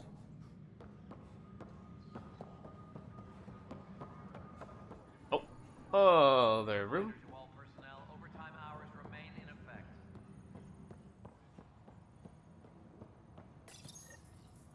Alright, return the movie to Liam on the Tempest. That can be arranged. Then... what else? Need to do that.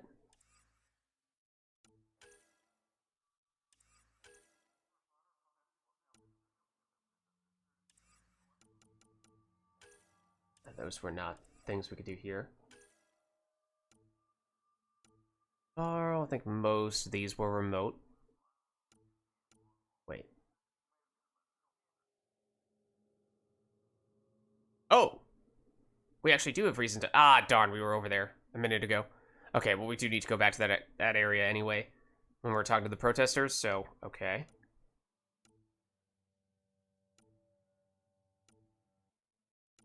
Was this wait for Carrie's next interview slot? Okay, I thought she emailed us at one point, but maybe that was...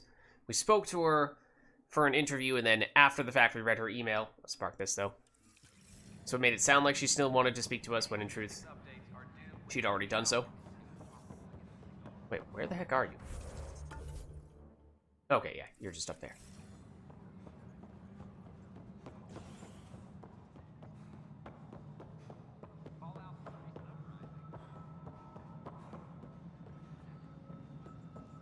Wait, is it this dude? We totally spoke to this dude before.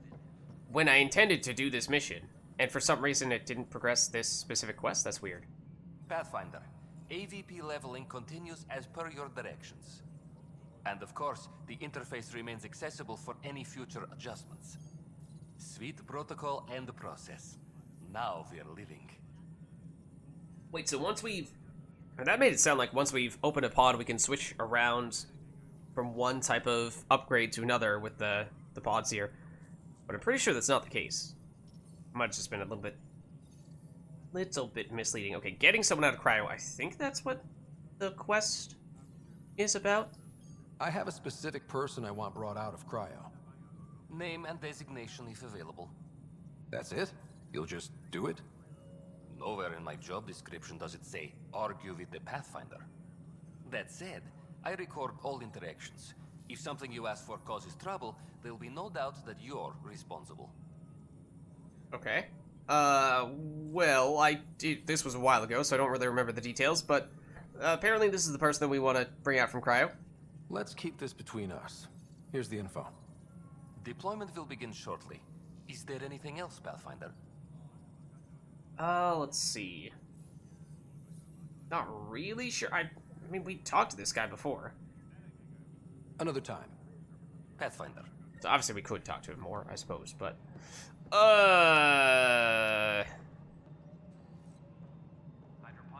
Well... Do we have to? I mean, there isn't a quest telling us that we have to, but we have done a lot since we last spoke to her. I really don't want to. Let's talk to the other important leaders first, right? We'll talk to Cash, we'll talk to Tan, and then maybe we'll talk. I'm worried to Addison about after. this place if the Ket find you. Then we defend the station. It's all we can do here. You just keep the Pathfinder safe and the Ket busy. And be careful out there. I only have one of you. Oh, that's so wholesome. Also, we're here. Thanks for helping Raj and Zara find Atkins. I totally heard all He's that. not getting out of lockup for a while.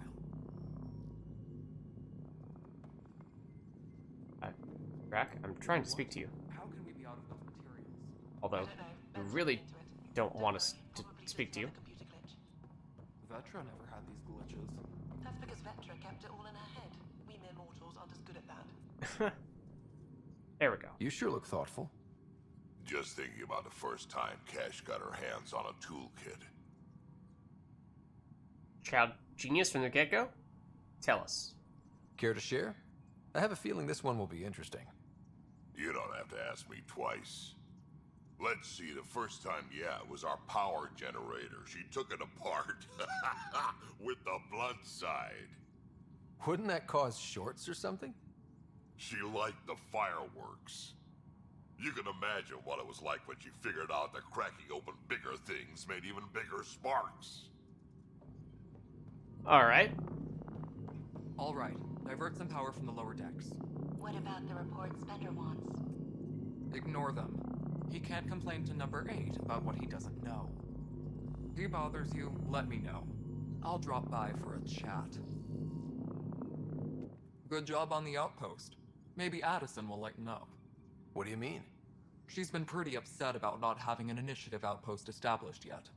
Understandable, if you ask me. I'm just glad she's got work to focus on now. Okay. Not really sure what specific location you're referring to, but okay.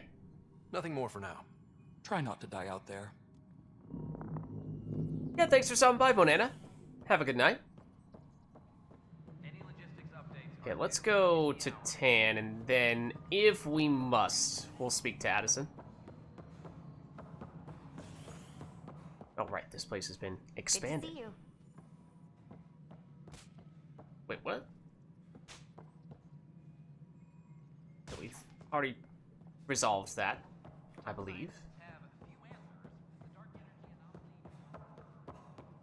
Tan likes to think he's keeping an eye on us. Works both ways. Oh, I was This is trying to talk to how you. all those worlds look from the Nexus. forget how beautiful they are. Okay, let's check in with Tan, though. The Angara have nothing to fear from the people of the Milky Way. But do you have anything to offer? Our wisdom, our knowledge. We have plenty of that on our own. Oh. Of course. Ouch. And you also have food, water, necessities of life. Now we get to the heart of the matter. I would like to lay a groundwork for trade between our people. What would you trade? Well, wisdom and knowledge. We'll take that under consideration. Good day. Congratulations are in order. Peaceful contact with the Angara. It's everything the initiative stands for. We don't need more enemies, true, but... Yeah, I know it's a new species that we've never met before, but did you hear about the waterfalls? It was amazing. A culture we'd never met before, in a brand new galaxy. I was just glad to be part of it. It's a moment to savor. In the Milky Way, first contact was a rare event. I hope rescuing the Moshae leads to stronger ties between our people. Did you have some other business? No, I guess that's it. That's all. Thanks for your time. My pleasure. I see great things in our future. Okay. Think we just brace ourselves. We steel ourselves for the moment that we all feared would be coming.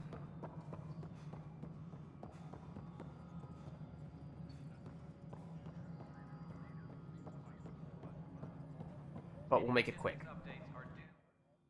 Hello again, Pathfinder.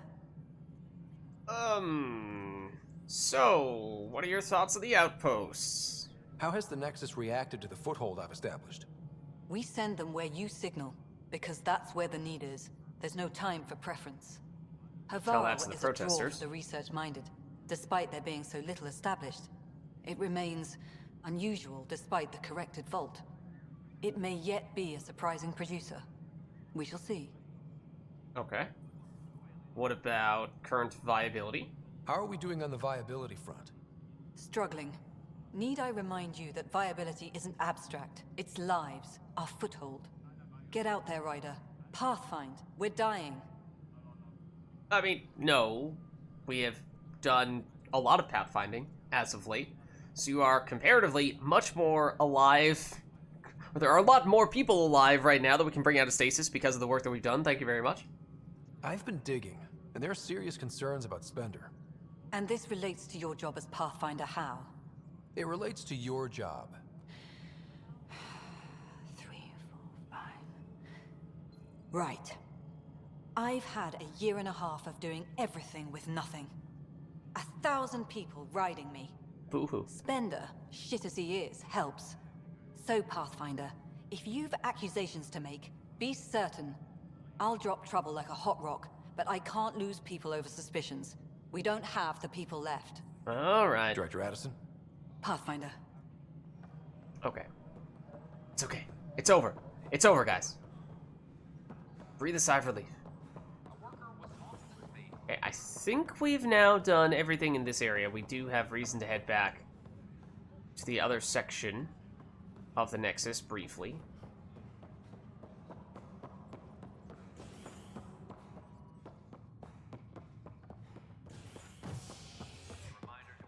So let's head back to the docking bay. Construction and repairs continue on various parts of the Nexus. Authorities have no word on completion and remind visitors to avoid affected areas. This is HNS. Oh. Uh-oh. Just stand down, ma'am. Or you'll shoot me. Good luck explaining that to my grandchildren. What happened? She was about to disconnect the water hoses, threaten all the plants. They're saying the leaders won't wake our families. Well, this is how far we're willing to go. Their move. I'm sorry? I know you're not going to take that, but... I know this is hard, but for the good of the Nexus, we need you to be patient. We've already waited. How old will I be by the time Mom's out of stasis? I don't Take it care. easy, kid. The Pathfinder's got a point. I'll go off station if I have to. I'll find anyone who'll actually do something. You'll break your mom's heart. You want your mom to wake up and find you exiled? Or dead? Reese, don't. Anything's better than that. Even the longest wait of our lives. When our families hear about this... They'll probably agree with the Pathfinder. You're done here. Come on. Okay. And that even improved viability? Great. Also, it's one thing for the humans and other relatively, comparatively short-lived species to say that, but for a Krogan that can live hundreds, if not thousands of years, to be like, what's gonna happen while I'm waiting for my family? I might never see them. Like, come on, dude. It's a drop in the bucket to you. Alright, we can give the goods to one of you two. You again. Oh, I mean, hello. Welcome to my lab. Bar. Whatever. Oh, Dutch. Look at you, getting all used to things. Things are fine. It's people I don't like. They talk back. Do we not give the stuff to you? We give it to your friend? They can't talk if they're busy drinking. That's just brilliant. I can do that. Wait. You're messing with me, aren't you? I would never. Right. Here. Have a drink. Rotten scoundrel. Hey, now. The drink. Not you. You sure about that? Oh gosh, what happened to our drink?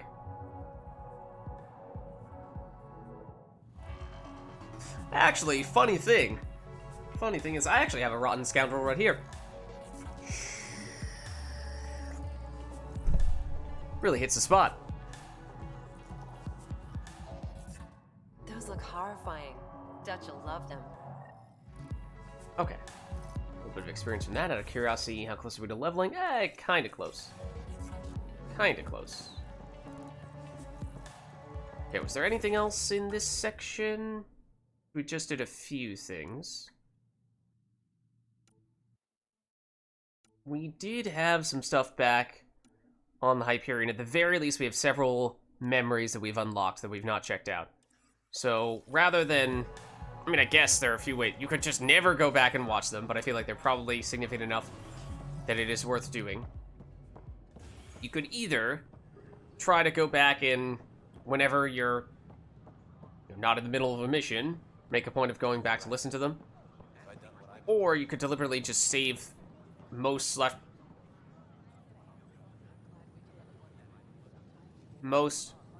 slash all of them and watch them in one fell swoop. Kind of like how we just watched that guy slide across the station. Okay. Nothing to see here. I tried. It's like they spawn when I'm not looking. It never ends. Oh, Vetra's over here. What are you doing with that ship? That part doesn't go there. I gotta tell Kesh to do something about her mechanics. Seriously. I wonder what my dad would think of all this. Would he have encouraged the move? Come with us if he could? Hopefully? I'm sure he would have. To be with you guys. Yeah, I think so too. Sid doesn't remember anything about him, but I do. I think he might have liked it here. Okay. Hey, Pathfinder. Who is Ignatius? Hi. Gil Brody is your engineer, right? That's right. I'm Bailey.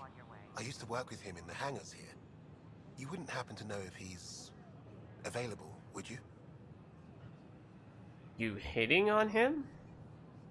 Depends on what you mean. His duties keep him pretty busy. No, I mean like a... Oh, never mind. Just, tell him I said hi, huh? For general questions. Okay. Would more have come of that had we chosen the other option? Or can we still talk to Gil and... I mean, seems pretty clear that that guy is interested in pursuing a relationship. I think we are ready to head back, at least to... Oh, right, this takes us to the Tempest. Yeah, let's go to Hyperion first for at least a little bit. Oh, that is a glass barrier lids. But I said no. I said no. What? Why? That's why you came here in the first place. It's just not my style. Station now. Why would I leave? This is just like where I want to be now, you know?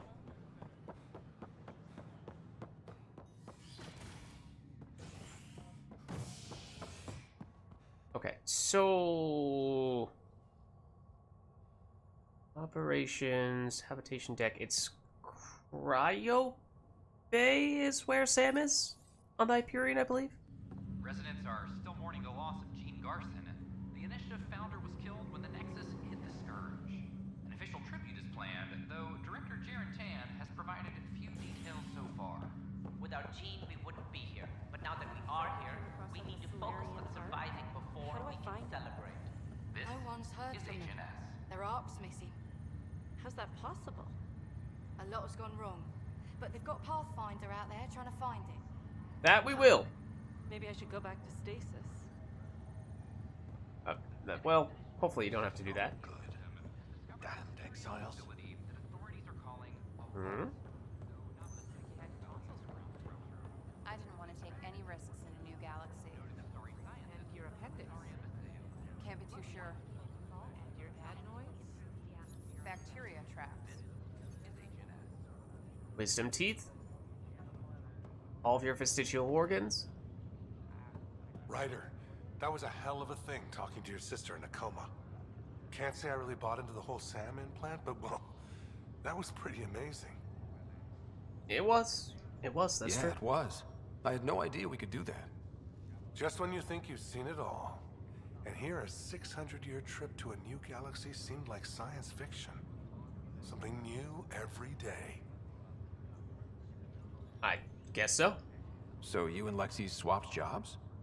You know that moment when you realize you're just getting too old? Yeah, I wasn't sure why this was not grayed out, because we definitely had this conversation. Trust me, it happens. For me, it was Habitat 7. Watching you guys running around, dodging lightning and the cat, it's a young man's game. Pains me to admit it, but it's passed me by. So it made sense that Lexi and I switched places. She's younger. Well, for Asari. They're still teenagers when they're 200. And she's one hell of a doctor. She'll serve the Tempest well. Okay. That's all, Harry. Thanks. I'll be here if you need me. Okay, is Sam in this area, or is it in the Sam node? You know, the main Sam location. Guess not? This was a mistake. I shouldn't have come. Relax. We'll just send you on a 600 trip back. Don't worry. 600 year trip back. No worries. We can totally do that.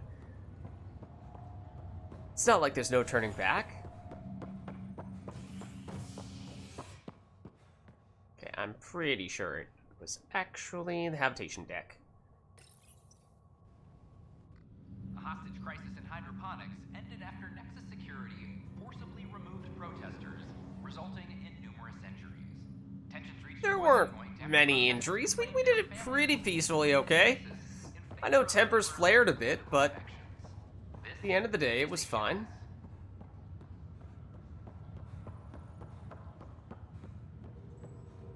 We showed them reason. Yeah, this is where we need to be. I want to check to see if there's any stuff's popping up on our map.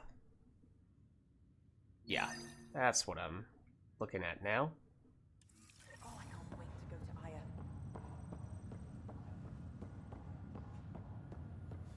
Wait, no, it's not. I thought it was in one of these side areas.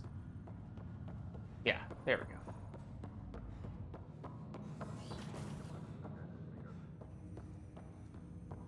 Okay, so are these going to be full-fledged cutscenes like we saw for the first one? Because I think we actually have only seen that initial one with our father. And nothing else since then, but I believe we have unlocked perhaps 2, possibly even 3 since then. Ryder, one of your father's memories is available. Okay. I don't know. Are there other questions we can ask? Oh, we've asked all of them. Okay. Never mind. We can't go back to that. We need to... That's all for now. Of course. Leave, and then come back. naturally. Ryder, one of your father's memories is available. So let's do this. Let's see it. His memory is from when your parents returned to Earth, after your mother was diagnosed with her disease. It's simple. We take Sam. Who? I named the AI, Simulated Adaptive Matrix. Sam. We use your research and interface Sam with an implant. My work on biotic implants was yielding results, but this... I don't know. What did the doctor say? Alec, What did he say? it's getting worse. There's your answer. This will work. Sam can fix you. Oh, Alec, I'm no. not some war you have to win. You're not an N7 anymore. That doesn't mean we... They kicked you out of the Alliance for this. We're talking about your life. Alec, did you ever consider that maybe it's my time to go? I'm human. We die. It happens. Ellen, please. Losing you is not an option. The kids aren't gonna lose their mother. God knows they never had a father. Then give them one. They just asked for a refund. So can this Sam talk yet? Hello, Ellen. Why did the tree go to the dentist? To get a root canal. Oh, dear. Humor algorithms. I can't seem to get the hang of it. Or maybe it's the guy teaching them? That felt so real. Mom was right there, alive. It was the first time I met Ellen. My education on human mortality began that day. Your mother seemed prepared to die. Did seem like she, certainly compared to our father, was much more ready to accept it.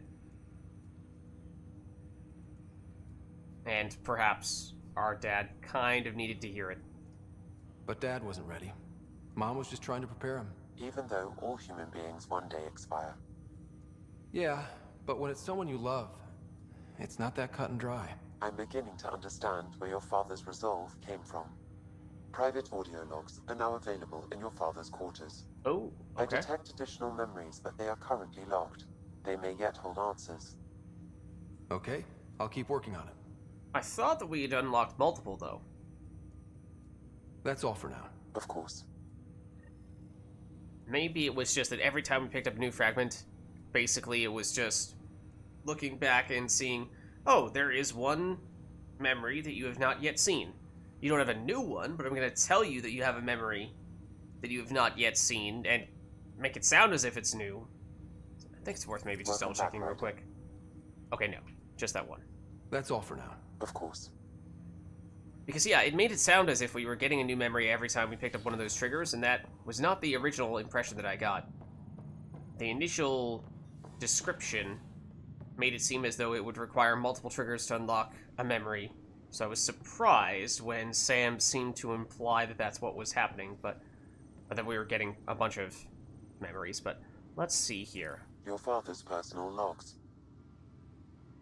Okay, so we can get more about our mother's disease, and, oh, yeah, so previously these said encrypted log. So yeah, our mother's disease and the development of Sam. So these, I mean, maybe we were unlocking these. Maybe it kind of alternates between these and the cutscenes from the actual Sam node itself. Amazing how life can change in an instant. Suddenly my career doesn't matter. This incredible woman I've been married to all these years. She's facing the end. All I think about are the times I wasn't there for her. Well, that's going to change. It occurs to me that Sam might be more than I ever imagined. I mean, from that memory, not that little video log, but the actual memory itself, it made it sound as if our father's original plan was to install, for lack of a better word, Sam in our mother in hopes of this AI cyborg technology somehow having the ability to heal whatever her disease is. They keep on refusing to name it, or refraining from naming it. I assume that it's cancer or something like that, but, you know, some other serious terminal illness could also be the case, of course. But yeah, so I guess my question is, or my theory that is starting to come to mind is that, could it be that before our father fully developed Sam and integrated Sam into his own body, he actually used our mother as sort of well, patient zero, the test subject, and might not have originally been his plan, but because our mother had this illness, it seemed as though that might have been the only way to save her. And then maybe, although everyone assumed that it was the disease that ultimately killed her, in fact, it was actually our father's experiments on her trying to integrate Sam into her body, and then it didn't work. That's my guess, but we'll see. Oh. There are a lot of subcomponents within this. Okay. I guess we'll just go one by one, starting at the top. Give me that, Alec. We've heard enough of you talking. Right. So, here's the irony. My research on biotic implants and EZO caused this stupid disease. Oh. But maybe it'll save me, too. No maybe about it. Hey, this is my secret log. Anyway, the right type of implant, joined with the right type of AI, could actually bolster human physiology. Even as the disease is trying to kill me, the implant and Sam are counteracting it, keeping things balanced. Result? I get to hang around a little longer. Maybe collect on all those anniversary dinners this guy owes me. Okay. So right as I was saying that, we learn more about what her disease is. Still no name for it, still no in-depth description, but we know that it apparently originated from her research, which is odd and feels kind of like just plot. She's sick because plot. So I hope there's a little more to it, but we'll see. As a Quarian and historian, how do you view your people's reaction to the Geth? Well, we banned artificial intelligence, which was understandable, but that was taking a hammer to a rather delicate nail. Which was what? The very thing that sparked the revolt. The first Geth who asked us, Creator, does this unit have a soul? But how could it have a soul? Geth had no meaningful perceptions of the world or diversity of experiences we take for granted. Worse, the Geth saw us as the Creator. The revolt was inevitable. We were their superiors, and they resented it. Sort of. Kind of. Of course, we know a lot more about that from Mass Effect 1, 2, and 3, but I guess that's kind of an abridged version. Ryder, Barlabon says you're looking for me. It's not every day an XN7 looks for the Shadow Broker. Anything can be had, provided you can pay. Especially when the tech involves artificial intelligence. The Council will have specters all over my ass if they catch wind of this. Translation, I'll get you the code you want, but the price just doubled. If you try to renege, I've got people. People with guns. Okay, that... What, this predates at least one Shadow Broker that we knew of? I was just gonna say, that didn't seem like the other Shadow Broker either, based on what we knew about them. So, I mean, technically, we do know that the first Shadow Broker that we met, we know, took the place of a previous Shadow Broker, and this obviously happened a while ago before we left for Andromeda, and this is and we left Andromeda around the time of Mass Effect 2, so around the time we met the Shadow Broker, but this log predates that at least a little bit, because this is back when our father was, I guess, trying to get more information to develop Sam in the first place. So I don't know if we learned how long it took him to create Sam, but assuming it was several years ago, then yeah, that's probably the Shadow Broker before the Shadow Broker that we originally met. Because yeah, they definitely sounded, I mean, not only did their voice sound different, but also the personality was totally different as well. Okay. So I think that's everything here. And that may even be everything that we were looking to do before we start heading out and either going back to one of the planets that we had already visited for our main quest and now have reason to come back for side quests, in general, raise the viability and all that stuff, or go back to Aya, which is the main quest, where we're supposed to report back to the Angarans, let them know that we have rescued the Moshae and all that. So, little bit of a question there as to which one we would like to do. So we've not gone back yet to, I guess Eos would make the most sense. Yes, we could go back to Vold, we could go back to Havarl. Vold, we still have a lot of stuff that we need to do there. Havarl, to a lesser extent, because we were pretty thorough when we were there. But we haven't really heard people say, oh yes, that is a place where we have lots of reasons why you should return. Whereas for Eos, we seemingly have a bunch of people who are trying to encourage us to head back in that direction. We basically need to ask ourselves, are we going to do the main quest right now? Or do we first head back to, as we were starting to say, I think it would make the most sense to go to Eos? If we were to go back to a planet that we've already been to, we learned that apparently the radiation has reduced, so there were those places that before had radiation level 3 that were more or less completely inhospitable. So I don't know if those are now radiation 2, radiation 1, radiation none. So that's potentially intriguing. We do now have several quests there, and in general, just increasing the viability of the planet. We also spent what was comparatively a very brief amount of time on Vold, so this is not very developed, not very viable at the moment. So for that reason, you could certainly make a case for heading back there. We haven't really heard any specifics about... I mean, we got a bunch of quests that we didn't actually go in and finish at the time because we suspected that we were going to head over to other locations on the planet when we did the main quest, but instead it just kind of all wrapped up and we never ended up doing those things. So I guess a case could be made for going back to Vold as well. So any and all those things, I certainly still would like to do at some point. It's just a matter of order of operations there.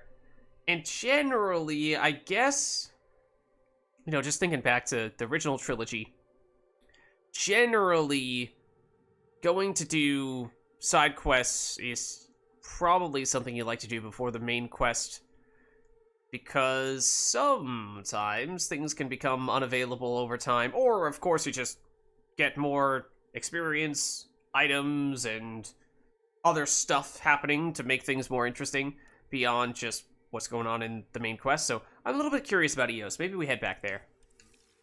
Maybe we do head back there and see what all the fuss is about. So that would mean... what, docking base? We can go to the Tempest, right? You're listening to HNS, your source for news in Helios, an independent arm of the Andromeda Initiative. So I'm not sure just how much we have there. Like, if we're trying to explore the entirety of the planet at this point, then obviously I imagine that would take a while. If we're just trying to do the quests that we have learned about thus far, then maybe it's shorter. I don't know. We'll see.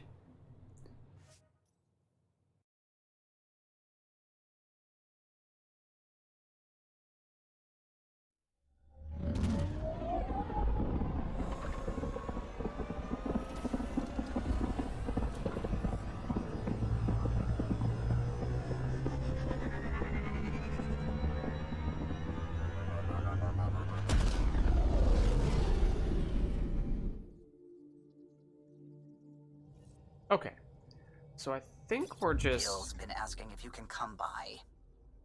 Oh. Okay, we did have, actually, come to think of it, there was that dude on the Nexus who said, oh, do you mind telling Gil that I said hello? And it didn't turn into a side quest, but... Why can't you just ask her yourself? Was curious if anything would come to it. Because. Just because. Fine. Lexi, PB wants to look at Jaal's scans. PB knows I can't divulge patient information. Useless. Maybe. That's personal. Hey, What's shaking? Not much, apparently. Thanks for chatting. We'll talk again later. You know it. Okay, yeah, not really sure if this was of any particular significance, this little chat these people were having. Ryder. It doesn't look like it. You probably have work to do. We can chat later. You know where to find me. Okay, why don't we do a quick check of our strike teams and whatnot, though? Because they are ready for a debrief. Let's see. Success. They have leveled up, I think. They've gained the trait Lucky, which I don't know what that means, but it sounds good. Mission funds, other loot boxy stuffs. And then our level 6 team.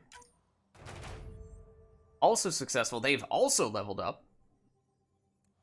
Some more goodies there as well. Okay, we have Ket enemies, which is generally the enemy that we are most capable of taking out because both of our teams are Ket specialists. So, I think we've established that the various missions are of the same difficulty, even if they are an Apex mission. Although this one has more rewards. That's 5 mission funds, whereas this is 10. So I think we get our higher level team on this in that case.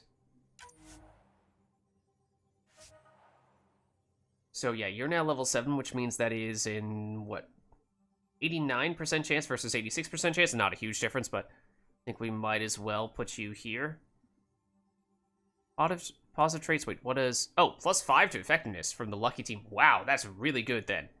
Yeah, so I guess being 2 levels higher would normally be worth more than a 3-point difference, but that extra 5 from Lucky, I mean, I guess we can figure out exact. You would normally have 81%. So, okay. We'll send you still, I think, since this is technically a slightly higher priority mission. Might be worth seeing how they would fare in a silver mission at this point, now that they've leveled up a bit. And there are some Ket silver missions. I mean, this is our lower level team, but out of curiosity, it's still 38. Okay. I imagine once you get up to the higher difficulty missions that it becomes more of a necessity to use gear. Even if you have powered up your team a bit, it's not as if you can just waltz in all that easily into a silver match. So we're keeping it simple for the time being. Just going for the bronze stuff, and more than anything, I think trying to get enough points to get one more team, because of course the more teams you have, the more missions you can do, and that seems like the quickest way to scale everything. Should have stuff here, though, as well. That's Milky Way research. Okay, it gives us also the tech material. Did it give us this stuff? Okay, yeah, it gave us that stuff as well. I also did not check to see what we got here. We should have a few of these boxes.